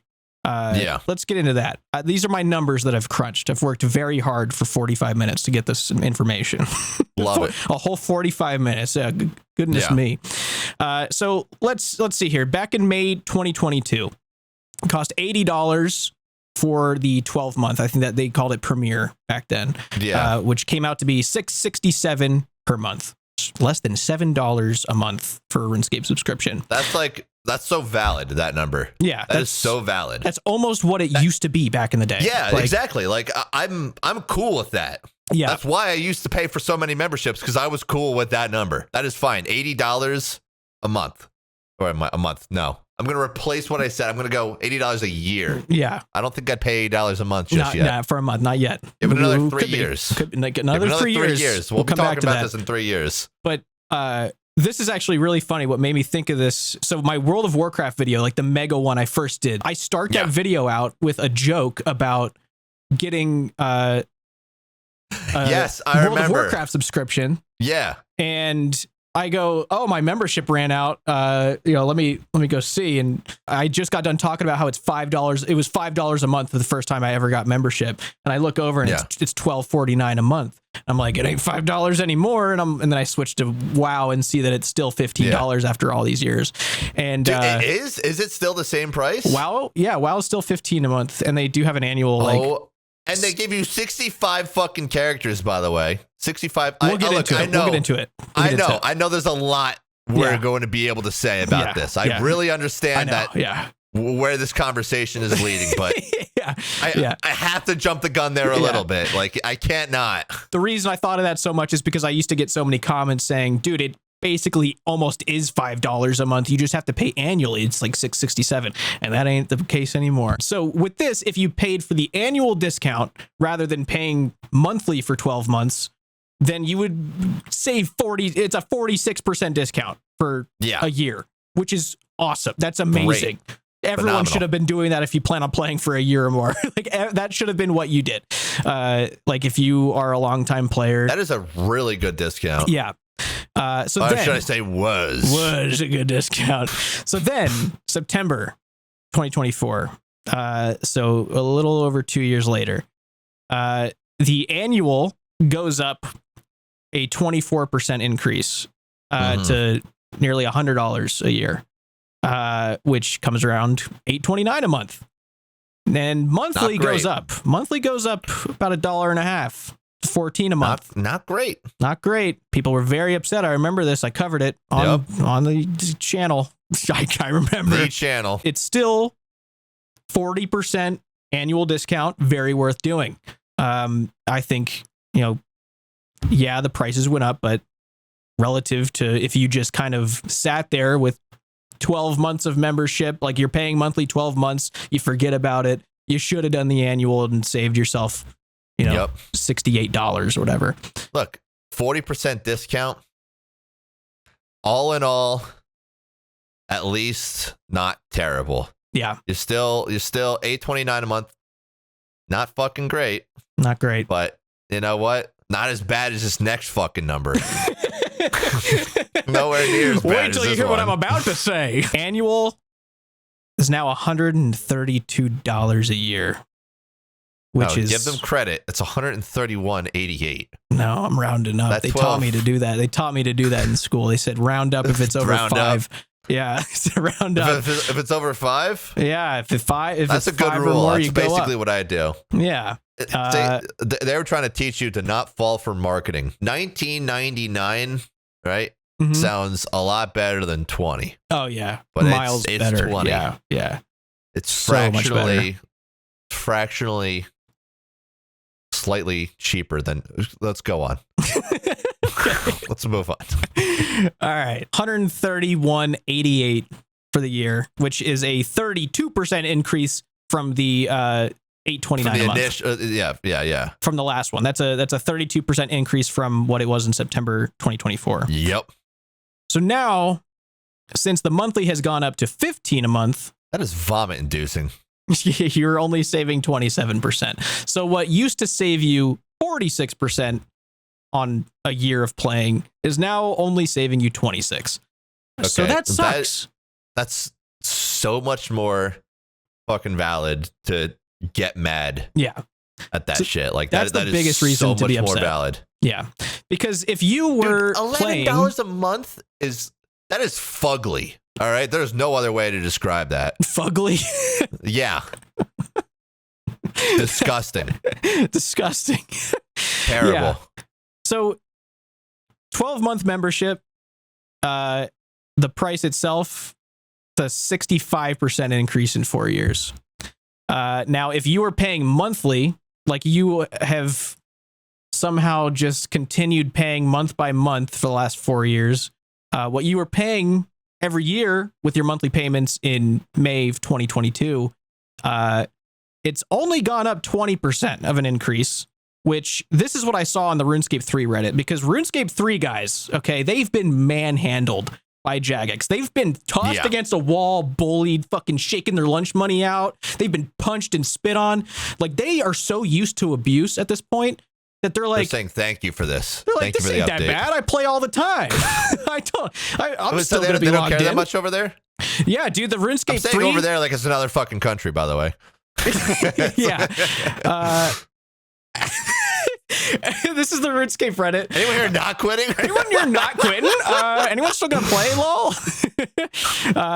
Yeah. Oh, here it is. That's the one I saw. Yep. Yeah. Having all the JMods go radio silent is always weird. Always weird. Yeah. Yeah. So, I mean, it's a very different vibe over here because they're used to this. Yeah. Like they've been here so many times in different scenarios. It's not new to them. So yeah, people are still mildly upset, but they're not like OSRS upset right now. Like old school community is like fucked up currently. There he is. That's a classic. Yeah. Let's bring him back. Yeah, a lot of people calling out Mod North. Yeah. Okay. Here's dude, some. Look at them. They're crying because that guy canceled his membership. Like crying. Cries. I don't know who that guy is on the left. He's like, "Are you kidding me? He quit." Yeah. The wise old man's like, "It's okay. It's okay. Yeah. He'll come back. I bet. He'll be back soon. Don't worry. You can't live." Yeah. Wise old man is in denial. We're used to this kind of stuff. We don't like it, but that is the perfect image, dude. That's exactly what this is like. Fucking. Dude, that's like the equivalent of like they've all been run over by like at least one car, and like now they're getting like run over by like a fucking bike in their mind, right? They're like, look, this isn't that bad. Yeah, like you guys got run over by a bike. You see that giant fucking car? That shit hit me. Yeah, I'm alive. Dude, yeah. I'm fine. So get over it. That's just a bike. They're all limping along in crutches. Like, dude, I could take this. It's fine. I could take this. Yeah. Yeah, and then there's sort of oldest meme in the book. In the middle. That's of all 1.5K votes. They got nothing to talk about over here. Yeah, this is not a big deal to them when this is getting the top of the page a day ago, like the day when the most outrage is happening, and they're just making the same meme for the last like, 15 years. They're like, you guys remember 15 years ago when we all got hacked because we wanted a dragon scimitar? Yeah. Ah, cool. Yeah. Cool. But then you go over to the old school RuneScape subreddit, and it's a little different. Now, the first thing, this is interesting. Torvesta fire shots. Everyone congratulate my friend who just got 99 thieving, and it's Jagex with a thieving cape. It's been a little weird seeing, like, I get it. I get why the creators are, speaking up about it, which they should. We will too, but...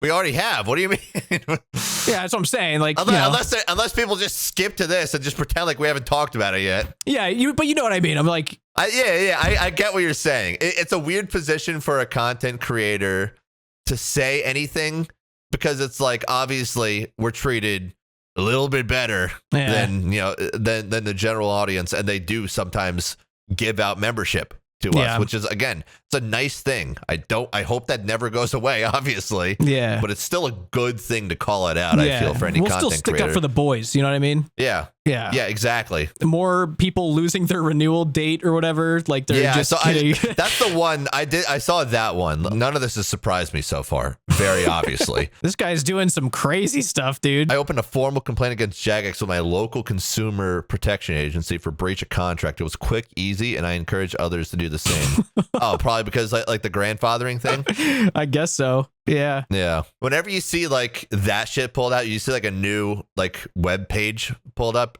like something like that. You're like, damn, I would hate to be Jagex right now. Like that shit sucks, bro. And you can't even blame them. Again, you can't blame them because this, at the end of the day, you're being reminded that this is a product, right? Yeah. Like no one wants to be reminded that it's a product, right? Like we all obviously love this game. That's why we're all like passionate and like pissed off about this shit. But it's like the more you remind people that you are paying for a product, the more I feel it takes you out of the world. Oh yeah. You know what I mean? Like you want to be like so in the world that you're not even noticing that fucking $12.99 a month, wherever it was previously. Or no, it wasn't even that. It was fucking $12.49.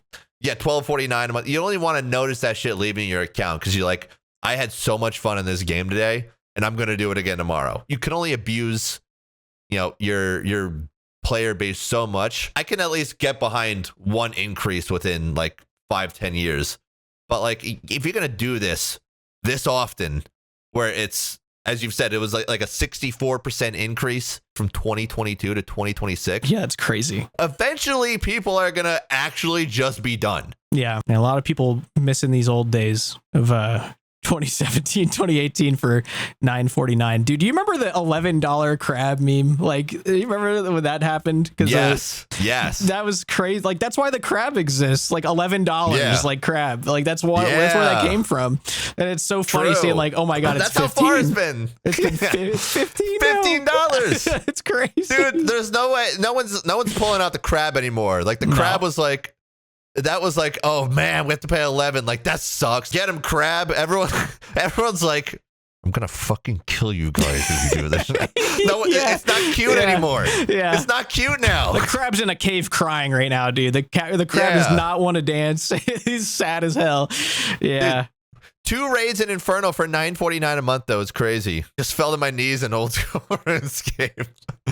That is really funny. Oh yeah, look at the crabs. Oh no! All right, the crabs are back. The crabs are back. Crabs are back. We were they're what celebrating. We just said. Yeah. Yep.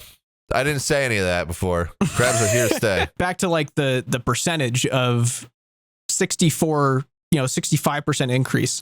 I did a little looking around just to see what other companies, what big companies out there have done for, their increase for annual subscription discounts if they had them. For the record, none of those surprised me. No. The one actually Apple TV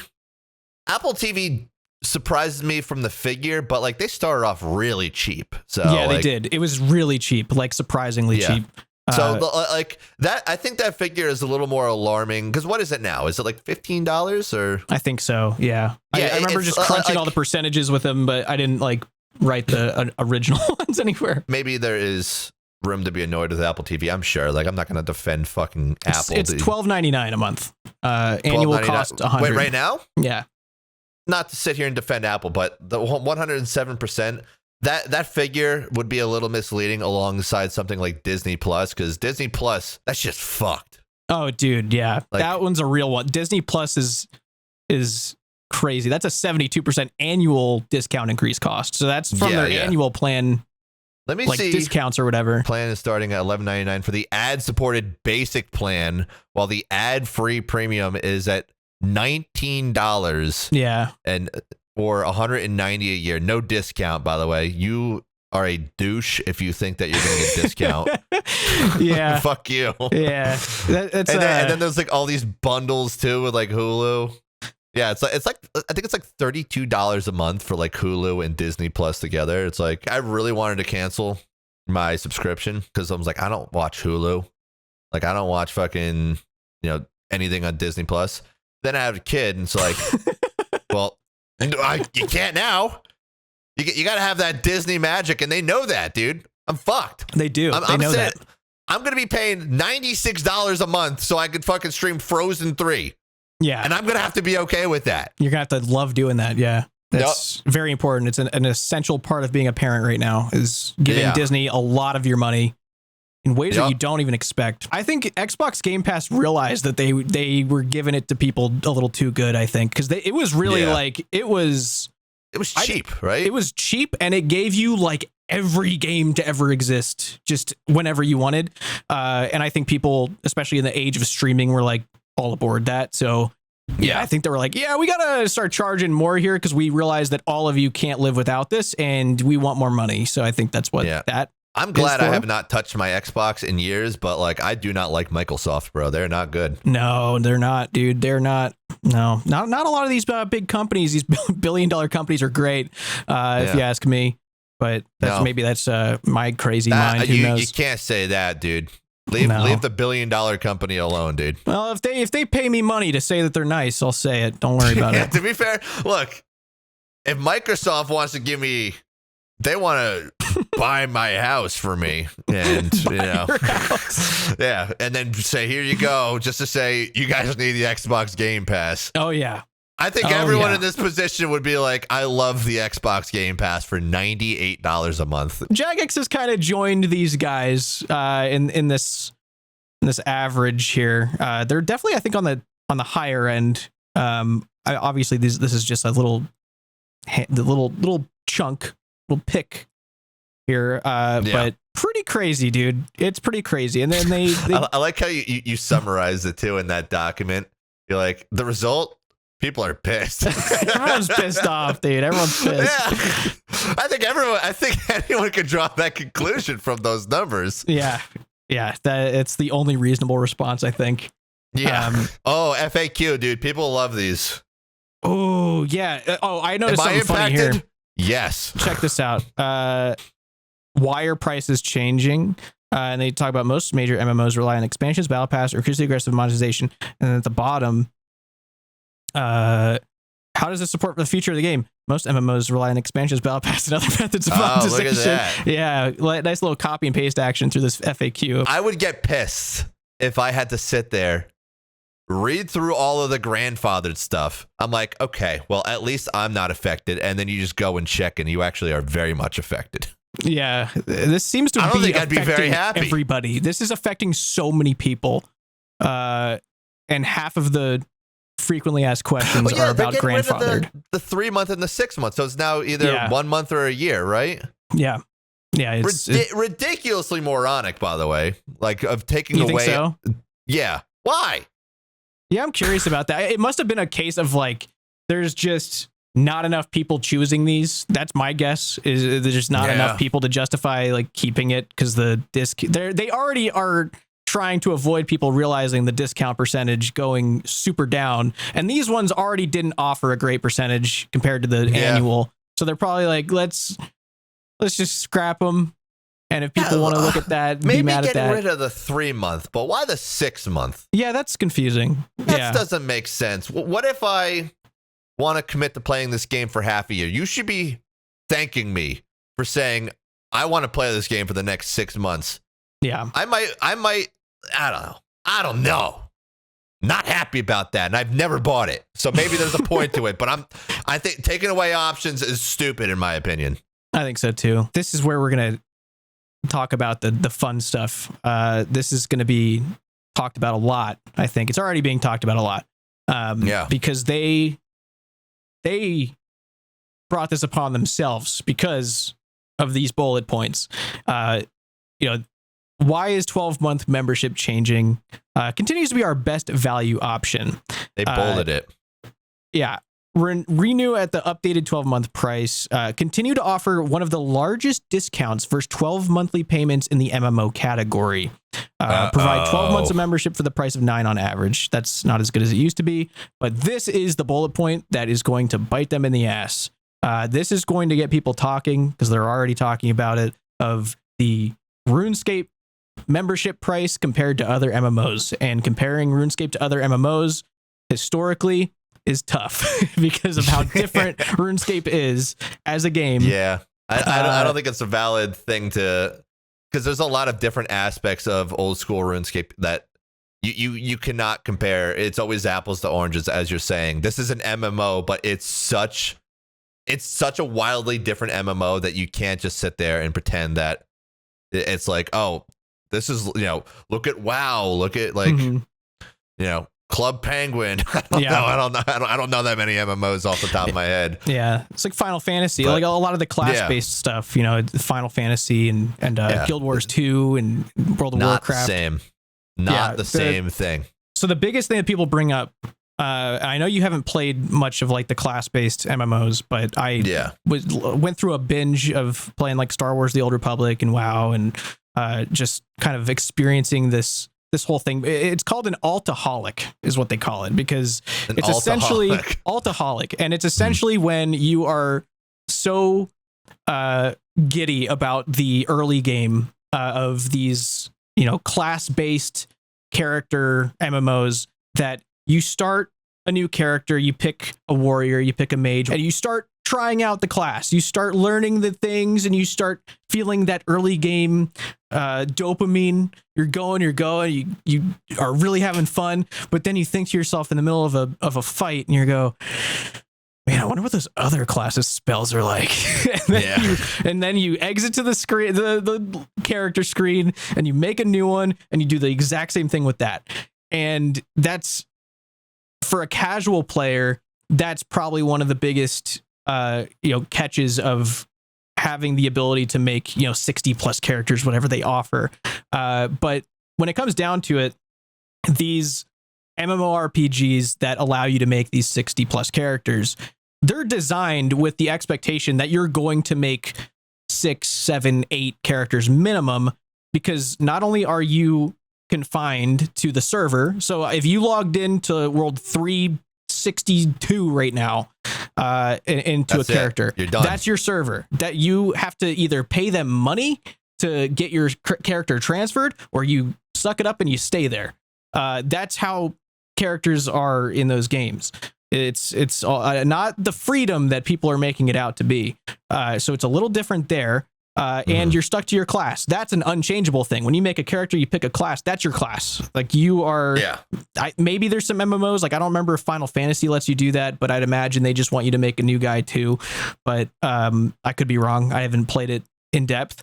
But that's typically what it is they want you to get to the end game. They start your rating loop to get your best in slot gear, and things like, World of Warcraft, they limit how many raids you can do each week. You could do one of each raid a week. You can't just keep doing it like you do in RuneScape. Like, okay, let's go do TOB for 6 hours. And then you do TOB, run back in, do it again, run back in, do it again, over and over until you get what you need, or you get your achievements done, or you make money. You can't do that in World of Warcraft, at least. I, again, don't know about Guild Wars 2 or Final Fantasy or the other big ones, but there's a lot of things in those games that have no parallel in old school RuneScape, because in old school RuneScape, your character, there's a reason that it's called an account, because your account is a much larger time investment and expectation. It's a lot different than what a character would mean in another MMO, but in 2026, it's not this rare thing for people to have different accounts. All of us have different accounts that we play. We have Iron Man, Group Iron Man. People do Ultimate Iron Man. They do self-restriction chunk locks, whatever. They have their main account. They like different builds type of thing. Yeah. You pures if those still exist. Yeah. Well, they do. But no one cares about them as much anymore. There's only one guy that does pure spam, and I think that's it, actually. I think it's just him. Oh my God, is that what his name means? Yeah, pure spam, yeah. It just clicked after all these years that that's what his name means. He keeps making more pures. Yeah, it's because he likes them. I've never thought more than just the letters of his name. Like I've just always said. Fundamentally disagree. Pures are not fun, by the way. They're just not. I like wearing armor and going, look how cool I look, guys. There definitely needs to be some sort of compromise here with allowing membership to apply to multiple accounts. I feel like that is an absolute must in some way. Even two. Any amount of accounts that's more than one would help Jagex in this situation. Yeah, I think people would welcome it at that point. They'd be like, you know what? Like, you got to do the give and take. People wouldn't necessarily be happy, but they're like, you know what? We're getting extra functionality out of the increased membership. Yeah. Like, that's great. Continue to offer one of the largest discounts versus 12-month payments in the MMO category. That's not an impressive sentence.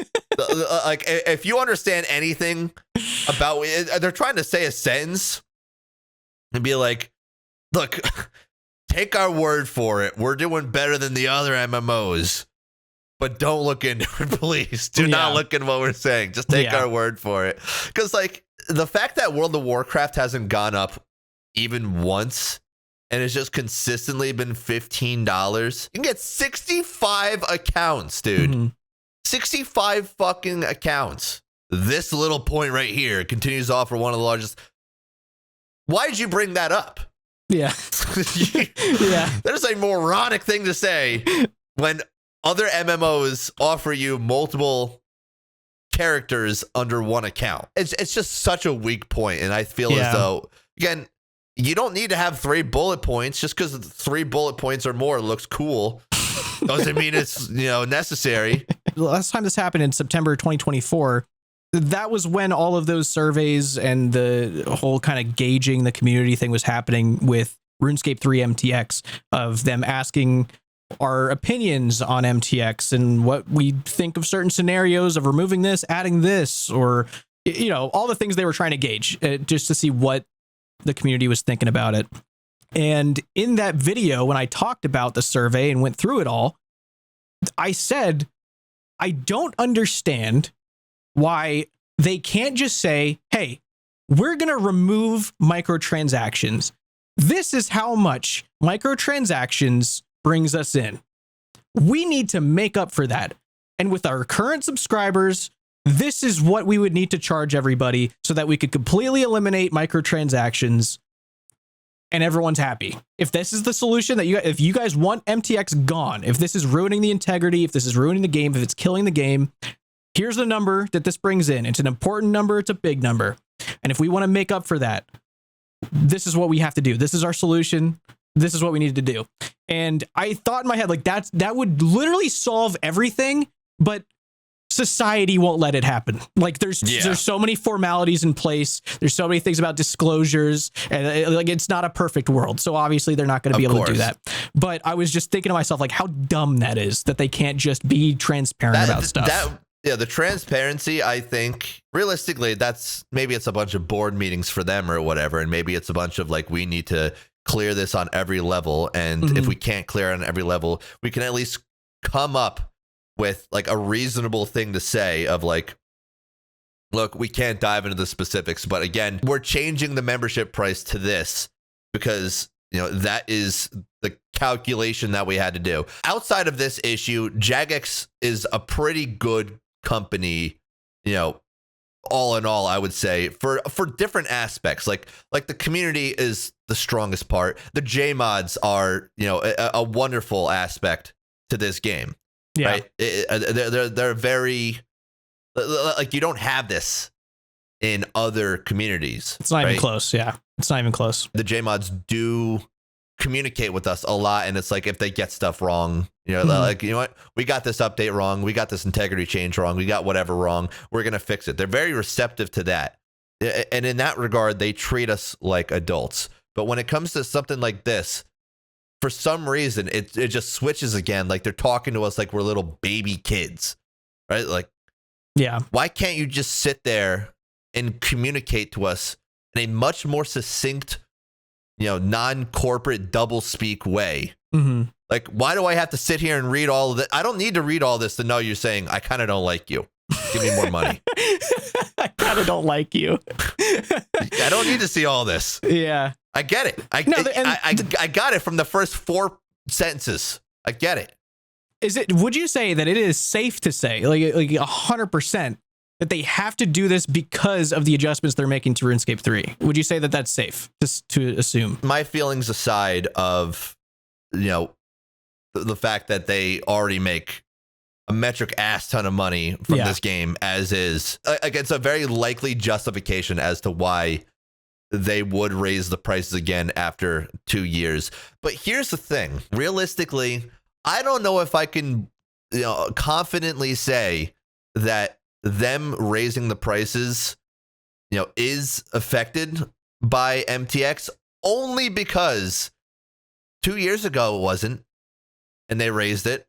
So who's to say that this was not in the pipeline anyway, and they maybe had to make adjustments, like instead of it being like what? Because it used to be 130 a year, or no, it's 130 a year now. It used to be like 100 a year. Who's to say it wasn't going to go to like 115 a year or something like that, right? It more than likely was, a strong contributing factor. But I can't even say with confidence that they wouldn't have just done this anyway on some level at some point within like the near future. So it's a tough call to make, I would say. Yeah, because I'm just thinking, I feel like if they had mentioned just a brief mention of, like, did they mention MTX in here at all from RuneScape 3 at all, or no? So they didn't mention it. And I feel like if they did, it would have helped their case just a little bit if they had mentioned it and been kind of straightforward, even if it wasn't the reason, even if it was just a thing they had to pull out of their ass of why they did this, that would have been so much better. That is the time. That's because they definitely built up like I would say like some goodwill from that, right? Yeah. They were fucking RuneScape 3 people for years with MTX. So the fact that they are like, okay, we're removing basically all of it, but eventually we're going to have to do some other stuff. Like if it's like a calculated move, then how come you can't add that into the equation? You think people won't figure that out? You think people wouldn't be able to make the leap of we removed MTX and then blank months later we raised the membership? Like people are not dumb. That's probably one of the first things most people thought in this circumstance. Yeah. I think I had literally use the goodwill of it. Yeah, they should. They absolutely should. They were on track to be, appreciated more for that sort of being more transparent, being straight up about things. I feel like that's, like you were saying, it kind of makes us feel like we're being treated like kids, and that is not the demographic of this game. We are adults, dude. This is an adult ass game, and I feel like we can handle you trying to be truthful with us. Yeah. If this didn't read like anything other than corporate doublespeak, I think it would have left a better taste in people's mouths overall. Yeah. You're again reminding me that this game is a product and that I'm a consumer of this product, as opposed to I am a member of, a game that I have played and loved for blank years. I'm a valued member. You can't just say thank you, valued member. Yeah, because that's an email template. Yeah, right there. Give me at least some of the justifications other than we have to appease the shareholders, because that is a baked in conclusion that most people are going to come up with. And again, we're adults. I think we can handle the fact that, there needs to be some changes at some point, especially for a company that is getting bought over and over. Yeah. But just try a little bit of like talking to us as like a, hey, we have to do this type of thing. I understand it sucks, from your perspective or whatever. I mean, obviously they would never, you can never talk about the negatives of it. You can never imply a negative, but you could have just said directly, and there's no negatives attached to it. Doing this is integral for our business for XYZ reasons. We'll see if this makes the cut. Who knows? Yeah. Imagine. Look, if we had a Patreon, this is the sort of thing. That's the Patreon moment. That's the thing that would go on there. Yeah, I'll keep this in. We just talked about some crazy stuff that would have been in a Patreon episode. What we just said, there is no way that we are letting anyone who doesn't give us money hear what we just said. So maybe we'll look into that soon. Maybe a couple conversations from now, we'll look into something like that. If you want to. We'll see. We'll see. Some secrets. You gotta pay for things like that. That's for sure. Do you think that J-mods are tired of this, dude? This damage control portion. Do you think that they're just they're not talking? You think it's a pretty silent workplace right now? You think this eerie in there? Well, no, it's not like they're just sitting there silent. I'm sure they don't love it. I'm sure because again, the thing that a lot of what Jagex attracts, like they attract really like extraordinary talent because everyone loves this game, but they don't pay, like they're, getting extraordinary talent. They're not paying the people what they should. So I think this has been said a lot. If this was used as a way to justify raising the cost, even if it was a little bit of a bump of everyone across the company, like all these different JMods employees and everything, if it was used for that, I think it's a much easier pill to swallow. Yeah. Right. But like, again, the reality is that unless there's something we don't know, the reality is it's not that. Yeah. So, they're not getting raises, which really sucks. I can't imagine. I can't imagine they're walking into the office happier than they were the previous day. No. But they've also probably known about this for a while. Let's be real. They probably had a couple weeks to prepare. Yeah. If they've had great days for the past 3 weeks, I'm so happy for them. But it's kind of like, again, that looming thing over their shoulder of like, we know this is coming, or like, I had a good day in spite of the fact that bad thing is coming.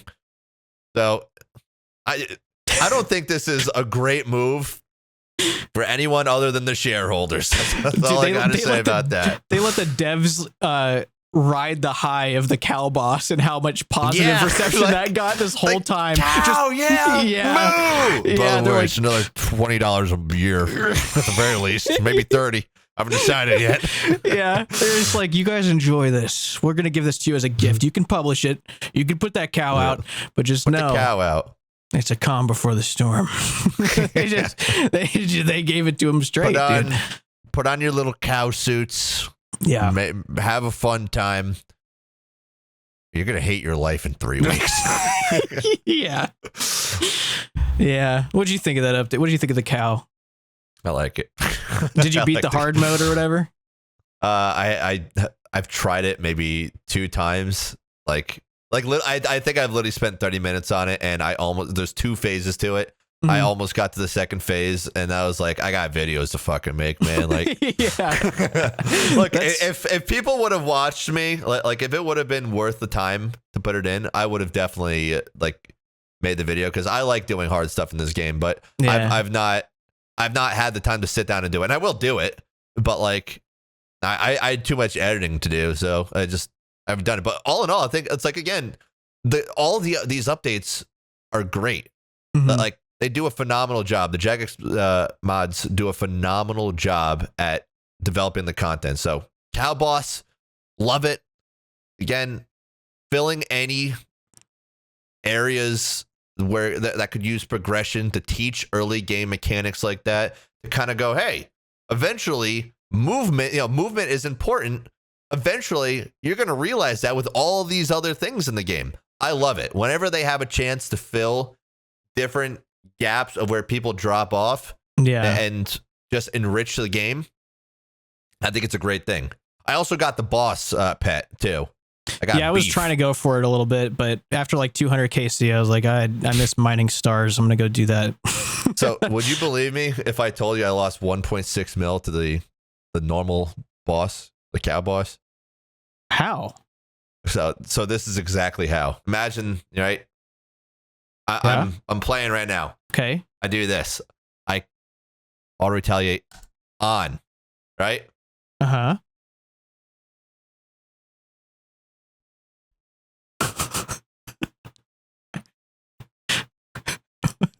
For 20 minutes at a time.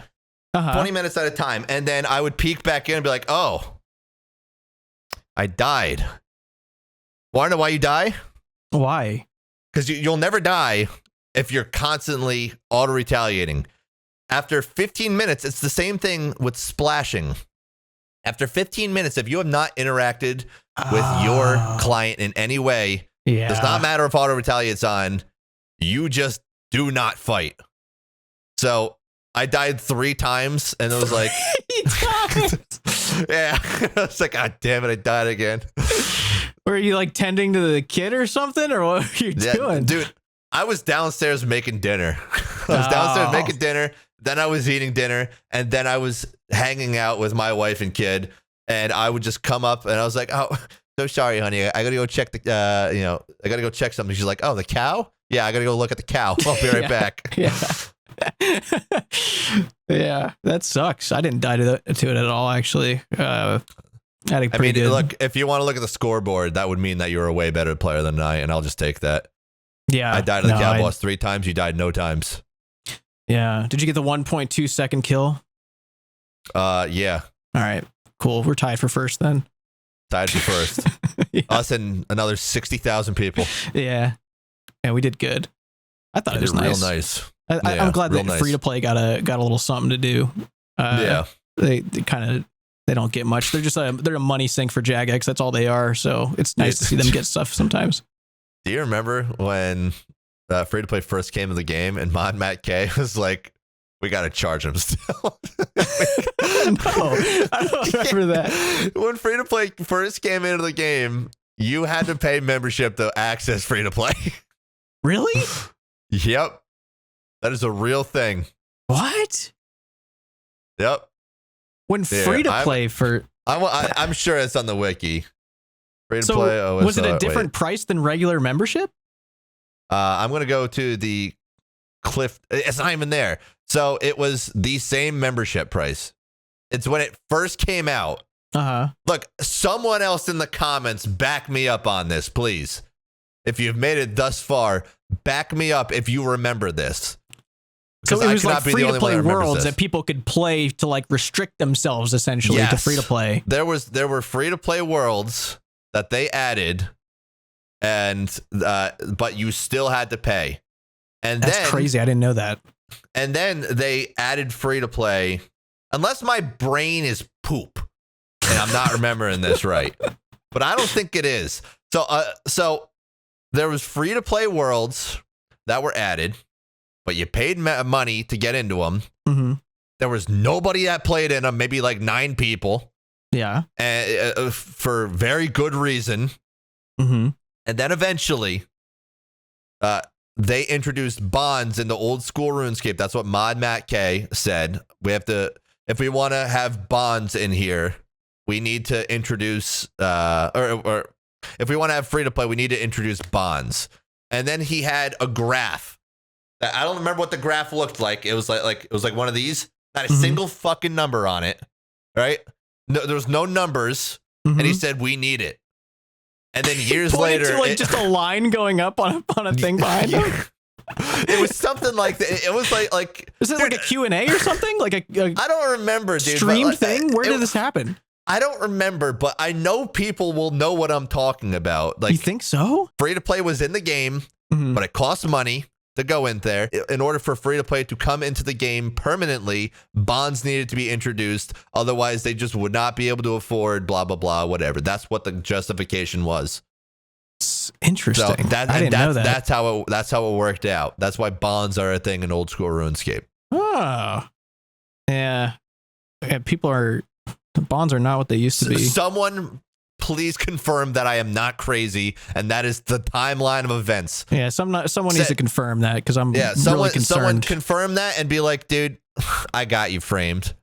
Yeah, you're right, and here's a like on the video. I think the solution that I would start with, maybe what they could do, I don't even know if this is a solution to literally anything, but have it so that your Jagex account can have one main account, and then the next account it needs to be either Iron, Hardcore, or UIM, and then you can have one of each. Like you only get one Iron Man, Ultimate Iron Man, Hardcore Iron Man. I like that. Like you get access to all those. Like you're buying like a package deal. So it's like $15 and you get 2 accounts. You get membership for 2 accounts, but it can't be 2 of the same thing. Right. Yeah. You can't play 2 irons. You can't play 2 mains. All your accounts have to be different. Like, I don't know if that solves any problem that they're worried about with people having multiple accounts.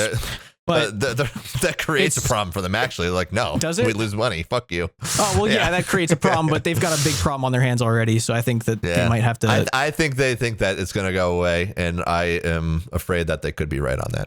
I think they could be right as well. That's always a thing. Is sad reality. I think that was probably. I guarantee you that they were in a meeting, a Jagex staff. They gathered in that auditorium that we sat in, and somebody sat up there and said, listen, it's about to get crazy. Just give it a month and it'll be like nothing ever happened. I guarantee they got something along those lines. And that's kind of where they're at right now. Why don't they should have done, by the way? Why don't they should have done on to end this news post? You see at the bottom, you see how it signed the Jagex team? Yeah.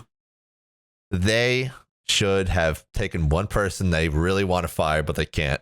They should have just put their name. Put it all in one guy. That's a crazy idea. It's very effective. But it's not this is not the Jagex team. The Jagex team did not sit there and say, guys, I really want the price to go up. There's no one on the team, dude. Maybe like 1 or 2 people that are like, I love this company. Let's do it. Yeah. No, you know what they should have done? One of their names. You know what they should have done? They should have signed it with none other than Mod South. Mod South. Dude. Mod North's evil little brother who's behind all of this. Mod North had no idea. He has no idea this even happened. His hands are tied. He's shaking right now knowing that his brother's back in town and is causing an absolute ruckus right now, and he has no way of controlling him. Mod South is running a rampage right now in the Jagex office, and I'm very concerned for all of them, and he's to blame, it seems.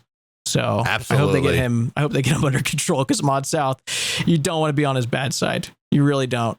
I'm scared for them. He will fuck you up so bad, Mod South, dude. Mod North, I actually heard they got into a fist fight, and Mod North thought he won. Like he thought Mod South was down for the count.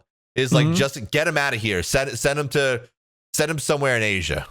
I never want to see this guy again. Yeah, they shut them off. Yeah. Yeah. Send him to North Korea. Why not? And he came back. He came back stronger than ever. Escaped. So if this was a movie, if this was a movie series, this is the second movie he returned. He returned. Right? He's back. You thought he was gone in the first movie. No, first movie did so well they brought him back for the second one. Mod South, this was all him.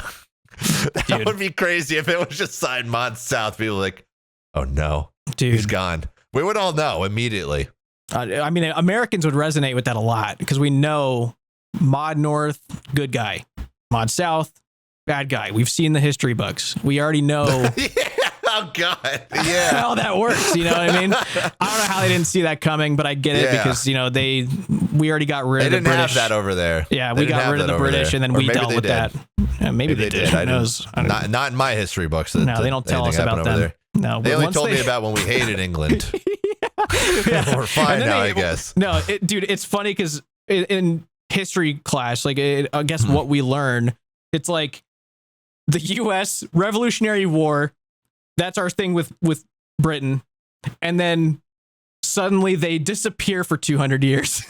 And the next time we hear of them, they're like, oh yeah, we went over there to help them beat the Germans. That's the next time that they made an appearance in the U.S. history books.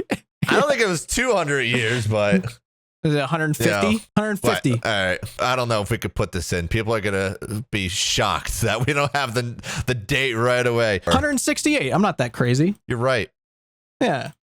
Okay. I just kind of took our Independence Day and then took 1944 when we went to Normandy. And yeah, it's kind of where I was thinking there. But it's World War I even, no? Oh, yeah. What were we up to? We were involved in World War I. Yeah, we were. Wasn't as cool, though. No. Yeah. You play the Call of Duty with the World War I, you're like, this is a little boring, guys. Yeah, we gotta skip it. Skip to World War II. That one's more exciting. That one's more fun. That one's more exciting. Simulate the lives of our great grandfathers. That one's got COD zombies in it. Yeah. Yeah. Anyway, on that note. So anyway, Mod South's not a good guy. That's what we gathered from that. Believe it or not, we were meant to talk many weeks ago, right? You and I, we were meant to have this because this is supposed to be a weekly thing, but sometimes one of us gets busy. But look, we're going to get to a point where that's not the case, and we're going to just be talking once a week. But look, if we made a channel, would you guys subscribe to that or what? What do you? It's not a would you? It's the they will. Okay. This is what we gotta. I know, but we want to give them a little sense of freedom. Yeah. But, okay. We'll That's learn what pretty quickly. I'm asking them. I'm asking them real nice. Yeah. Ask them in a nice way. An offer they can't refuse, sort of thing. An offer they can't refuse. There you go. So maybe if we once we have a weekly time set, then we'll fucking start we'll send them uploading to something else. Something else. Yeah. Something else. Yeah. Until then, it's kind of weird to put a label on the name of our conversations, our normal conversations, but I feel like we kind of have to do that for a branding thing. Eventually we might. We might have to. Till we'll then, figure that out. I've been Mod Northwest. Actually, no, you can't. I've been Mod. What would your J mod name be? Oh, my J mod name. I don't think I'd go with any direction now. South and north are taken. Dude, stay away from the compass with mod names. I think Mod taken. East has even been a thing. I think Mod East. Yeah, I think oh my God, right. and then Mod West, they're all taken. Except for Mod South, because he's been gone for so long that people forgot about him, but he's back. Yeah. No, that name's been taken for years, and anyone that knows deep lore of Jagex would know that. Yeah. Evolution of Combat, his idea. Dude, yeah. Wilderness gone, Wilderness ditch, his idea. Yeah. Free trade, Mod South. That was him. Yep. All him. And the controversy surrounding it, where everyone was getting scammed with their credit cards. It was just him. It was just him. He was just taking the payment information every time. You know what's crazy? Yeah, all those Mod Jed documents. Oh man. Every little footnote mentioned a Mod South, this mysterious Mod South. And how they can't find him. But he had he was there for every step of it. What else are we doing? We do anything else? You got anything going on? No, dude. Let's be mad. We're just gonna be mad. We'll leave it up. Should we tell everyone to be mad still, or is this gonna lighten the mood for everyone? Guys, is everyone gonna feel not as bad about membership? There's only one thing we can do. We gotta like this video. Gotta like this video if you haven't. That's weird. If this video gets 5,000 likes, well, I would eat a sock. What? No, I won't eat a sock. You won't eat a sock. I know you. You won't eat a sock. And I don't want you to eat a sock. 5,000 likes anyway. It's not, but yeah, and they won't prove you wrong. And look, maybe they make edible panties. Certainly they make edible socks. Yeah, they probably do. There's probably some edible socks. They probably do. Look, someone's into that. I will look into it if there's 5,000 likes in this. It's not happening though, so don't worry about it. Yeah, it's not gonna happen. You're not going to eat an edible sock. That's not going to eat an edible sock. What's the point? It's a crazy nightmare that you'd be a part of. What's the point? Yeah. Anyway. All right, I'll see you guys later. Let's see you guys later, we said. Big stretch. Everyone's going to talk about this one. Wait, is the stretch no, the that's not it. opening? I just had to stretch. Oh. That's not the open. You were like, oh, I got something nice to say to open the podcast. That's not it. And I thought the stretch was that. I thought. Yeah, no. No, it was just a poorly timed stretch. I was going to tell you, like, you know that I have like weird dreams every now and then, right? Yes. Like it's often every night, and I only write them down if they're crazy. Yeah. Enough. You know what I mean? Yes. I saved this specifically so I could get your reaction to it. Okay. Because I have zero idea why I thought this way, but in this dream, but this is just what happened. Okay. So, I have a hardcore Iron Man, right? Hardcore Iron Man. And if it dies to PvP, there's a bounty of max cash, right? So I think that's the basis of this thought in the dream. Yeah. I had a dream that I died on my hardcore Iron Man, and then I'm just trying to find this guy, pay him out the max cash. And I'm like, okay, like I almost traded to the wrong guy. I traded to the right guy. I didn't even record it. So I was like, how am I going to tell people to do this? And then I was like, better yet, I forgot. I have to organize the giveaway 1 second, right? Because in my mind, it's not that I'm just giving away max cash. No, I'm giving something away to the comment section as well. Oh. So I go in the dream into the other room physically, and there is a giant whale mouth. It's alive. And I say, oh, thank God, I still have the whale mouth for this giveaway.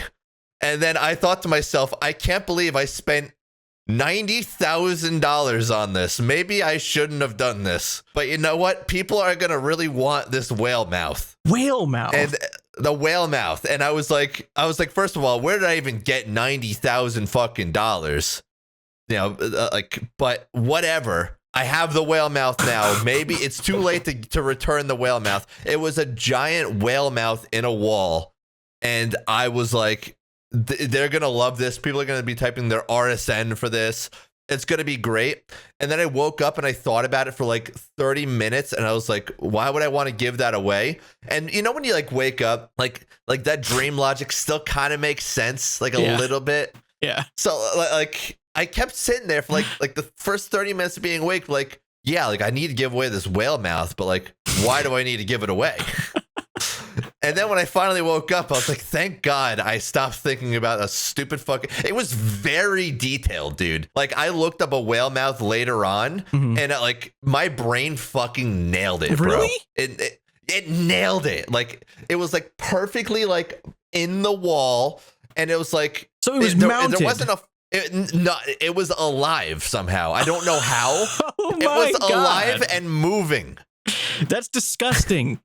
Oh no, it's decrepit. Like I hated it. A whale's mouth would be as big as your living room. No, it was even bigger than that, dude. What? It was way it's huge.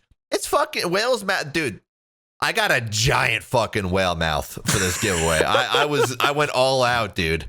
I went all out. I don't know why. That was just one of the more recent dreams I remembered, though. That I was like, this is fucking crazy. And that kind of leads me, it's like a RuneScape dream in a way, right? The whale mouth is just a little bit extra that my brain decided to add in. Right. It's like, but like, do you have RuneScape dreams? Am I the only one that has RuneScape dreams here? I'll very rarely have maybe with them. whale mouths. Yeah, I think a Very lot of rarely. people, I hear a lot of people that like when they just start playing, like people that just start playing and they start playing a lot. Like I remember Thinly, when I started playing with him back in the day, he would have like the craziest RuneScape dreams because we would play so much. He would talk about how like exchanging things with people in person would bring up like a trade screen in his dreams and shit. Like, and when he'd go to pick something up, he'd have to like right click and like press on it to like pick it up off the ground. So in like real life. Yeah, But, like in his dream in real life. Yeah, and the dream. Yeah. I think a lot of new players get it. Or if you're just like grinding away at it, yeah, I think it's pretty easy to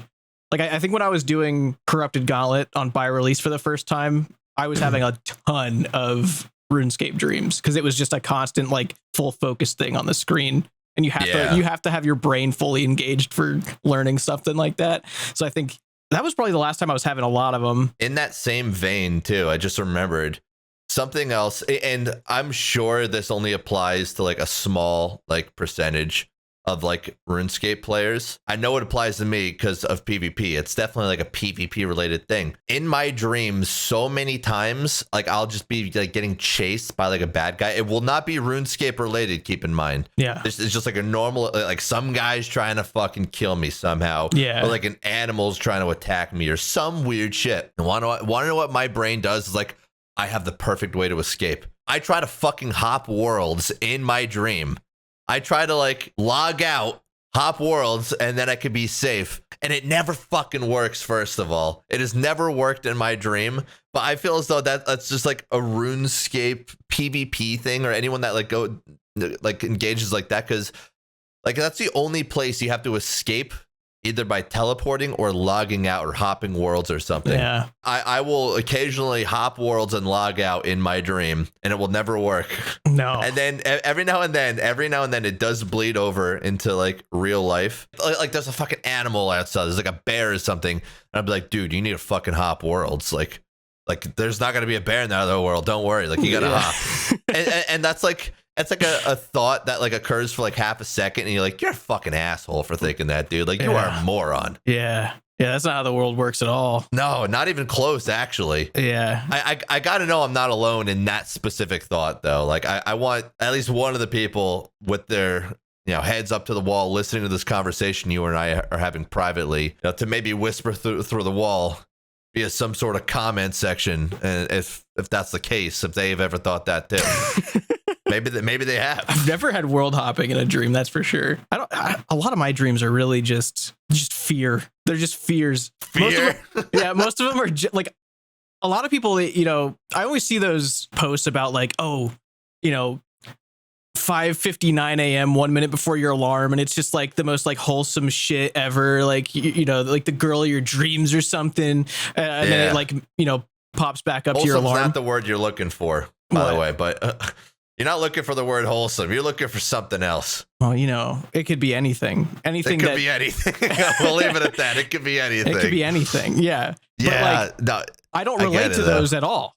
I think I've had like maybe one or two of those in my life. Like dreams for me, they're usually just terrible. Like my dreams have not been ever in a trend of like good things. Like, oh, in your dreams, that saying means nothing to me. Like that doesn't do anything. like, oh, follow your dreams. No, I will not go to war for my country, because that's what usually happens in my dreams. Really? Yeah, I get sent to war. Country? Yeah, I get sent to war. I hate that thought. Like, I think that's happened in so many dreams where like I'm on a battlefield, like pretty certain that it's my last moments. Like that's what a lot of my dreams are. Yeah. And there's no part of that that's even like slightly cool for a minute. I guess, is it like a World War II type of situation? Yeah, like Normandy Beach type shit. Normandy Beach, yeah. Yeah, like that's the level of intensity, and it's terrifying. The closest I've ever had to that, of being in like a war type of thing, and I wouldn't even call it a war. Like the Hulk was chasing me, dude. That's a war of its own. He threw me across the city, and I was like Captain America or whatever the fuck. I don't know, like whatever my brain was. And I was like, I gotta play dead, dude. He's gonna leave me alone. I'm already in the fucking air, by the way. And like he threw me, and he's like he Hulk jumped after me, and I'm like, if I just close my eyes, he'll think I'm dead. Did it work? Didn't work. Didn't work. He threw me in the fucking air, and then as I'm about to fall to the ground, I woke up. That was a good call, though, because I've never seen a superhero like mercy kill someone. Like, I've never seen them double tap. Like, they've never gone and like fucking like punched a guy they thought was already done, because that's not the Marvel way. That's not the superhero way. No, that's not. So they know they can't sell more movies like that if you punch a dead corpse. It's rude. Yeah, I think a lot of villains know that too. For it. A lot of villains know that. They're like, I just need to look dead or disappear to make it look like I died, something. Yeah. And they'll leave me alone. It works. And then they come back 3 movies later or something. And then like, you never double shot me. They said, and they go, oh, fuck, you're right. Yeah. Yeah. They got to start doing that, because it's not looking great for them. Do you think violent dreams are like exclusive to men? Like, do you think exclusive to men? No, because my wife, she has a lot of dreams where she has to like jump really high to escape someone that she says is trying to shoot her. Yeah. She's never been shot at in her life. Yeah. And as far as I'm aware, I guess I'm really hoping that's the case. But she also like, she says people are always trying to shoot her and like chase her, like to kill her. Damn. And I'm like, I just have the Hulk coming after me. I don't know what to tell you. All right, let me ask you this, though. Would you say that historically, because I mean, does she tell you her dreams pretty often? Yeah. Okay. So historically, have you been one of the main antagonists of her dreams? I would say I've only heard her saying like mean things about me like once or twice. Mean things? Yeah. Like you said antagonist, right? Yeah. Like of her, like you being the bad guy in her dream of some sort. Yeah. I've only said like mean things to her like once or twice, but surprisingly, it's never been like oh, you cheated on me in my dreams. Yeah. Like I've never heard one of those. No. Really? No, like most of the time it's like she was upset because I went somewhere without her. Oh, like, yeah, and which is almost never the case because I basically do everything with her. Yeah. So I guess that's like an out of the ordinary thing is for me to go hang out with someone without her. Yeah, and that was just like really upsetting to her. So.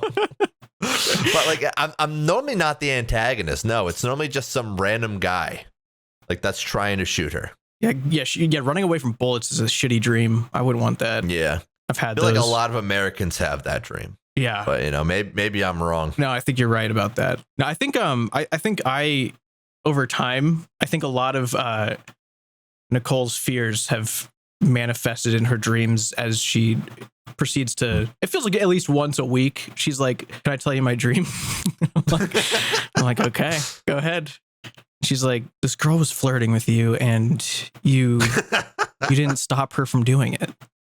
You loved it. Oh, I'm like, I'm so sorry that I'm the worst person in your dreams of all time. Because every time.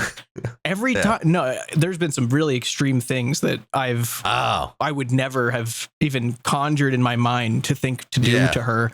Not violent, but just like mostly like really fucked up things, like just a mental warfare sort of thing. Yeah. That. I get you. This version that she's created of me in her head is like, it's almost bad. It's almost mean to me. You know, like, why are you thinking of me this way? It hates you. Up. It hates you. I'm like, is this stemming from like something I've done somewhere? But I know for a fact it's not, because me and her have like never been more than 2 days apart, like since we moved in together. Like we're just always together. And I'm like, I can't recall anything I've ever done to ever make this version of me in your head. It. Yeah. Yeah. That's extreme anxiety, my friend. Yeah, it is. Yeah. So every time she's like, can I tell you my dream? I'm like, oh, here I go hearing more things about this dream version of me. You hate that fucking guy. He's the worst. He's the worst person. Like no one would be friends with that guy. It's crazy. I'm just a bad guy in dreams, dude. Don't dream of me. It goes for anyone. You know, maybe it's a warning to anybody. If you're going to dream me up, it's not going to be me. It's going to be this other guy. What if you're like really chill in those people's dreams though? It's not still on you. If I am chill in those people's dreams, it's because the dream me, he's got a plan. It's a manipulative plan. He's got something terrible waiting for them. It's like luring them basically. Like he's like leading them on to believe he's a good guy. They want to hang out with him a lot. But then the second they let their guard down too much, my guy's going to snap and just completely shatter their reality. And so they need to be aware of that. If I'm in their dreams, that's probably not a good, they got to run. They got to get me out. Do not let me stay. Do not let me stay in your dream. Wake yourself up. All right, cool. So you're kind of like a Freddy Krueger of people's dreams now, is what you think? Yeah, dude. Yeah. Yeah. I can't remember the name of this movie. Me and Nicole watched it like 2 years ago.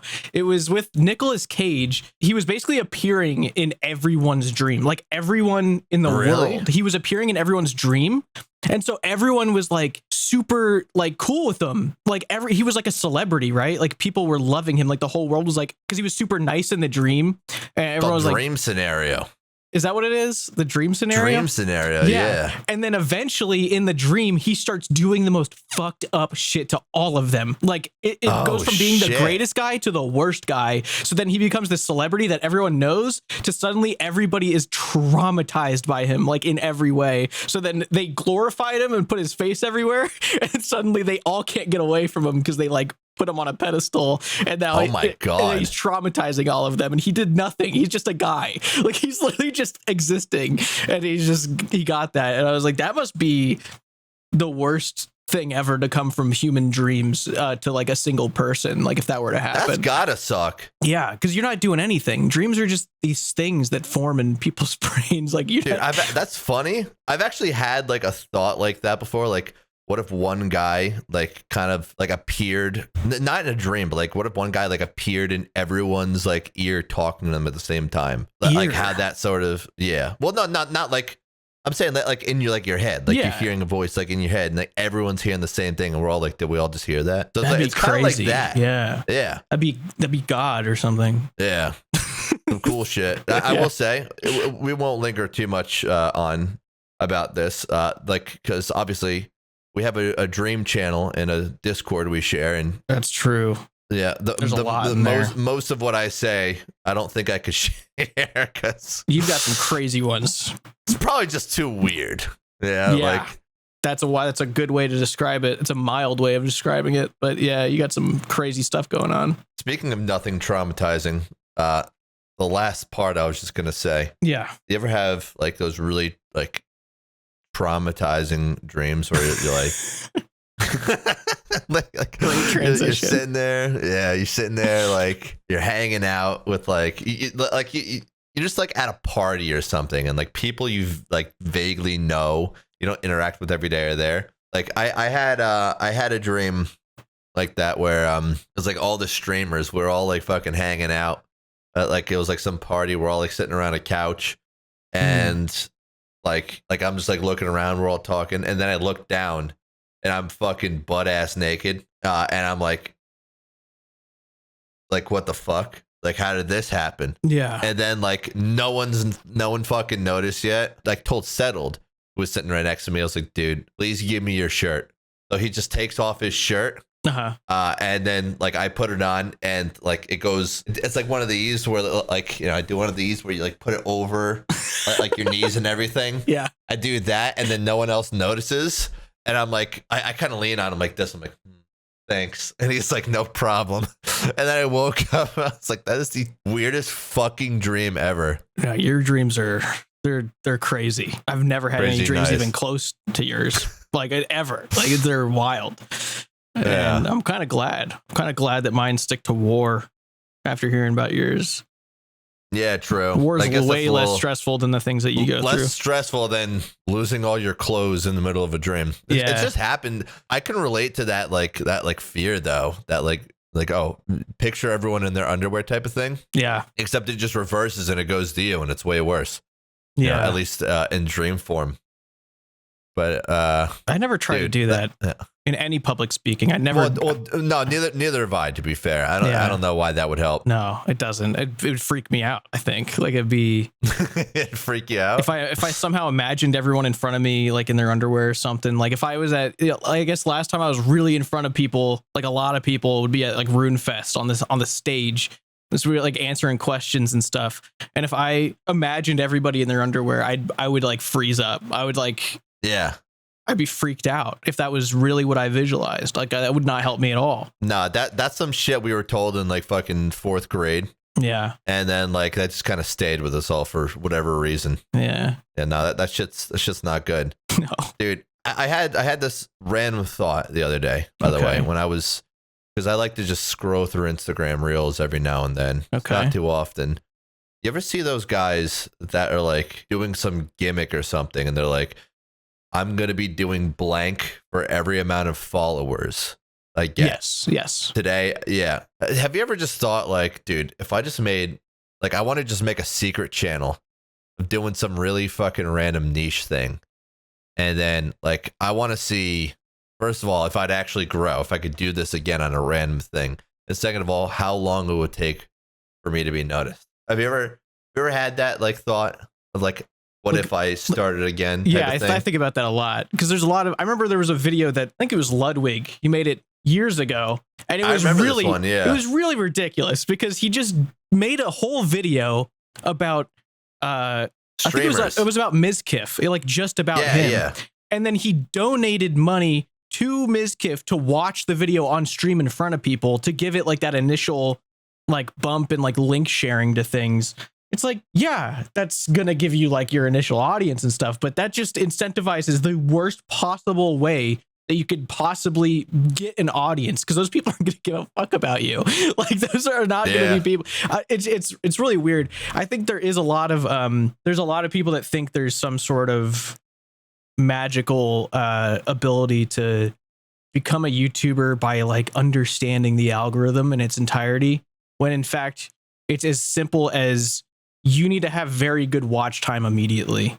That's it. Yeah. You need to have good retention. You need to have a video that like the first 5 people that watch it don't click off immediately is what the biggest push into the algorithm will ever do for you. And then the rest of it is just getting an audience that will watch your video again.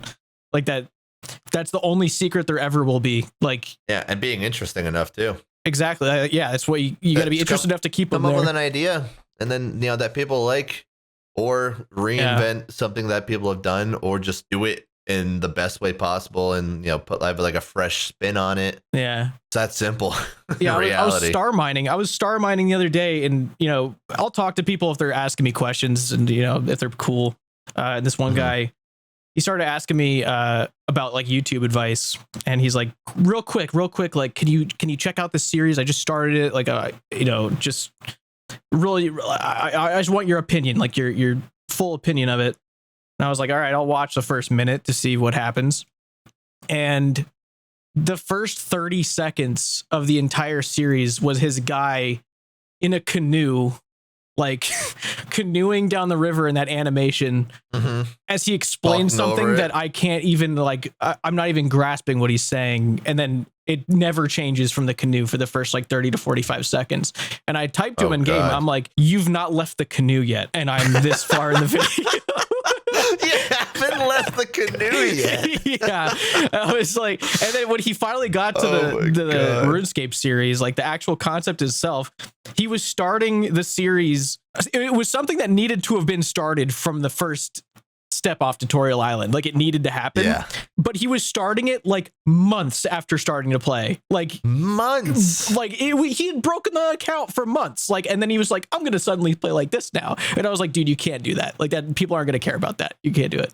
But then he started asking me after I told him that. He starts going, okay, well, you know, can you give me opinions on this instead? And I was like, okay. And he sends me to a new channel that he did. It's the same voice, and it's about plants. And he starts doing a whole, like, it's not even a video. It probably has a better chance on the plant channel because at least I'm guessing it started with the plant. I'm guessing it started with that plant. No, dude, no, this was a new thing that he decided. Did it start with another canoe? Oh, you're talking about okay. Okay, yeah. I thought you were asking if the plant channel came before or after the RuneScape thing. No. It started with a picture of a plant, yeah. But it was essentially it was essentially more of a PowerPoint presentation than it was a video. Like, it wasn't anything. It was literally just a white screen and then like pictures of the plants as he was talking about them. And it's like, dude, in a world where there's you can't be a new YouTuber and be faceless anymore, because those days are like coming to an end. Like, people might be grandfathered in, you know, like settled. He's not in danger of losing his fucking channel because there's like a lot less faceless YouTubers, because he's established himself as a personality over many years, and there's many more like that. But if you're just starting out, you're going to have a rough time being a faceless YouTuber in the world where like people are doing like AI voiceovers and text to speech. You know, people need to see someone for real now. Yeah, and I get what you're saying in that regard. Yeah, because I kind of didn't fully agree until you went there. I kind of agree with that then. Yeah, because I still think you can. But yeah, that being said, you're totally right about that. But you also just can't have a slideshow of plants. I guess that's true. Yeah. This poor guy. I don't think he thought that he was going to be talked about. No. Maybe he comes along in the comment section. Probably not. No. But you know, maybe he does. But you know, all I'll say for a RuneScape series, if you're going to start it, you got to at least match visually what you're talking about. You can't just be in the canoe and then talking. Yeah, very important. I'm sitting there thinking, well, why is he in the canoe? Yeah, it did not correlate to the series at all. By the way, yeah, like nothing to do with the canoe. Maybe he thought if I had to go into his mind for a minute, maybe I'm wrong. I got to imagine that he thought, you know, I need to do something different. You don't see many people in canoes. I think it's a cool little animation. Let me start in a canoe. He might have thought that. I got to imagine that's where his head was at with that. Yeah. And the kind of like trying to think outside the box a little bit. It's an approach to thinking outside the box.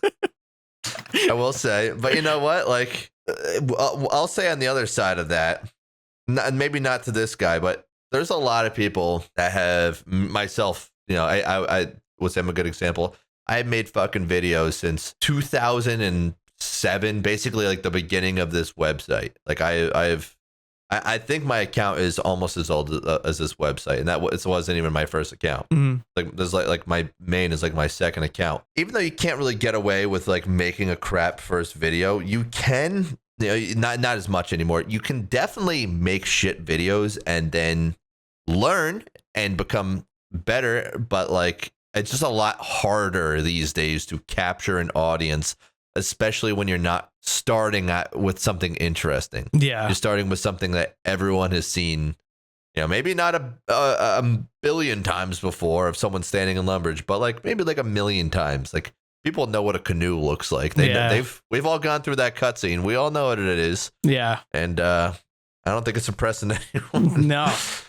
Dude, that being said, I will give you, I'll give it to you that like sitting there and actually responding while you're shooting, like mining shooting stars. I never fucking respond. Like I'm not looking. Like that is over here on this side. My brain and my face and everything else, I guess, is all focused right here, right in front of me. Oh yeah, I'm not looking at all that. It was complete coincidence that I saw. Yeah. It's like complete coincidence. Yeah, because every now and then I'll look over, and if someone if I notice like someone is talking to me, then like I'll try to respond, obviously, but like I don't want to sit there and stare at myself mining shooting stars. You know what I mean? Like that is the last reason why I'm there. I'm not there for social interaction. I am there because I hate mining. It's as simple as that. Dude, I love mining shooting stars. It's all I've been doing for the last few months. It's awesome. I love it. Dude, good for you. I hate that shit. Well, because I don't have to do anything. It's just like what I did. It's just, it's nice, dude. I went from wood cutting to that, and it's all I want, dude. It's literally, it's beautiful. You think you're going to get 99 agility ever? Because you can't AFK that. I mean, you can. you got to set up you got to set up a fucking wild ass contraption to get like 5K agility experience like an hour, or you got to get a little foot pedal, dude. I actually still haven't opened this up yet because I accidentally broke my other one because I rolled over it. But you got to get a fucking foot pedal and then foot pedal your agility. That shit fucking rocks. Yeah. Yeah, dude. Look, it's 20,000 agility experience an hour. It's not the best, but you're just sitting there. Imagine this is my foot. I'm not paying attention. Life's good. Again, like that's it's gonna be a good one. Rune crafting. You're not doing that one. That's okay. You don't got a fully max. That one's not happening. Rune crafting? Yeah. Oh, I'll do rune crafting. I'll do the slowest way possible. Like that's my whole thing is I'm going to be doing it all in the slowest ways possible, like the bloods and stuff. Oh yeah, dude. I've got it all mapped out. I've got everything mapped out. Everything mapped out? Yeah. Damn. Yeah. I mean, construction, Okay. obviously I won't be AFKing that, but that's the quickest thing ever. Like Now, that one's real quick. yeah, that one I did on Gary in like day. 3 days, dude. Like total from one. It was like the so fastest funny. thing ever. That's the first time you've gotten 99 construction on RuneScape, isn't it? On Not Gary. even on your main. Yeah, on Gary. Just on fucking Gary Gilbert, bro. Yeah. That's crazy. That's cool. Yeah. Yeah. Oh, I was gonna ask you about leagues since that's happening right now. Are you still playing leagues or are you done? I have one more video I gotta upload. How many videos have you done of League? So after I upload this next one, it'll be 5 and I'll be done. You know, it was a lot of fun, but I gotta say, like, I did like it, but they did not fully think shit through. And like, I still think, like, because how much do you know about it? Do you know Love Leagues? basically anything? Yeah. I played it for this current one. I didn't go far into endgame or anything. Like I played the first 3 tiers, which is like nothing. Yeah. Yeah. So just from, you know, the theme alone, that Yama's taking it over, right? Yeah. And you're like, oh, this is Yama's league. Oh, cool, scary. He kidnaps the sage, puts her in like a little cage or whatever. And like, that's it. That's as far as the storyline goes. Yeah. Right. And I think there's like little Easter eggs here and there, but it's like there's not like a deep, rich lore that like is very obvious. And the thing is, like, I feel as though the whole point of leagues is to just do cool new shit and like try new items out, try new mechanics out, and then try out like new different like lore things. Right. Yeah. First of all, I don't fully understand the lore of leagues with the sage and everything. I'm sure it's there. It's not readily obvious to me. Maybe it's really cool, but you know, for me, as of right now, it doesn't feel like there's anything. But the fact that Yama kidnapped the sage, and there's not one giant Echo Yama boss fight in the end where you have to take him down and free the sage, and then you know it's like, oh, the sage is in control again. So cool. Yama got banished back to like the lair or whatever, you know, but for this in-game reason, all your stuff still applies, and like you did it, you know, you bested Yama, haha. Like the fact there's nothing like that is like a little bit of a letdown, I would say. It was cool. It was a lot of fun. I really enjoyed it. I like that they're still trying new shit, but I still feel as though there's more that could have been done, and not every pact. So there's like, you know, you've seen like the skill tree and everything. I know you didn't go that far, but like there's like all these like different ways to like level up your shit. Like the most overpowered one that most people have seen, maybe you've seen it, is you'll be sitting there like using like full melee tank gear with like a magic like a wand, like a trident or something, and you're constantly healing, and you overhealed like 180 HP, and every time anything hits you, they're just taking constant damage all the time. That's like that one. It's like some things are like so juiced in this, and then there's other shit where it's like they did not even think about it whatsoever. So I don't know if they didn't have enough time or whatever, but like you can tell, like anyone that's played, you know, enough can tell where there was a lot of energy and effort put into, and where there was basically nothing put into in like other sections. So yeah, it was fun, but I still think that there's more they could have done. I think they you know what is crazy is I think they absolutely nailed Gridmaster, which I didn't think that they were gonna do really. I didn't think it was gonna do well because I didn't understand it at the start, and then once I started playing it and like going through the raids and everything, like I didn't realize I had gotten that far to be doing raids in Gridmaster. I was like, this is crazy. Yeah. Gridmaster felt more fun than this league did, like from the very get-go. Like, I don't know what it was about it. I haven't thought that hard about it. I haven't made a... Is it because it was juiced? Maybe. Like, or what? Maybe. I don't know. I didn't look at the specifics. I haven't made a League video since Shattered Relics. Like I haven't done anything with League since then.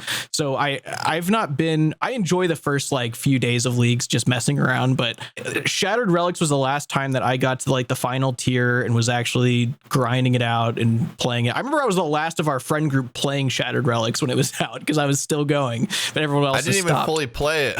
Yeah. I was like the last one. Yeah, and that one kind of blew for me. Yeah, dude, that one wasn't good, and it was the one I played the most. It was like the full map too, right? Yeah, it was the first time they unlocked the whole map, and it was like it was a disaster from the start. I truly don't think that I have been into leagues, like I feel like the original Trailblazer, it's kind of like Gridlock. comparing, you know, like yeah, gridlocked league. Yeah. It's kind of like seeing a royalty check for that. You know how like in Call of Duty 4, do you remember playing that? Like of course. Yeah. So Call of Duty 4, and then, you know, there were some really cool features that came out in the next few Call of Duties, like Modern Warfare 2, World at War, you know, the ones that came right after. I feel like Trailblazer, the first one, is like the Call of Duty 4, where everything was so simple and just worked perfectly. And it feels like I want to go back to that so bad, just that original one, like like Trailblazer Classic. Give me one of those sort of thing, because that was so fun. Like I have not had that much fun in a league since then, like just because of how great it was set up. Like I'm sure there was a few, you know, shitty things here and there, because I remember it was the one where it was like the total recall for the first time. So everyone was like picking that over the other ones. So I think like a few balancing things would do it. You're welcome for going for a jewelry guy. Yeah, thank you. Yeah, it still haunts me to this day, picking jewelry. Yeah. That's my fault, dude. Yeah, that was some ass. Yeah, but I feel like that simple format is just perfect, and I feel like they should maybe try out another very simplified one to see if people like it or not. That's what I think. I think the skill trees are a really cool idea.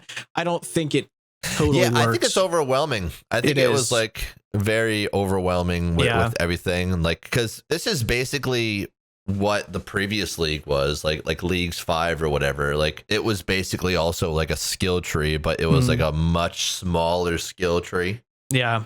Whereas now this is like this giant fucking tree of shit. Yeah. Like I don't know. Like I didn't figure it out until I just played through it, and then I did my first pick wrong. So yeah. Like there's a lot of pressure to like. There's a lot of you know, PoE players, because that's the PoE branch. I don't know if you've ever seen that thing, but it looks insane. Yeah. So a lot of those players, they'll like defend it and say, you know, it's not as overwhelming once you do it, and then you can pick your builds. But those guys are making new accounts for it like every other day. Like they restart their whole tree and do different builds like all the time. Whereas this one, I don't even know how the respec worked, but did you have unlimited respecs for this, or was it like no? Okay. It started off, I'm going to put it like this. Jake played this league, 8sat. He played this league, and he is, I'll put it like this. His goal for one of the previous leagues was to get 100,000 monkfish. Yeah. Right. That was his big challenge. It wasn't taking on any boss. It was that. Yeah. He did not accomplish that goal, as a side note, but that's irrelevant. I just wanted to throw that out there, point it out. Doing that. Yeah. The thing is, he wanted to go for like the airbender build or whatever the hell it is, where it's like you're just hitting like crazy. It's a really good build.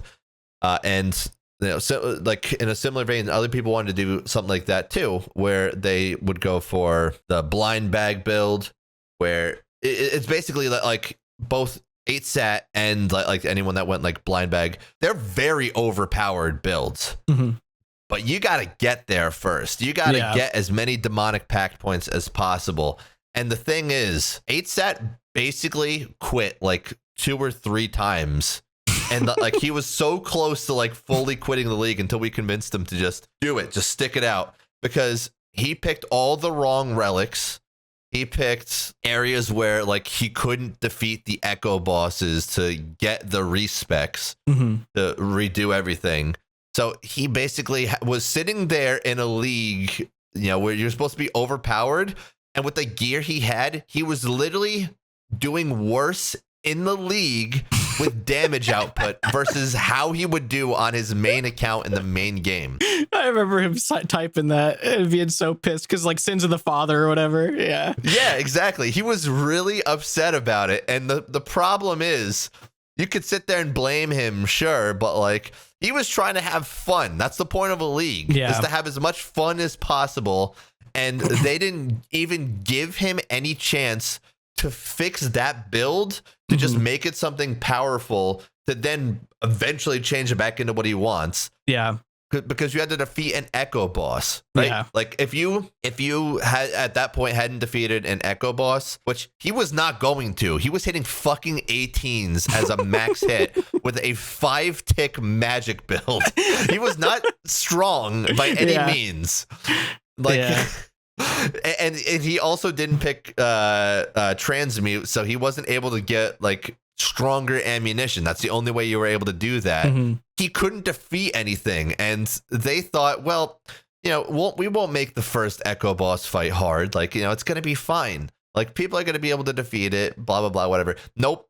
I guarantee it like stopped a lot of people from playing because like after like a week or so of leagues, they gave people 1 free respec off the bat, which is what it should have always been. And then another update came along, and like after like maybe a week or so, they made it so you can get demonic pact points easier with easier tasks, because people wanted to like juice up like their accounts and everything. But it's like, if you picked the wrong shit, you were effectively just stuck being a disgusting piece of crap at this game who has no real power. And even if you like leveled your shit to like 99 attack, strength, and defense, whatever, it was like, because of like how the regions were locked, it wasn't like the easiest thing for like someone that's like not like the best at this game. So like they really fucked up the early game balancing of everything. And it's like,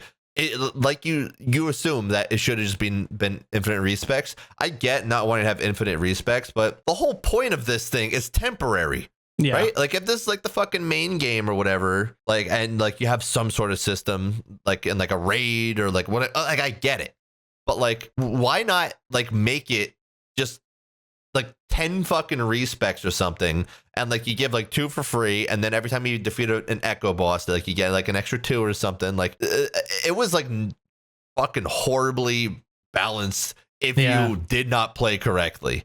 Dude, they could have done Jake something. Did not play correctly. They could have done something with Yama too. Like they could have really played into the whole like devil thing, because what they could have made it so that it's like, you can get a respec point from Yama himself, but you have to sacrifice 5 or 10 million XP in some sort of skill, and it'll like drain it down back to like nothing. But you get your respec. Like fishing, you could pick fishing. You know, like you could give 5 million or 10 million XP in fishing for a respec point, and you can earn back your XP in that. But you need to, you know, give the XP now, that sort of thing. Is actually a smart idea. I do like something like that.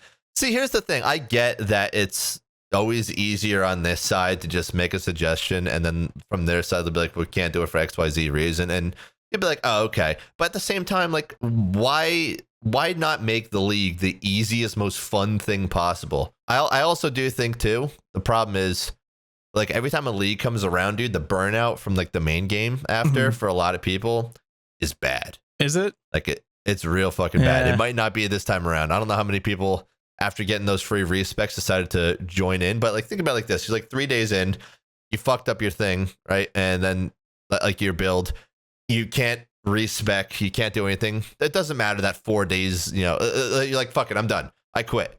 Like 4 days passes, and they're like, here's a free respec, guys. Who's gonna want to fucking jump back in after that? Some people, but done.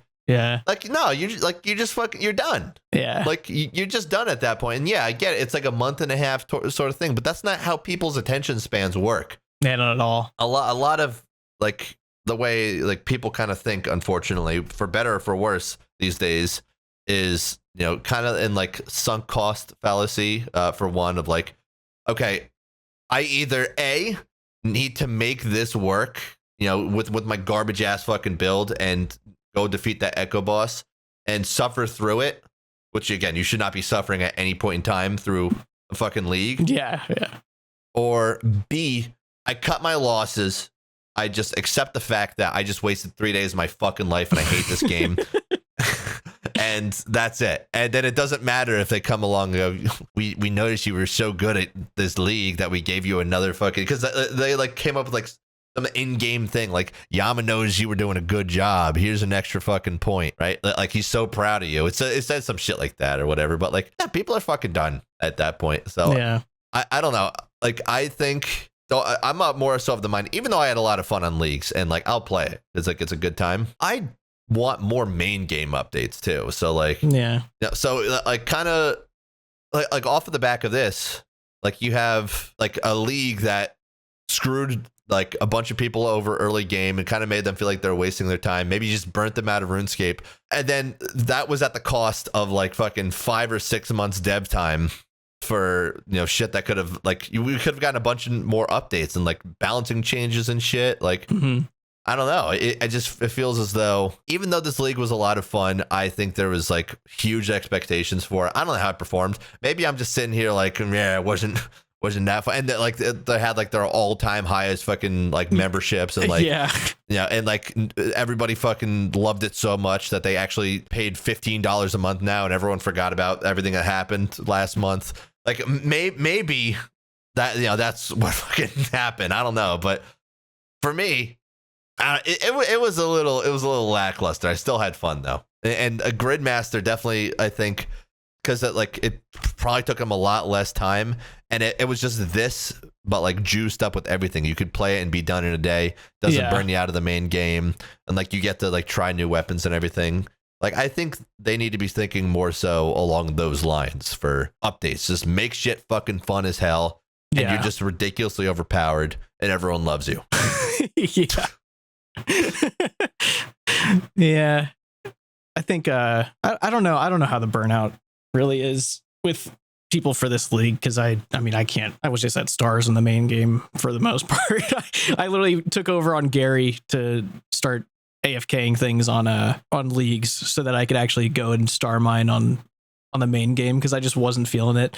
And I feel like it was like in the skill tree, every time that you got to one of those forks in the road where you had to pick that like insignificant 5% ammo things, like one of those. Yeah, those sucked ass, dude. That's such a slap in the face. Like, that needs to be a passive on a regular thing. That's crazy. That took it out for me like immediately. I was like, this isn't fun to have that as my next unlock. Like, that's not cool. They had 1% range bonus increases too on like those like little fucking things. Yeah. Like, dude, those are fucking butt ass. Like, yeah. I don't know. Like, I would have preferred it either just, you know, like it was one where it's like, oh, this thing will suck and fuck you like every like 6 ticks. Or it just says you're not getting shit and I hate you. Yeah. I would have been like, okay, well, you know what? Weird options, but thanks, I guess. Like, because it's less of a slap in the face than fucking 1% range buff bonus. What what was it? Like, I forget like the math on it, but basically, like you had to. I don't know. It didn't increase your shit overall. Yeah. That was basically it. Like, it was so marginal, it didn't even mean anything. It was the math on it. Like, somewhere in the back of my brain, I already thought about this, got mad, and moved on. maybe well, maybe got mad's not the right. Thought about it, was like, what the fuck, and then moved on. But yeah. I don't know. I wouldn't be mad if the skill tree stuff kind of went away. Blew up. They tried it. Yeah, blew up. Not my biggest favorite thing. I don't know what the word is, dude. I agree. It didn't work. I don't think it worked. I don't love it, but again, that's also not the hill I'm gonna die on if it comes back. Like, I'll engage with it.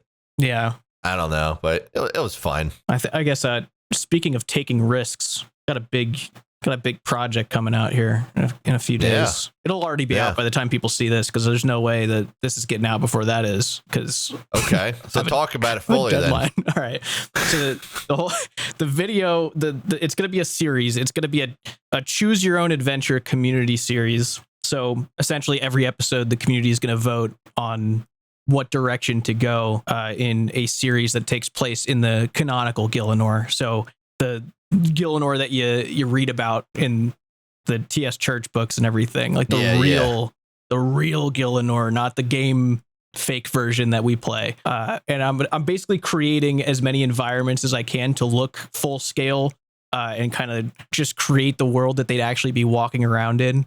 And basically going through it's gone full circle, because I started my YouTube out with talking about the absurdity of shoving sharks in your mouth and healing your lacerations and your wounds by just eating something immediately. And now I'm making a whole series basically talking about how all of those absurdities no longer work for you, because it's real life. and you're in RuneScape in Gielinor in real life, where there's no aggro radius. You can't walk into a duke's room or go into a castle as a nobody. So you're not doing any of that shit. You can't go do Restless Ghost because you need to walk 2 days through a swamp infested with aggro monsters that, they'll chase you until you're dead, pretty much. Giant ass fucking rats, dude. Yeah, like that's terrifying. I think we would all die to the giant rats, including myself. At the very least, I would get sepsis from that shit, and I would die after the battle. Yeah, like I'm willing to admit when I would die to a giant animal. And I also don't think if I was thrown into that world, my first thought is not going to be, I'm going to go on a fucking ghost adventure. No. I will say though, in that quest, because you got to go to the Wizards Guild. So what? It's got to be like a 4-day fucking walk from Lumbridge to the Wizards Guild. Long walk. Which is also crazy, by the way, because that quest is taking you like 2 fucking weeks. If you're going from the Lumbridge Church to the graveyard, that's got to be like a fucking hour-long walk. Right? Actually, no. If it's in the backyard of the graveyard, that might be in the backyard of it. That might be the same building. That one actually makes sense. Yeah. And then there's a cemetery in there. I can buy that shit. Yeah. But you're saying it's taking 2 days to get to Father Eric in that shed, right? Yeah, to Ernie. Yeah. Ernie is his name? I think so. It's a 2-day walk to Ernie. Yeah. Spelled wrong. Change your name, Ernie. Yeah. Then it goes back. It's another 2 days to walk back. Yeah. To Father Eric, and then you got to go to the Wizards Guild. I got to imagine that's like 4 or 5 days at the very least. Yeah. Right. Then you got to go to like the Wizards Guild. You got to go into the basement of the Wizards Guild if you can fucking convince them that you got to go down there. If you get permission, that's a big place. Yeah. Getting into the basement's going to be like at least a 30-minute ordeal because it's a giant fucking tower. Yeah. The only thing I'm going to say about that is the skeleton. I feel like if a skeleton reanimates to life in front of you, that shit, it's fucking bones, dude. Like, I get it. It's attacking you. It's scary and like it's holding something, whatever. I got to assume there's magic involved that it's reanimating. But unless it's like fortified magic, like I feel like if a skeleton came to life and started coming at me, even with just a nice sized stick, I'm taking that shit down in one fucking swing. It's bones. Yeah. But that's the weird part about this is I feel like they might have messed up here because it's not a skeleton that comes to life. It's a warlock. And it's a warlock. So warlocks are not skeletons. There's much more going on with a warlock, especially in fantasy worlds where like in World of Warcraft, warlocks literally they participate in necromancy. Like they summon demons and shit. I don't know what it's actually doing down there. I don't know what kind of warlock we're dealing with because warlocks have magic. We know that for a fact. There's no warlock that doesn't do magic. Is it only able to is it truly only able to walk up and melee you, or does it cast magic canonically? Like we don't know. So that's going to be a tough part to consider. But the biggest incentive for people to do Restless Ghost by the end of the video is it's going to be a surefire way to see if levels exist or do anything, because you're going to get 9 prayer technically from completing it. And if you're able to cast certain prayers after that, you'll know that levels do exist. Okay. In that video, the whole, basically a big chunk of it is doing sheep shearer because it's like the only one that makes sense. You can't do cook's assistant because you're not allowed in the castle. So sheep shearer, the end of that quest gives you 60 coins and 150 XP in crafting, but we don't know if we got crafting levels from it because there's no interface. There's nothing popping up. So it doesn't confirm anything and we don't know what levels do. Yeah.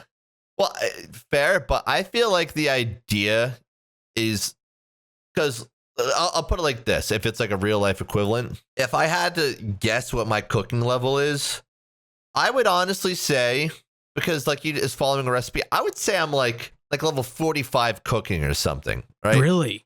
Yes. Damn. And I would say power leveling something like cooking would be really easy because it's like you follow a recipe and you just keep doing it over and over. And then eventually you don't need the recipe. Eventually you get to the point where you're like, I think this would be good with it or whatever, Mm-hmm. right? So I would say if following a recipe, like you start off at like level 1, like even if you just make like, I don't know, like a steak in the game, Mm-hmm. right? Like you get like raw meat, you just make a steak. I would say after like 5 steaks of making it over and over, you're at least level like 15, like 18 cooking. Oh my God. After 5 steaks, you think so? After 5 steaks, yeah. So power leveling skills and like skilling, I feel as though that would not be hard for certain things, right? Yeah. Like, because obviously, like for me, cooking will come easily enough. I could try to do what someone with level 90 cooking can do, Mm-hmm. and I will fuck it up 15 different times. But you know what? Yeah.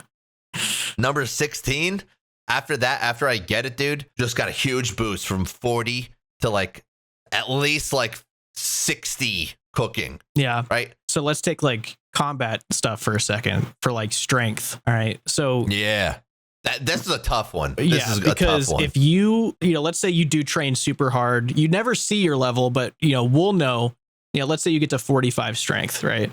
And Mm-hmm. and then you work on something like herb lore for a while. You don't really train for a while. Is your strength still 45 or has it gone down? Is it fluctuating because you haven't kept it up in this world? Or is it permanently peaking?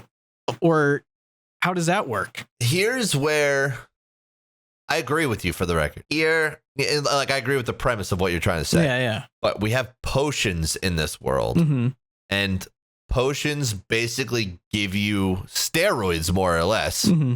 right? Like you go and drink, like, dude, like regular potions are available with the Varrock Apothecary. Yeah. You just got to bring him some supplies. I can forge for some shit. That's Mhm. fine. I'll find it. Even if my herblore fucking sucks ass. I feel like once I get that potion, I'm going to be doing that shit all the fucking time. So it doesn't matter if I sat there and got my herblore, train my herblore for a long time. Maybe I'll go from like 70 strength to like 62 or something, but Mhm. I just go and I get another like super strength potion or like a strength potion or something. And now that I just trained herblore a bunch, I got like a super combat or something, depending on like how good I am at fucking training herblore. Again, it's the same thing. You just follow a recipe, Mhm. like you learn the technique and everything. I got to imagine that once you get your hands on those super combats, you're basically fucking roided out. You're Yeah. able to just sit there and kill, anything. Yeah. Right. And I feel like you would train strength and attack at the same time Yeah. in that regard. The problem is, how do you train defense, dude? Yeah. That's a weird one. Super weird one. You get the shit kicked out of you because in real life, you're in the ICU for weeks. Yeah. Like you are fucked. Yeah. Like if you are brought within an inch of your life, if you were red barred, you're 1 HP, you're chanced, Mm-hmm. you are probably in a coma. Yeah, Like at the very least. Yeah, your life you don't sucks. wake up. Yeah. You don't wake up and go, fuck, I feel nice. You're not rubbing your fucking. No, you are like, I'm never going out there again. Yeah. Like you understand why people just move into these cities and just stay there forever. Yeah. Like that level 2 man wandering around like the castle, he got in there because he knows someone, right? Yeah. You're not just going to wander around the inside of a castle. He's a contractor. He is absolutely a contractor. 100%. And it's easy to kill him. And the guards almost don't care as long as you're strong enough. That's what I would say. They would be like, well, you know what? Welcome to the guard. Yeah. Welcome to the royal guard. That's what they would say in medieval times. Like, you killed him. Yeah. What's your reasoning? You'd be like, you just make up some shit. Oh, he stole my medieval wife. And people would be like, I would have killed him if I found that out. Yeah. So like, Very that's fine. understandable. You can kill Yeah. level 2, but do you have a solution for how you would train defense? No. Like, no? No, it's just, I think, because I don't think that if there are levels that we can't see in some hidden interface, I don't think they, like attack and defense, I don't think they dictate whether or not you could hold something in your hand or put it on your body, like in it, how it does in the game. So like if you don't have 20 attack, you can't hold a mithril sword. But in this world, There's nothing stopping you. There's nothing stopping you. You're just not swinging it real nice. Yeah, you're not swinging it nice. That's what I'm thinking. Yeah, because it's like a heavier metal. I got to assume like fresh off the like Tutorial Island or whatever the fuck in this scenario, you spawn in Lumbridge or you wake up in Lumbridge, whatever it is. I got to imagine that you're not picking up Dragon. That shit's way too fucking heavy. I can see that. Even Rune, you're like, damn, this shit's fucking heavy. But like Mithril, I could see you picking that up and being like real fucking inefficient. Like you kill a goblin on accident because you're like, and you throw out your fucking arm. But it landed right in that goblin's fucking temple. Now, you might have just accidentally started a war with the goblins for humans, and you're going to get Lumbridge all fucked up. But you know what? Like, that's okay. Because, 5 attack. Yeah. So, you're good now. You're good now. Yeah. But yeah, defense, I feel like is the hardest one. I could realistically see every other skill being trained. HP, I don't think is something you can train. I just think that you're stuck on whatever HP. I mean, it's kind of like, how do you train it? Yeah. Magic, I also think, because like in the lore, isn't it like, you end up just, you find a rune and then you kind of. Yeah. And then like it just kind of works or what? Because it's like that level 2 man, the contractor who fucked our RuneScape wives and we killed, that guy did not have the ability to cast anything. For a fact he's level 2. But like, again, you can train range. I can understand like how that would take like a long fucking time. But I would say like, melees and like range, I could realistically see how that would work. I could see that.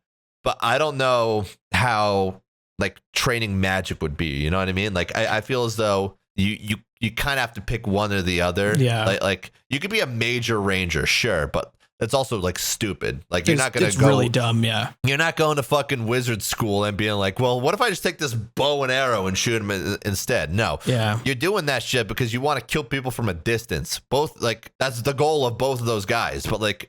Melee, I feel like you just kind of fucking need that shit because it's the technique combat of our ancestors, dude. They used it. It's so reliable. It's so reliable.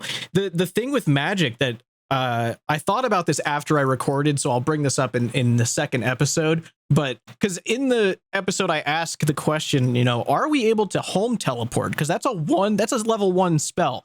But then I didn't think about it.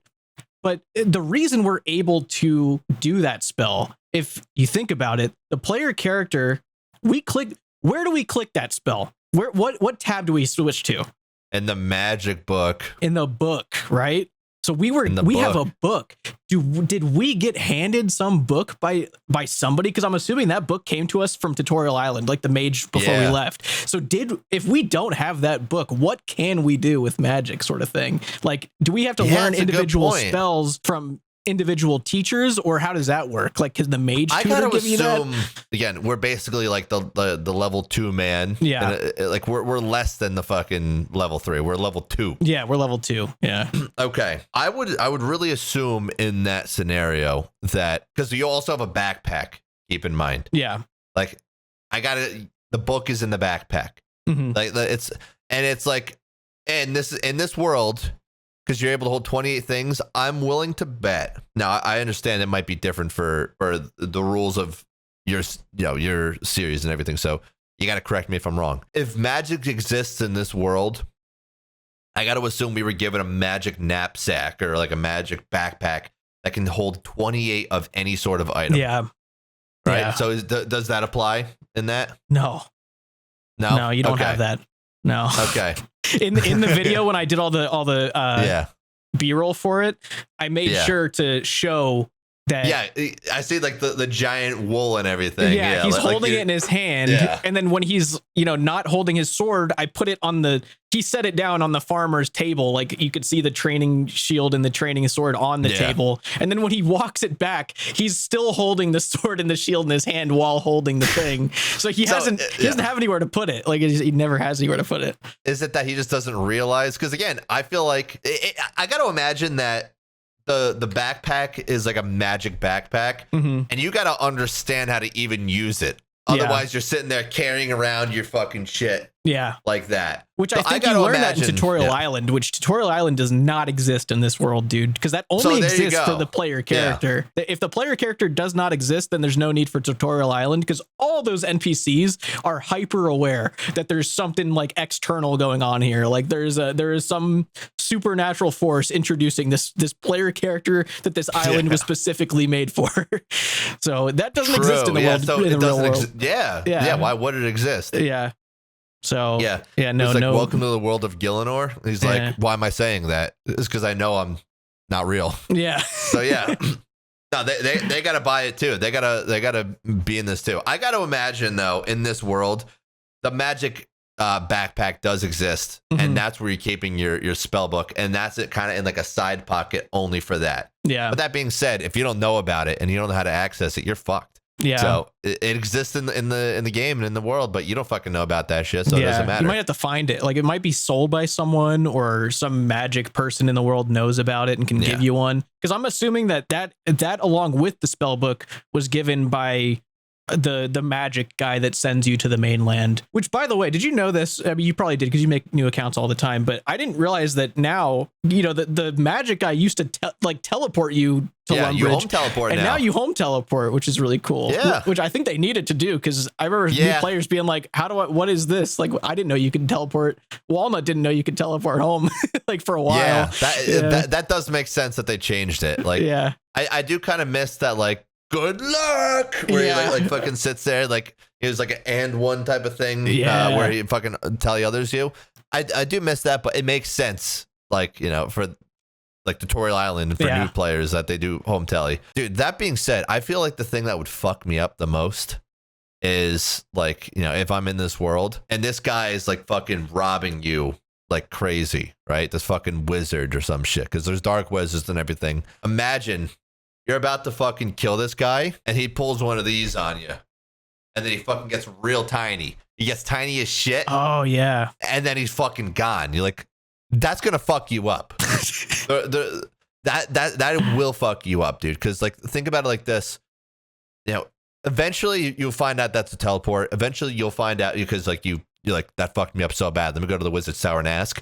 They'll be like, that was a teleport. The only way to get them to not teleport is through a tele block. But, those runes in this world, it's basically fucking impossible to come by those runes. Like, law runes, dude. Like, oh yeah, those are tough to find. Law runes are tough to find. Death runes are fucking crazy tough to find. And chaos runes, like, listen to the names of these things. Like, if you hear that you got to get... Yeah, it's like a death rune, a chaos rune, and a law rune. You're like, what the fuck? Yeah. I have to get those things just to stop this guy who nearly fucking killed me and robbed me from fucking leaving so I can kill him. Like, that feels like forbidden as fuck, dude. I feel like basically nobody is going to become a wizard unless, like, that's like their only thing. Yeah. I think people are going to get real into it. Yeah. I think so. That's what I'm most excited about, is the theory crafting. Like, if it goes well, the first episode goes well, I want to open a Discord just for people to go in, and because, it's the audience's choices. It's their journey, their consequences. Yeah. So I want to have like a dedicated community so people can go in there and dive deep into whatever lore they can find. They can read the books too, so it's not just me doing all this research. They have to do it, and they can look into real life distances, or just any little indicators that something is inconsistent with the game world that they have to consider now. I think that would be really fun for everyone to kind of work together to try and form these decisions to make and paths to take. I feel like that's what I'm looking forward to the most, if it does well. I think it will. I think it'll do good. It's a trend on YouTube to, like, like the places to live videos I did, looking at the I liked those too. Yeah. I do. It kind of feels, obviously, not a 1-to-1, but it kind of feels like a Twitch plays Pokemon type of thing, where just leaving it up to almost, people could be organized about it, or people could be chaotic about it. Yeah. Depending on how the ordering of it goes. Yeah. Like you might just get people that are very sadistic and are like, I'm going into Goblin Village and I'm going to kill myself in there. Yeah. Yeah. That's what I gotta ask too. If people do like if the audience decides that like this character in the video is fucking dying, that's Billy Bob. Are we getting Jim Bob next? Is he next? Like, he's the next guy to come into the world or what? Like, what are the rules for it? So this is something that I've been considering because it's funny. There's actually an anime called ReZero, and this is essentially exactly what's going, like the same situation of just a guy who he's used to modern conveniences and technology. And then he gets transported to a fantasy world filled with like deadly magic and really medieval laws. It's just everything you'd expect. It's RuneScape-y pretty much in the sense that there's a lot of stuff that he can't participate in because he doesn't have an affinity for magic or anything, but he thinks that he's going to have that when he gets there. But his only power that he has is that when he's killed, he has a checkpoint that he goes back to. But he still experiences death in its entirety. If he gets the most painful, gruesome death of all time, he still has to experience that before he goes back to the checkpoint. So it's shit. That it is a crazy. It's one of the best animes I've ever seen, and it's awesome. But it's psychologically taxing, like dying so much and like having to make a different decision each time so that you survive this. So I don't know if I want to make it like that to the point where you have a checkpoint to go back to, like give it like a ReZero twist to it, or if I want to make it like, a different universe. We hop universes to a different timeline where, it's a different guy entirely. So either the infinite universe, or I mean, you can even make it too. So, but look, you guys decided to kill him off, so he's dead. Yeah. Different universe, he's still alive. Mm-hmm. No, continue on next. I do like the idea of going on to a new guy. Like, I think that would be cool too. Giving him a same. This guy's dead. That's it. Yeah, you new guys, look. You guys willingly fucking walked him into Goblin Village, and he got ripped apart limb by limb. Yeah. Congrats, guys. Yeah. You killed a man. Yeah. I feel like it would be fun to do that too. Of basically, if I wanted to. So I could either put the new character into the exact same position, or I could give them a quick backstory of how far along they've gotten and put them in a whole new situation, like that they have to start taking over from. Yeah. I feel like that would be fun one too. Yeah. I like that one, dude. What I will say, I've been thinking a little bit more about this. I would really want to just put all my time and effort. First and foremost, I would get like base level stats of like attack and strength. Right. I would also get prayer. Right. I'm guessing prayer would take a long fucking time, but I'm also thinking you wouldn't just train it by burying bones, right? Yeah, that's a mystery. Yeah, we don't know that yet. Because maybe at that point you start off. The smartest way to start off is you're like, Father Eric, can I please work in your cemetery? Yeah. Until I get protect from melee, because the moment you get that, you're safe in so many fucking places. Yeah. I feel like the best run to do is you get overheads, you get a little bit of melees as well. Yeah. And then you end up going for magic, full fucking magic build. Because imagine this, dude. It takes you 2 days to get to Barbarian Village from Varrock, right? Mm-hmm. That's what it is in the book. So, and then it's got to be like 3 days from Barbarian Village to Falador. From Barbarian Village to Falador is it's either 2 or 3 days. Yeah. If I can instantly teleport from Varrock to Falador, don't get me wrong, the runes are going to be expensive as shit. Like to find that law rune, I'm going to have to be fucking clever, right? Yeah. Because monsters like just carry that shit around on them, whatever. Yeah. But like, I don't know which ones are going to do it. Mm-hmm. Or maybe I do. Yeah, but I'm going to assume that I don't. Yeah. So I feel like I can make some money somehow. You got to do like some fucking bitch peasant ass work, but like I'll do that shit. Yeah. And then I'll buy myself just enough runes to escape if I need to, and then to teleport from town to town. And obviously you got to do the whole thing where you visit the town first, because you can't teleport to Ardoin if you've never fucking been there, right? Yeah. Like, I feel like you got to have some sort of semblance, some sort of idea where that shit is in the world now. And maybe there's like a whole thing too of like, well, I guess that'd be like RuneScape 3 with like the fucking load stones. Yeah. The load stones. Yeah. I would imagine I'd imagine that's more so how it would work too. Is like people teleport into a lodestone, but it costs them, runes. I feel like that's how it would make sense, but not an old school RuneScape, so it doesn't matter. Did I tell you the reason why I'm doing this series in the first place? Like the underlying reason. I talked to Settled about it when what'd you say? Money. Oh yeah, I gotta do that. I gotta get some of that too. But I was talking to Settled about this when we were at Jagex for the 25th anniversary event that we did. Oh shit! Sorry. Oh my god! I'm here. Hey, you all right? Hey, I'm all right. Good. Hey. Well, I was talking to Settled about it, and I was just talking about how, like, RuneScape, it's been here for 25 years. There's this giant world of lore and stories, and we've only gotten like a few books about it. Like, we've only gotten just a couple little smidges of lore and things like that.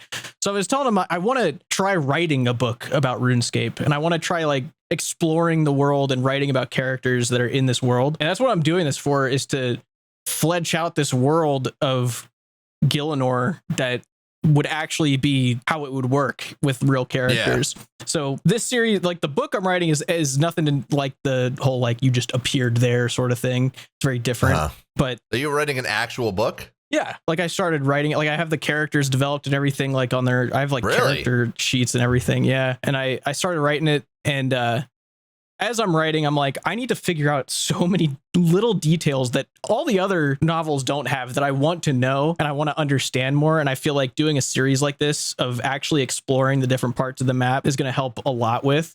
And it just sounds fun. Yeah. Like, obviously, it's a super fun idea. So I want to do that. I also really wanted like a consistent series again that I can go to, because I miss having that. Like, I mean, I still have the by release movie to do, but that's a huge project that's going to happen once. But like, yeah, I get it. And I don't have any crazy fun ideas to do for like a new account or anything. So it's like, oh, this is something new, never done before, and I want to like be able to make. I've been having so much fun making stupid shots with Creator Kit, like sneaking from goblins and like carrying giant balls of wool and just being real goofy with it. And I feel like I need that, but I'm so excited to see what happens with it. It could crash and burn. There could be one episode, never again. But like, I hope it goes on for a while. Like, I feel like by the time this is uploaded, I think we'll know. Yeah. So we could be talking about this, like dude, that fucking sucked. What were you thinking? Or it could be like, bro, 1 million subscribers from one video. I never thought it'd be possible. Wow, I can't believe this happened. Yeah. I'm starting to think it might be somewhere in the middle, but somewhere in the middle. We'll see, dude. Extremely average, maybe. Extremely average. The real test is normally not in episode 1, it's episode 2. Yeah. But that's where the real test is, because like people are always going to be like, well, what's going on here for episode 1, but not for episode 2. Like, you got to really hook people for that. Oh yeah, that's always a telltale sign if you see a series that has so many views on the first but not very many on the next. Like, it's usually people are like, well, no, I just hate you. Yeah, they just like, I hate you with all that I have. I hate you specifically. Yeah. Did you finish your series? Yeah, I'm done with that. Okay. Do you have a series that you're thinking of next? No. No? I mean, do you want one? No? Why, you have one for me? No, I was just wondering if you like, if that's something you want to do, or if you want to like not worry about a series for a while. Like I really like having a series as well. Mm-hmm. Like, I think it's like one of the most fun things to like have a series and like really try to make that series work. Mm-hmm.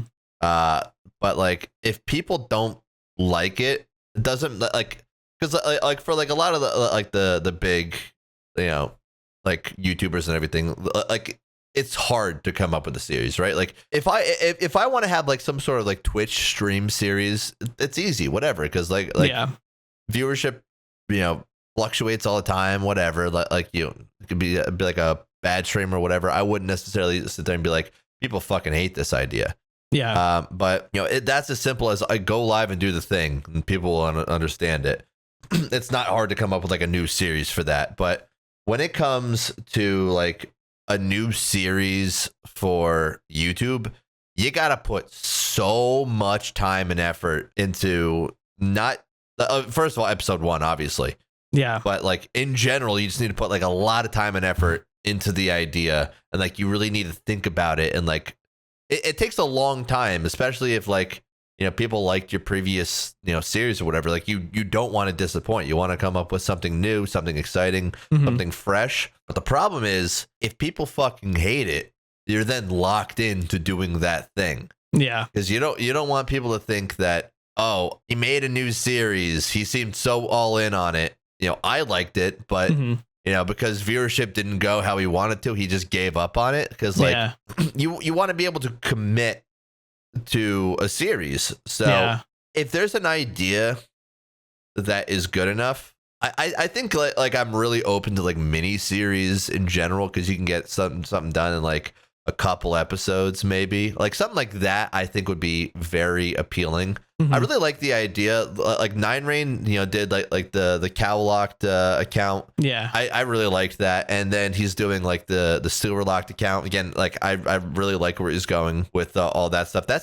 stuff just seems fun. I think I'd want to do something like that. So I totally want to do another series again, but it's such like a risk, so to speak, that like if you don't do the right like the right idea, or like an interesting idea, like you're kind of fucked. Like, you know, you're locked into just making some fucking, you know, something that people don't care about. Yeah. So like I do think eventually I'll do something, but I don't know. I need an idea, and a good idea is not something you can come by easily for a YouTube series. Yeah. So that's why, like, I do like whenever you see someone like doing something dramatically different, regardless of how it does, you always do have to like commend that person, because it's like you're trying something new, and you never know how something new is going to go. You know, you can have every idea in the world that's going to do good, but until you just do it, you never know. Yeah. Yeah. That's actually really funny. That's one of my notes for talking about today is I just wrote taking a big ass risk with new video series. It's like on my notes just to talk about.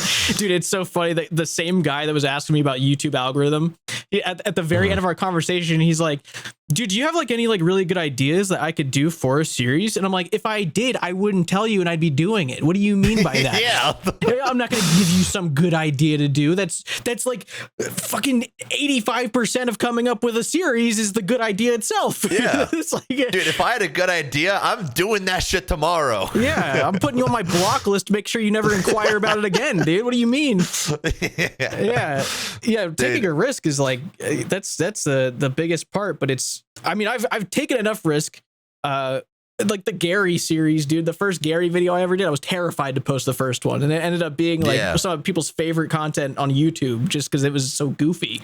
But it also is it's like a risk, though, dude. It is. Because you're sitting there with, like, if you think about it, like you're sitting there with like TTS voices over RuneScape characters' heads. That could go so fucking wrong. Yeah, that could be like the most boring fucking thing in the world if you don't present that right. Like, like if anyone else tries that shit, that's a fucking immediate 10 out of 10 in your YouTube studio. You know, and for people that don't know, a 10 out of 10 is the lowest ranking possible, right? You would think, oh, 10 out of 10, phenomenal. Nope.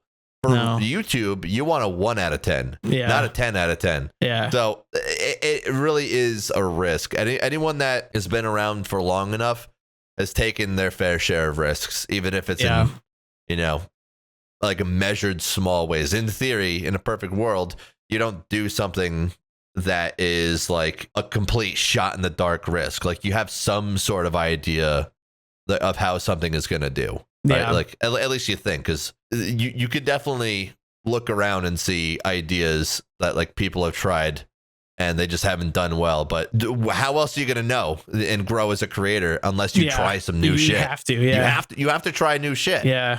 Even if you look like an asshole for that idea, you have to try new shit. Like it's people aren't going to remember the failures. People are going to remember unless it's a miserable failure. But like people like will generally speaking remember the success stories. You know, as long as you keep trying new shit. I do think it's so important to take big ass risks, as your note says. Going back to when you were talking about like the getting stuck with a series and like doing it no matter what, the World of Warcraft series that I did, like starting like the beginning of last year. Yeah, I remember. It performed so well, and it was a huge risk. It's a series that like I really have to push through to finish, because the second half of that journey, like so much of that journey was completely out of my control. The entire journey itself, I basically was relying on people like role playing and like hanging out and just having fun. And then the second half of the journey just turned into like really sweaty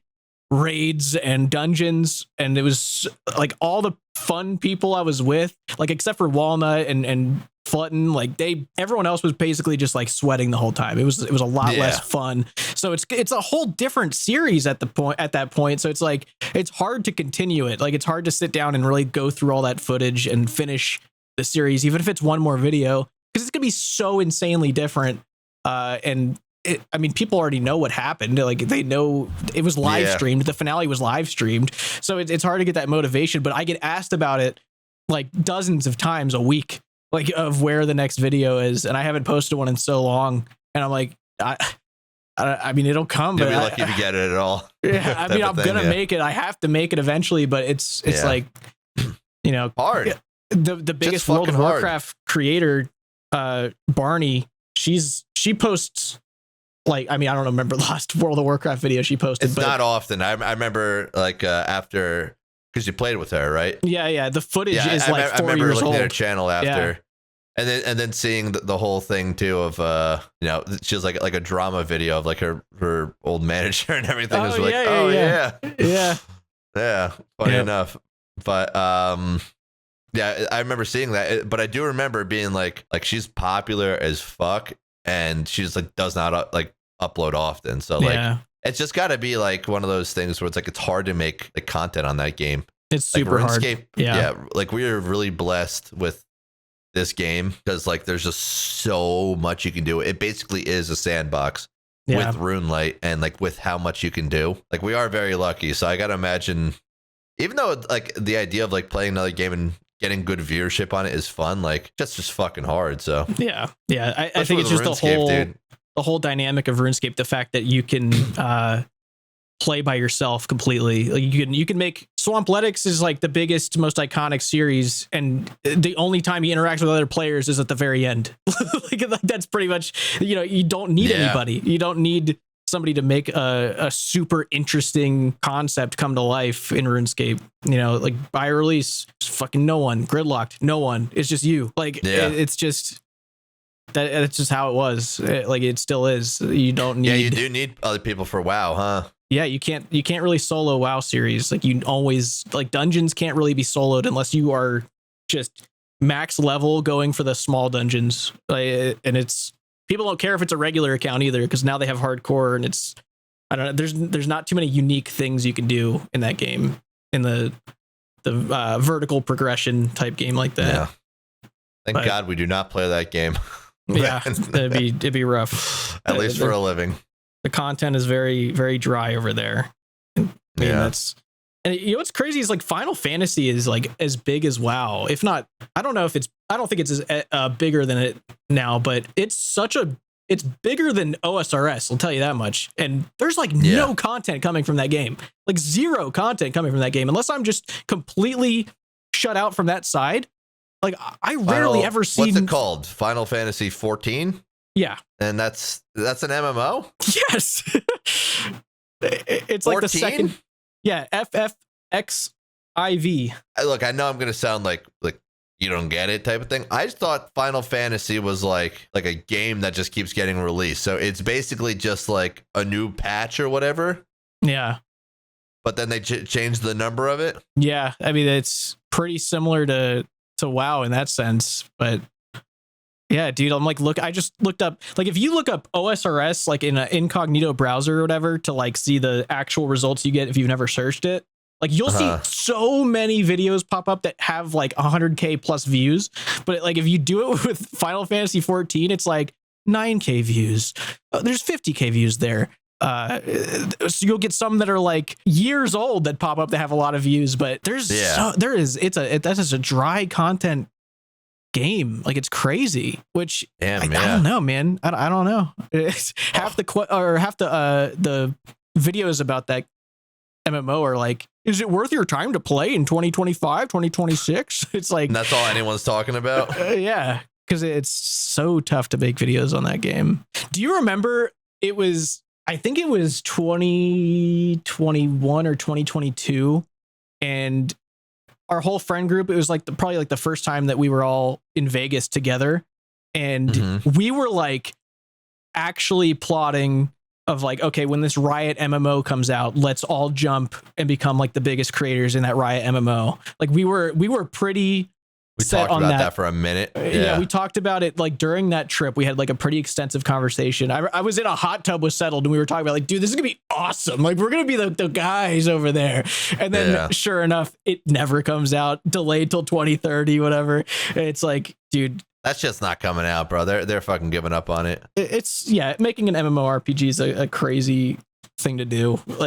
Did you hear about all the Ashes of Creation stuff when that happened? Didn't it get fucking like just completely like people spent money on it or something, and then it's just deleted, gone, right? Yeah, it's gone. Yeah. Yeah. Yep. That was supposed to be the big one, and I doubted it from the start. I doubted it for years, and I said it for years, and sure enough, everyone just crashed. Why did you think like why were you such a doubter of it? Like why did you know? Just because were you just being a hater and you got right? No, every time I looked at it, it was like, this does not look appealing to the masses. Like this is such a niche thing. And then the creator was actually saying that like this game isn't going to be for everybody, but the whole fan base was talking about how it's going to be for everybody, and it just never was. It didn't look interesting at all. Like the graphics weren't great. Like I guess there was probably a few parts that like, oh, that looks good, but it's an MMO, so it doesn't even matter. This looks like World of Warcraft. It's like Unreal Engine 5 meets WoW almost. It feels like it doesn't look awesome. Like it didn't look I don't good. know anything, so keep in mind this is as someone that I would have to be like in the right position, I guess, to like want to try like a new MMO. Like I would have tried like the Riot MMO, but like just looking at this literally just looks like World of Warcraft to me, and I don't understand like a difference. So yeah, if anything, I'd be like, maybe I'd go try World of Warcraft. That's, I think it would sooner push me to that. Yeah. That's the thing too. If you don't play any MMORPGs, like if you have yet to play an MMO with a skill, like a hotbar with abilities on it and stuff, all games just look like WoW to you. Like it all just looks like the same MMO because they all set up that way, because it's so vastly different from old school in every single way, shape, and form. I feel like that's a big reason why people get turned off from RS3 immediately too. Is just because like, I mean, there's a million reasons, but I mean, yeah, the hotbar. No, the hotbar just looks crazy. Yeah. Nah, that's dude, I'm the type of player I will never want to learn that, even if it takes me 30 minutes. I will never want to learn that. We've been going for a while, and I can't do too much longer, but we need to address one thing before we go. All right. Are we naming this thing? Are we naming this thing or what? Oh. Because we have to. It needs a name. Yeah, it does, doesn't it? Yeah. Well, look, I am willing to do this a lot. Yeah, I am too. We got to get our own channel for it. We do. We would have to make it. So yeah, we've talked about names. We have some names in mind. We got to know though. You guys gonna listen to us talk or no? You guys? Oh, they will. Oh yeah. Oh, they will. We got to get 5,000 likes on no. Dude, last time I said forgot about that. Yeah. The last video got 5K likes, and you said you'd eat a sock, and then we didn't find any edible socks. No, I specifically remember saying something along the lines of like, I wouldn't do that even if this got 5,000 likes. Oh, you remember saying that, do you? Yeah. If we're gonna name this thing, if we're gonna do it for real, I said a sock. Yeah. All right. Well, look, I might be willing to look into an edible sock, but you got to deal with me. Yeah, I'll look into it. We'll get something sock shaped. How about, I'll get okay, it has to be sock like. Yeah. Wait, what do you mean? What do you mean by sock like? Let's make that clear. Okay. It has to be wearable. What? Has to present as a sock and be edible. It has to be wearable? Yeah. In some way. Look, that's what I feel. But then again, technically speaking, if you could put like a little cake on your foot or whatever, and it looks wearable. So I don't know. Look, all I'm saying, both Jimmy and I have had fucked up stomachs for a while. So eating a sock is not the easiest thing for either one of us to do. It'll kill us. Let's be honest for a second. We'll actually, die. I will say, my stomach is entirely back to normal. As a side note, mine's not. Well, I know yours isn't, but mine is back to normal, so it's good for me at the very least. Yeah, dude. I'm feeling good for me in this situation. Yeah, let's just reverse every ounce of progress you've made and get that sock in there real fast. Yeah, all right, as fast as we can. Let's really we can carpet bomb my stomach via sock. Yeah. It's going to have to be worth it. That's the point being. Look, if you guys want to watch this, you got to let us know, though, by commenting your favorite number. No, don't do that. Don't do that. Don't comment your favorite number. Don't do that. Just leave a like on the video instead. We'll see you next time. Maybe we'll name it. We have to come up with a name, though. Right now? I feel like that'd be the best place to do it. Really? Okay, don't we have the name? No. We have like 60 names, potentially. Did we settle on one? Oh, no. We didn't, huh? No. Did you think we did this whole time? I thought we did. No. I thought we had it. What was the last thing we I gotta sent go to you? back in this, though. Yeah. Why didn't we pin anything? We don't do that. We don't do smart shit like that. We don't fucking do that. Yeah, I think the last ones we talked about were cup to wall and through the wall. Through the wall. Do we want to do something with a wall? I don't know. I think it's got to be memorable. You got to just be able to say it and be like, oh, yeah, it's those two fucking dirtbags. Through the wall. That was it. That was the one I thought was good. Then there's what? Don't Mind Us. Press Your Ear podcast. The Other Room. Between the Walls. The Confidently Wrong podcast. The Open Window podcast. I think people really do have to give it their all here and give us some names because this is tough.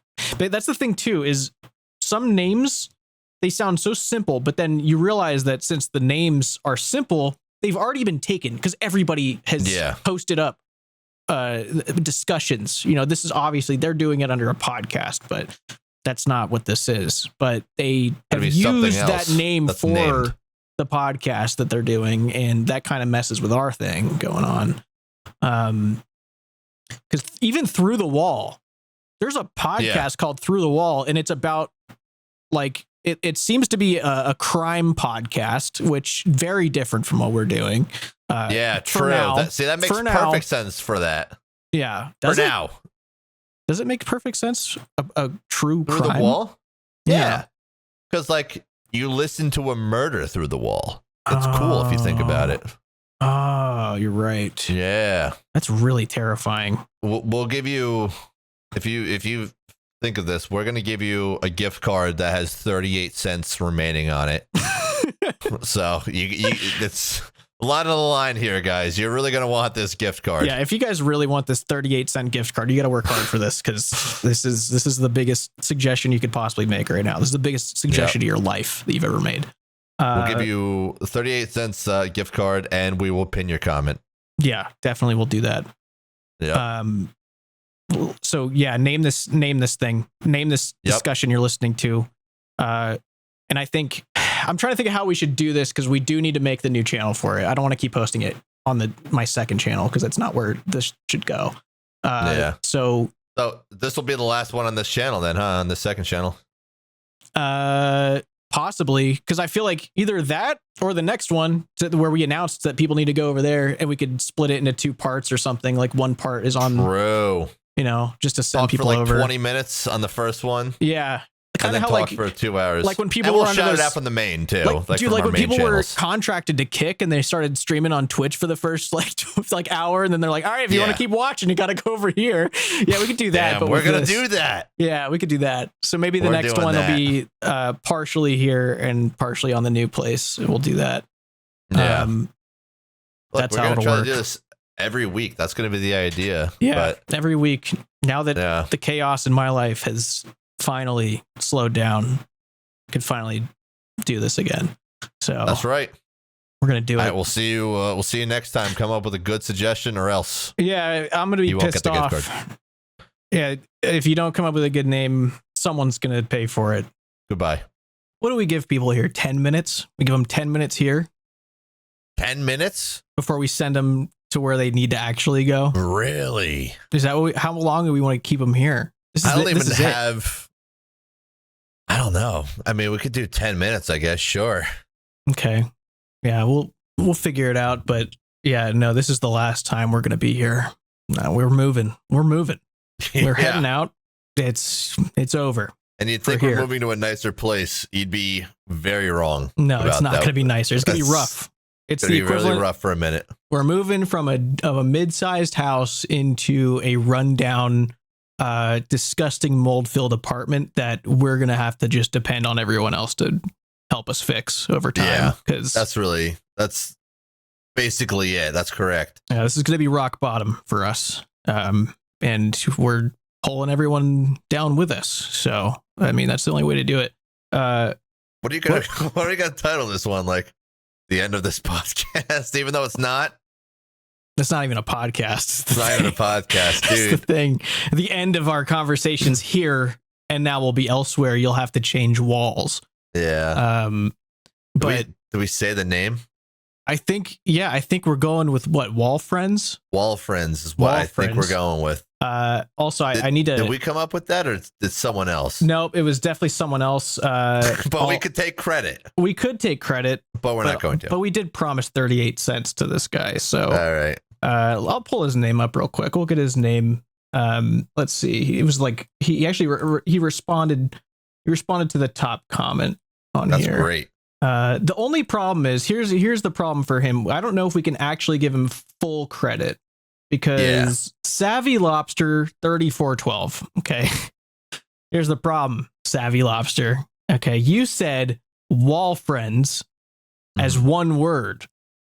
But I'm thinking we split those two words up.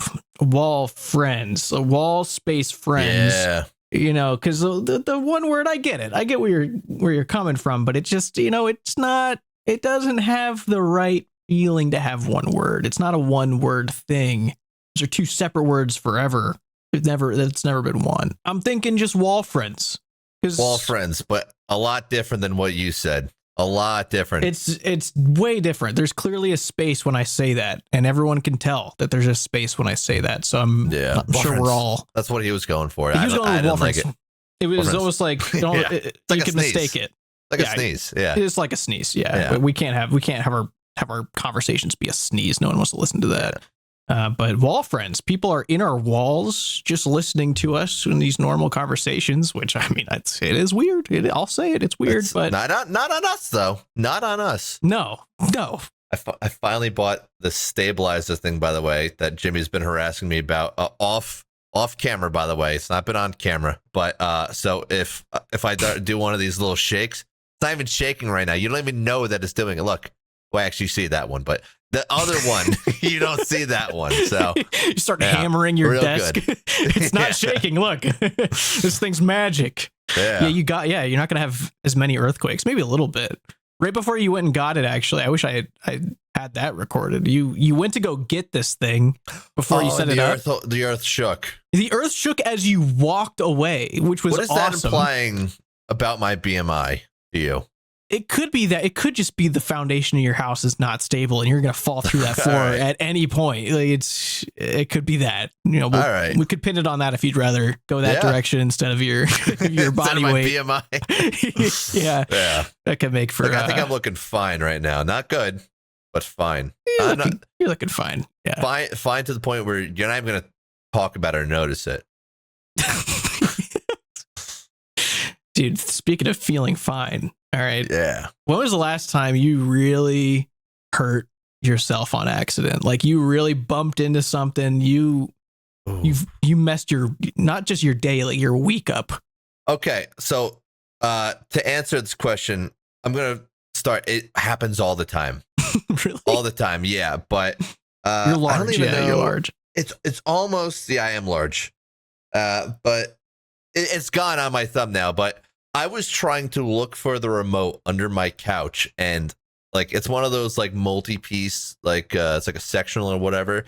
So it's like there's pieces to the couch. So if you want to move the couch, you got to move it in pieces. You know. Yeah. And we lost the remote, my wife and I, and we just didn't watch TV for 3 days. And we're like, I really think that we need to search for this remote. This is getting really ridiculous. So I go to pick it up and it got like stuck on like another part of like the sectional. And I was like, I could move this whole thing, but it's like the one that's like stuck in the corner. So like I'd have to move everything around. That's a pain in the ass. You know, I'll just leave it stuck right here. Mm. And I went to go reach under to, because I was like, oh, I think I see the remote. I didn't see the remote, by the way. Didn't find it for another 2 days. Yeah. It was in a completely opposite place. But I went to reach under. I'm like, you know, I feel like this is gonna land on me and hurt some part of me. So I was like, you know what? Let me just like go to like move it around. And then I realized the whole thing was stuck. I was like, okay, so it's not moving. The whole couch is stuck. Great. Then I go to like look under. Yeah, I don't see anything. It's fine. Mm. And then I go to like move the couch back again. Crushes my hand. What? Crushed my fucking hand. Were you able to get your hand out fast, or did it just kind of sit there in agony for a bit? So let's say this is the couch. Okay, there's the couch. Yeah. Hand. Ow. And yeah. It fucking hurt like a bitch. Yeah.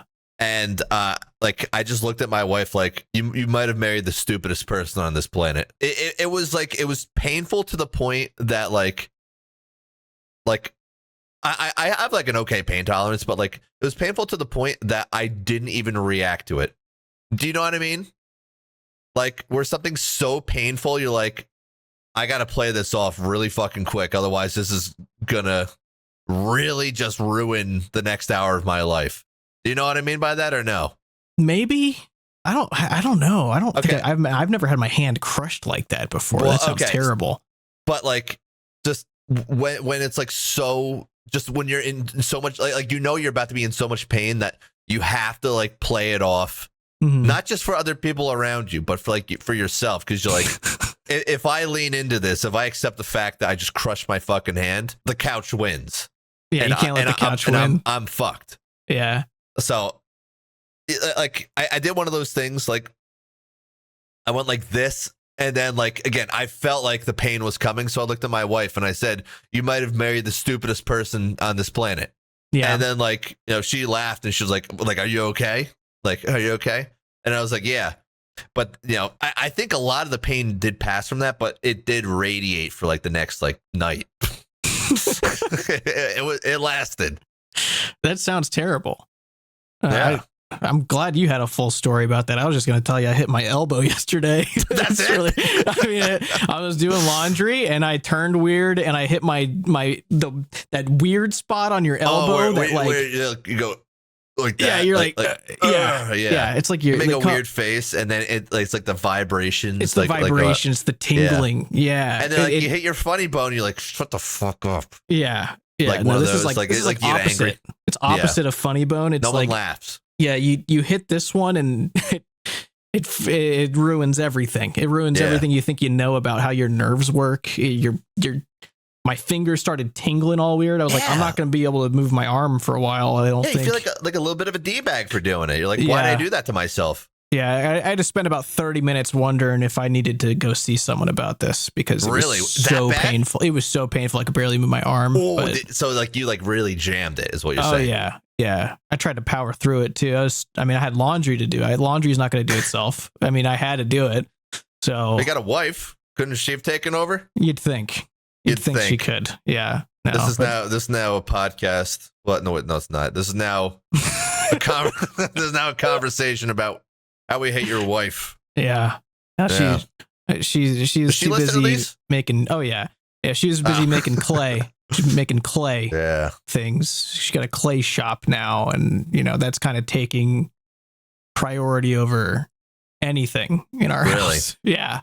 No. It's crazy, dude. Has she eaten addicted. Any of it on accident? Eaten it? No. She's Children definitely inhaled do it all the time. things. She's inhaled things by accident. She should not have. There's a lot of, I didn't realize if you're making something out of clay, there's a lot of dangers involved. You gotta they use this like poly something. I don't remember what it's called, but it's like they have to like glaze it, so it's all yes. They have to glaze it so it's shiny and it's like durable. Yeah, and she has to wear it. She looks like she's making meth, dude. She's making meth in there or something, and she's. Why is it? Because she's accidentally breathed. No, she did it ahead of time. No, she got it ahead of time. Oh. But I mean, it's still. I think she didn't realize that it emits those fumes for way longer than she thought. So I mean, she's been breathing it in like way longer than she should. So she had to kind of like fix a few things about her process there. But she's fine for the time being. Check back in a year. We'll see how she's doing. But for the short term, she's fine. Yeah. Maybe it permanently, damaged the ability to do laundry for her. Yeah, so. No laundry while that's happening, apparently. Yeah. No, absolutely not. Dude, I do feel as though when I was a child and like I went to like those like clay making parties. Clay making parties? First of all, I have to ask, did you ever go to any of those or no? I've never heard of a clay making party in my life. Okay. It's like a kid's birthday party. You go like, oh, let's go freaking like make pottery. It's like there's like so many different businesses. People are gonna know what I'm talking about. Maybe you're not gonna know what I'm talking. Anyway, point being, I just remember vividly this one kid at this birthday party that I went to. It was like his birthday party, and like I was just sitting there making my piece of crap fucking clay thing that I probably got thrown out in 2 days or whatever. Right. And like I just heard his mom yelling at him. I'm not going to say his name, but it's like, stop eating the clay. He was eating the clay. That's why I asked, by the way. That's why I brought that up. It's a vivid memory. That's crazy. Eating clay is crazy. Yeah. That can't be good for anybody. He's still alive, by the way. He's still alive. The last I checked, I have not checked in years. So maybe I just made that up. Yeah. Maybe he's been dead for the past 5 years. Because the clay finally caught up to him. Dude, you know what that reminds me of? Do you remember what was it called? The old claymations where it was like pancake mines. You remember that? Pancake mine. Yeah. Was that like on YouTube? It was on like YouTube. Yeah. It's like called like pancake mines. Yeah, dude, it was a classic. I'm gonna look it up. What is it called? Yeah. Pancake mine. I'm gonna search this up. Clay World. Yeah. That was a classic. Mines? Yeah, dude, that was a classic. It was like 18 years ago. Oh yeah, dude. Did you ever see those? So, look, I like it activated some part of my brain, so I definitely know of this, but I don't remember anything. Yeah, it's just guys thinking that it's just 2 little blue clay guys. They're walking around. One of them's like, hey, look, there's pancakes. And he's like, no, those aren't pancakes. Those are mines.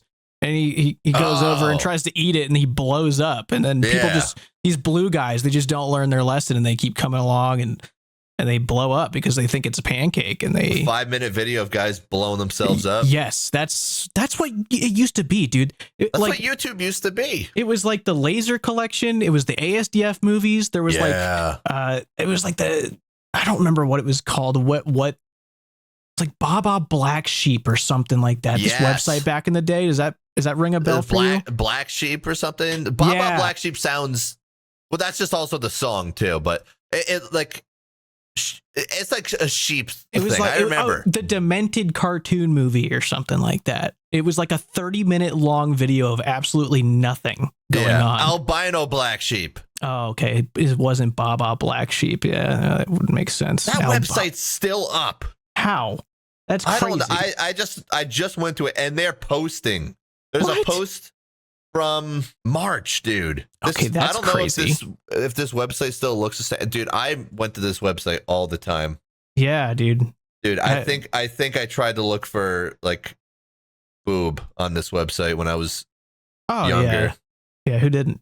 Who didn't, I guess. That and then Newgrounds too. You found some weird shit on Newgrounds. Yeah, the Demented cartoon movie, dude. Yeah, I remember this. It's so crazy. You know it's an old website when there's a video and there's no indication of views or date posted. Like it's just a site. There. Yeah. As far as we're concerned back then, it could have been millions of views. Yeah. It was probably like 5 or 10,000 at most now that I'm thinking about it, though. No, there's no way. The things like that just made rounds somehow. Like that's just how things work. Not like that, but like random things, like most stuff on the website. Yeah. Absolutely. I just assumed everything was very popular and like everyone saw all of it. Yeah. I remember getting that shocked feeling when I would make references and it turns out I'm the weird kid. That happened many times. Yeah, it happened a lot. Yeah. I was really excited in middle school when I one of my best friends, I met him and we bonded over the Lazer collection. It's like, I'm a fire in my laser, blah, and he blows people up. Dude, I was so happy finding another person that knew what that was when I realized that people just simply didn't know what that was, and I was a weird kid. Those were the good days of YouTube, though. Like, people just made good stuff. I was just watching this whole like documentary about how this guy's like, Mr. Rogers was amazing. He was low stimulation. Mr. Beast, this guy sucks. That was basically like the whole point of it. I was like, okay. Mr. Rogers versus Mr. Beast, dude. Yeah, there's a little different vibe there. They were both misters, though. They were. Yeah, they had the same title, same rank of nobility. Damn, dude. I miss those days. It's so scary. Things are scary on YouTube now. It's like, there's they kind of are, actually. It's just a cesspool. The more I looked at it, I went on.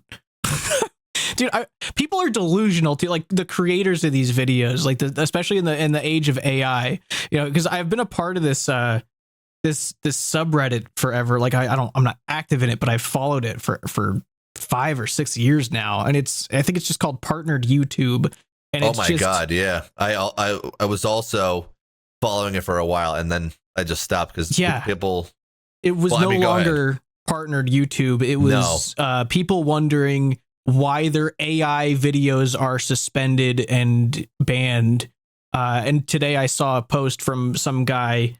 He's like, I have 500K subs. Like I put 11 days of hard work into After Effects each time I post a video. Like they marked me for massively generated content or something. And everyone in the comments is like, yeah, I just went to your channel, dude. There's nothing that's not AI generated on there. What are you talking about? And so he's all demonetized now, and he has no clue that like just generating AI content and posting it up, no matter what you do to it in After Effects, is still AI generated content. And people think that's just like, that's what people want. That's what you do now. It's like, dude, that's crazy. There's a lot of channels, dude. Like, yeah, a lot unlimited. Where like I've watched. Unfortunately, I've watched like a few of them, and but to be fair, so like like Fern, right? Like the documentary channel. Fern. Yeah, where that like no. Okay, but if you've seen one, you've certainly seen at least some of them where it's like it's all channels that basically just do like Blender animations, and it's like there's like a faceless guy or whatever, that's how like a lot of them started out, and like they just do like Blender renders of like little spaces, and it's like faceless guys, and like, oh, this person is part of this documentary, blah blah blah, whatever. Like I liked watching those for a while, and then there's this one channel that was like churning out tons of documentaries, and it all had like these same, it like looked similar enough to like, like someone that would first start making these Blender videos. I was like, oh, dude, these are, cool or whatever, but like something is like a little off about it. Yeah. And like, I think I went through like 5 videos until I'm like, yeah, like this is without a doubt like AI. And then I like looked through the comments, and not a single person caught on. Because it's like there's like little weird AI things where it's like I caught on from the first one for what it's worth, but like there wasn't enough information for me to be like, this is definitively AI. And then like after like watching again, like probably like 5 or something, I was like, this guy literally made this whole thing probably in like an hour. He just had a video generate everything. He probably just put like a fuck ton of prompts into like fucking Grok or something. I don't know, whatever they're using. And then also had like fucking ChatGPT write some shit up, be like, make a whole documentary and give me the script and then read it. Yeah. And then, like it took like an hour of his time, and like all the sound effects in it too so fucking terrible.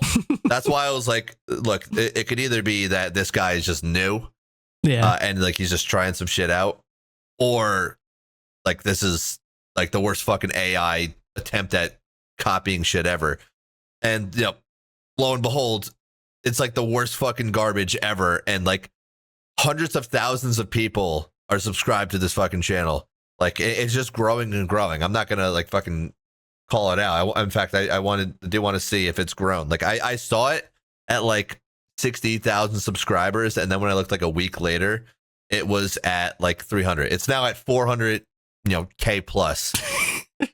Fucking crazy. And like so many people are like, oh, these are so high quality. Like you've blessed us with another upload. It's like, look, I get it. Like I didn't call it out right away. You have to at least know right from the beginning. And like people either know and don't care, or like so many people just don't know that like so much shit is just made with AI. So the fact that at least that guy got fucking demonetized. Yeah.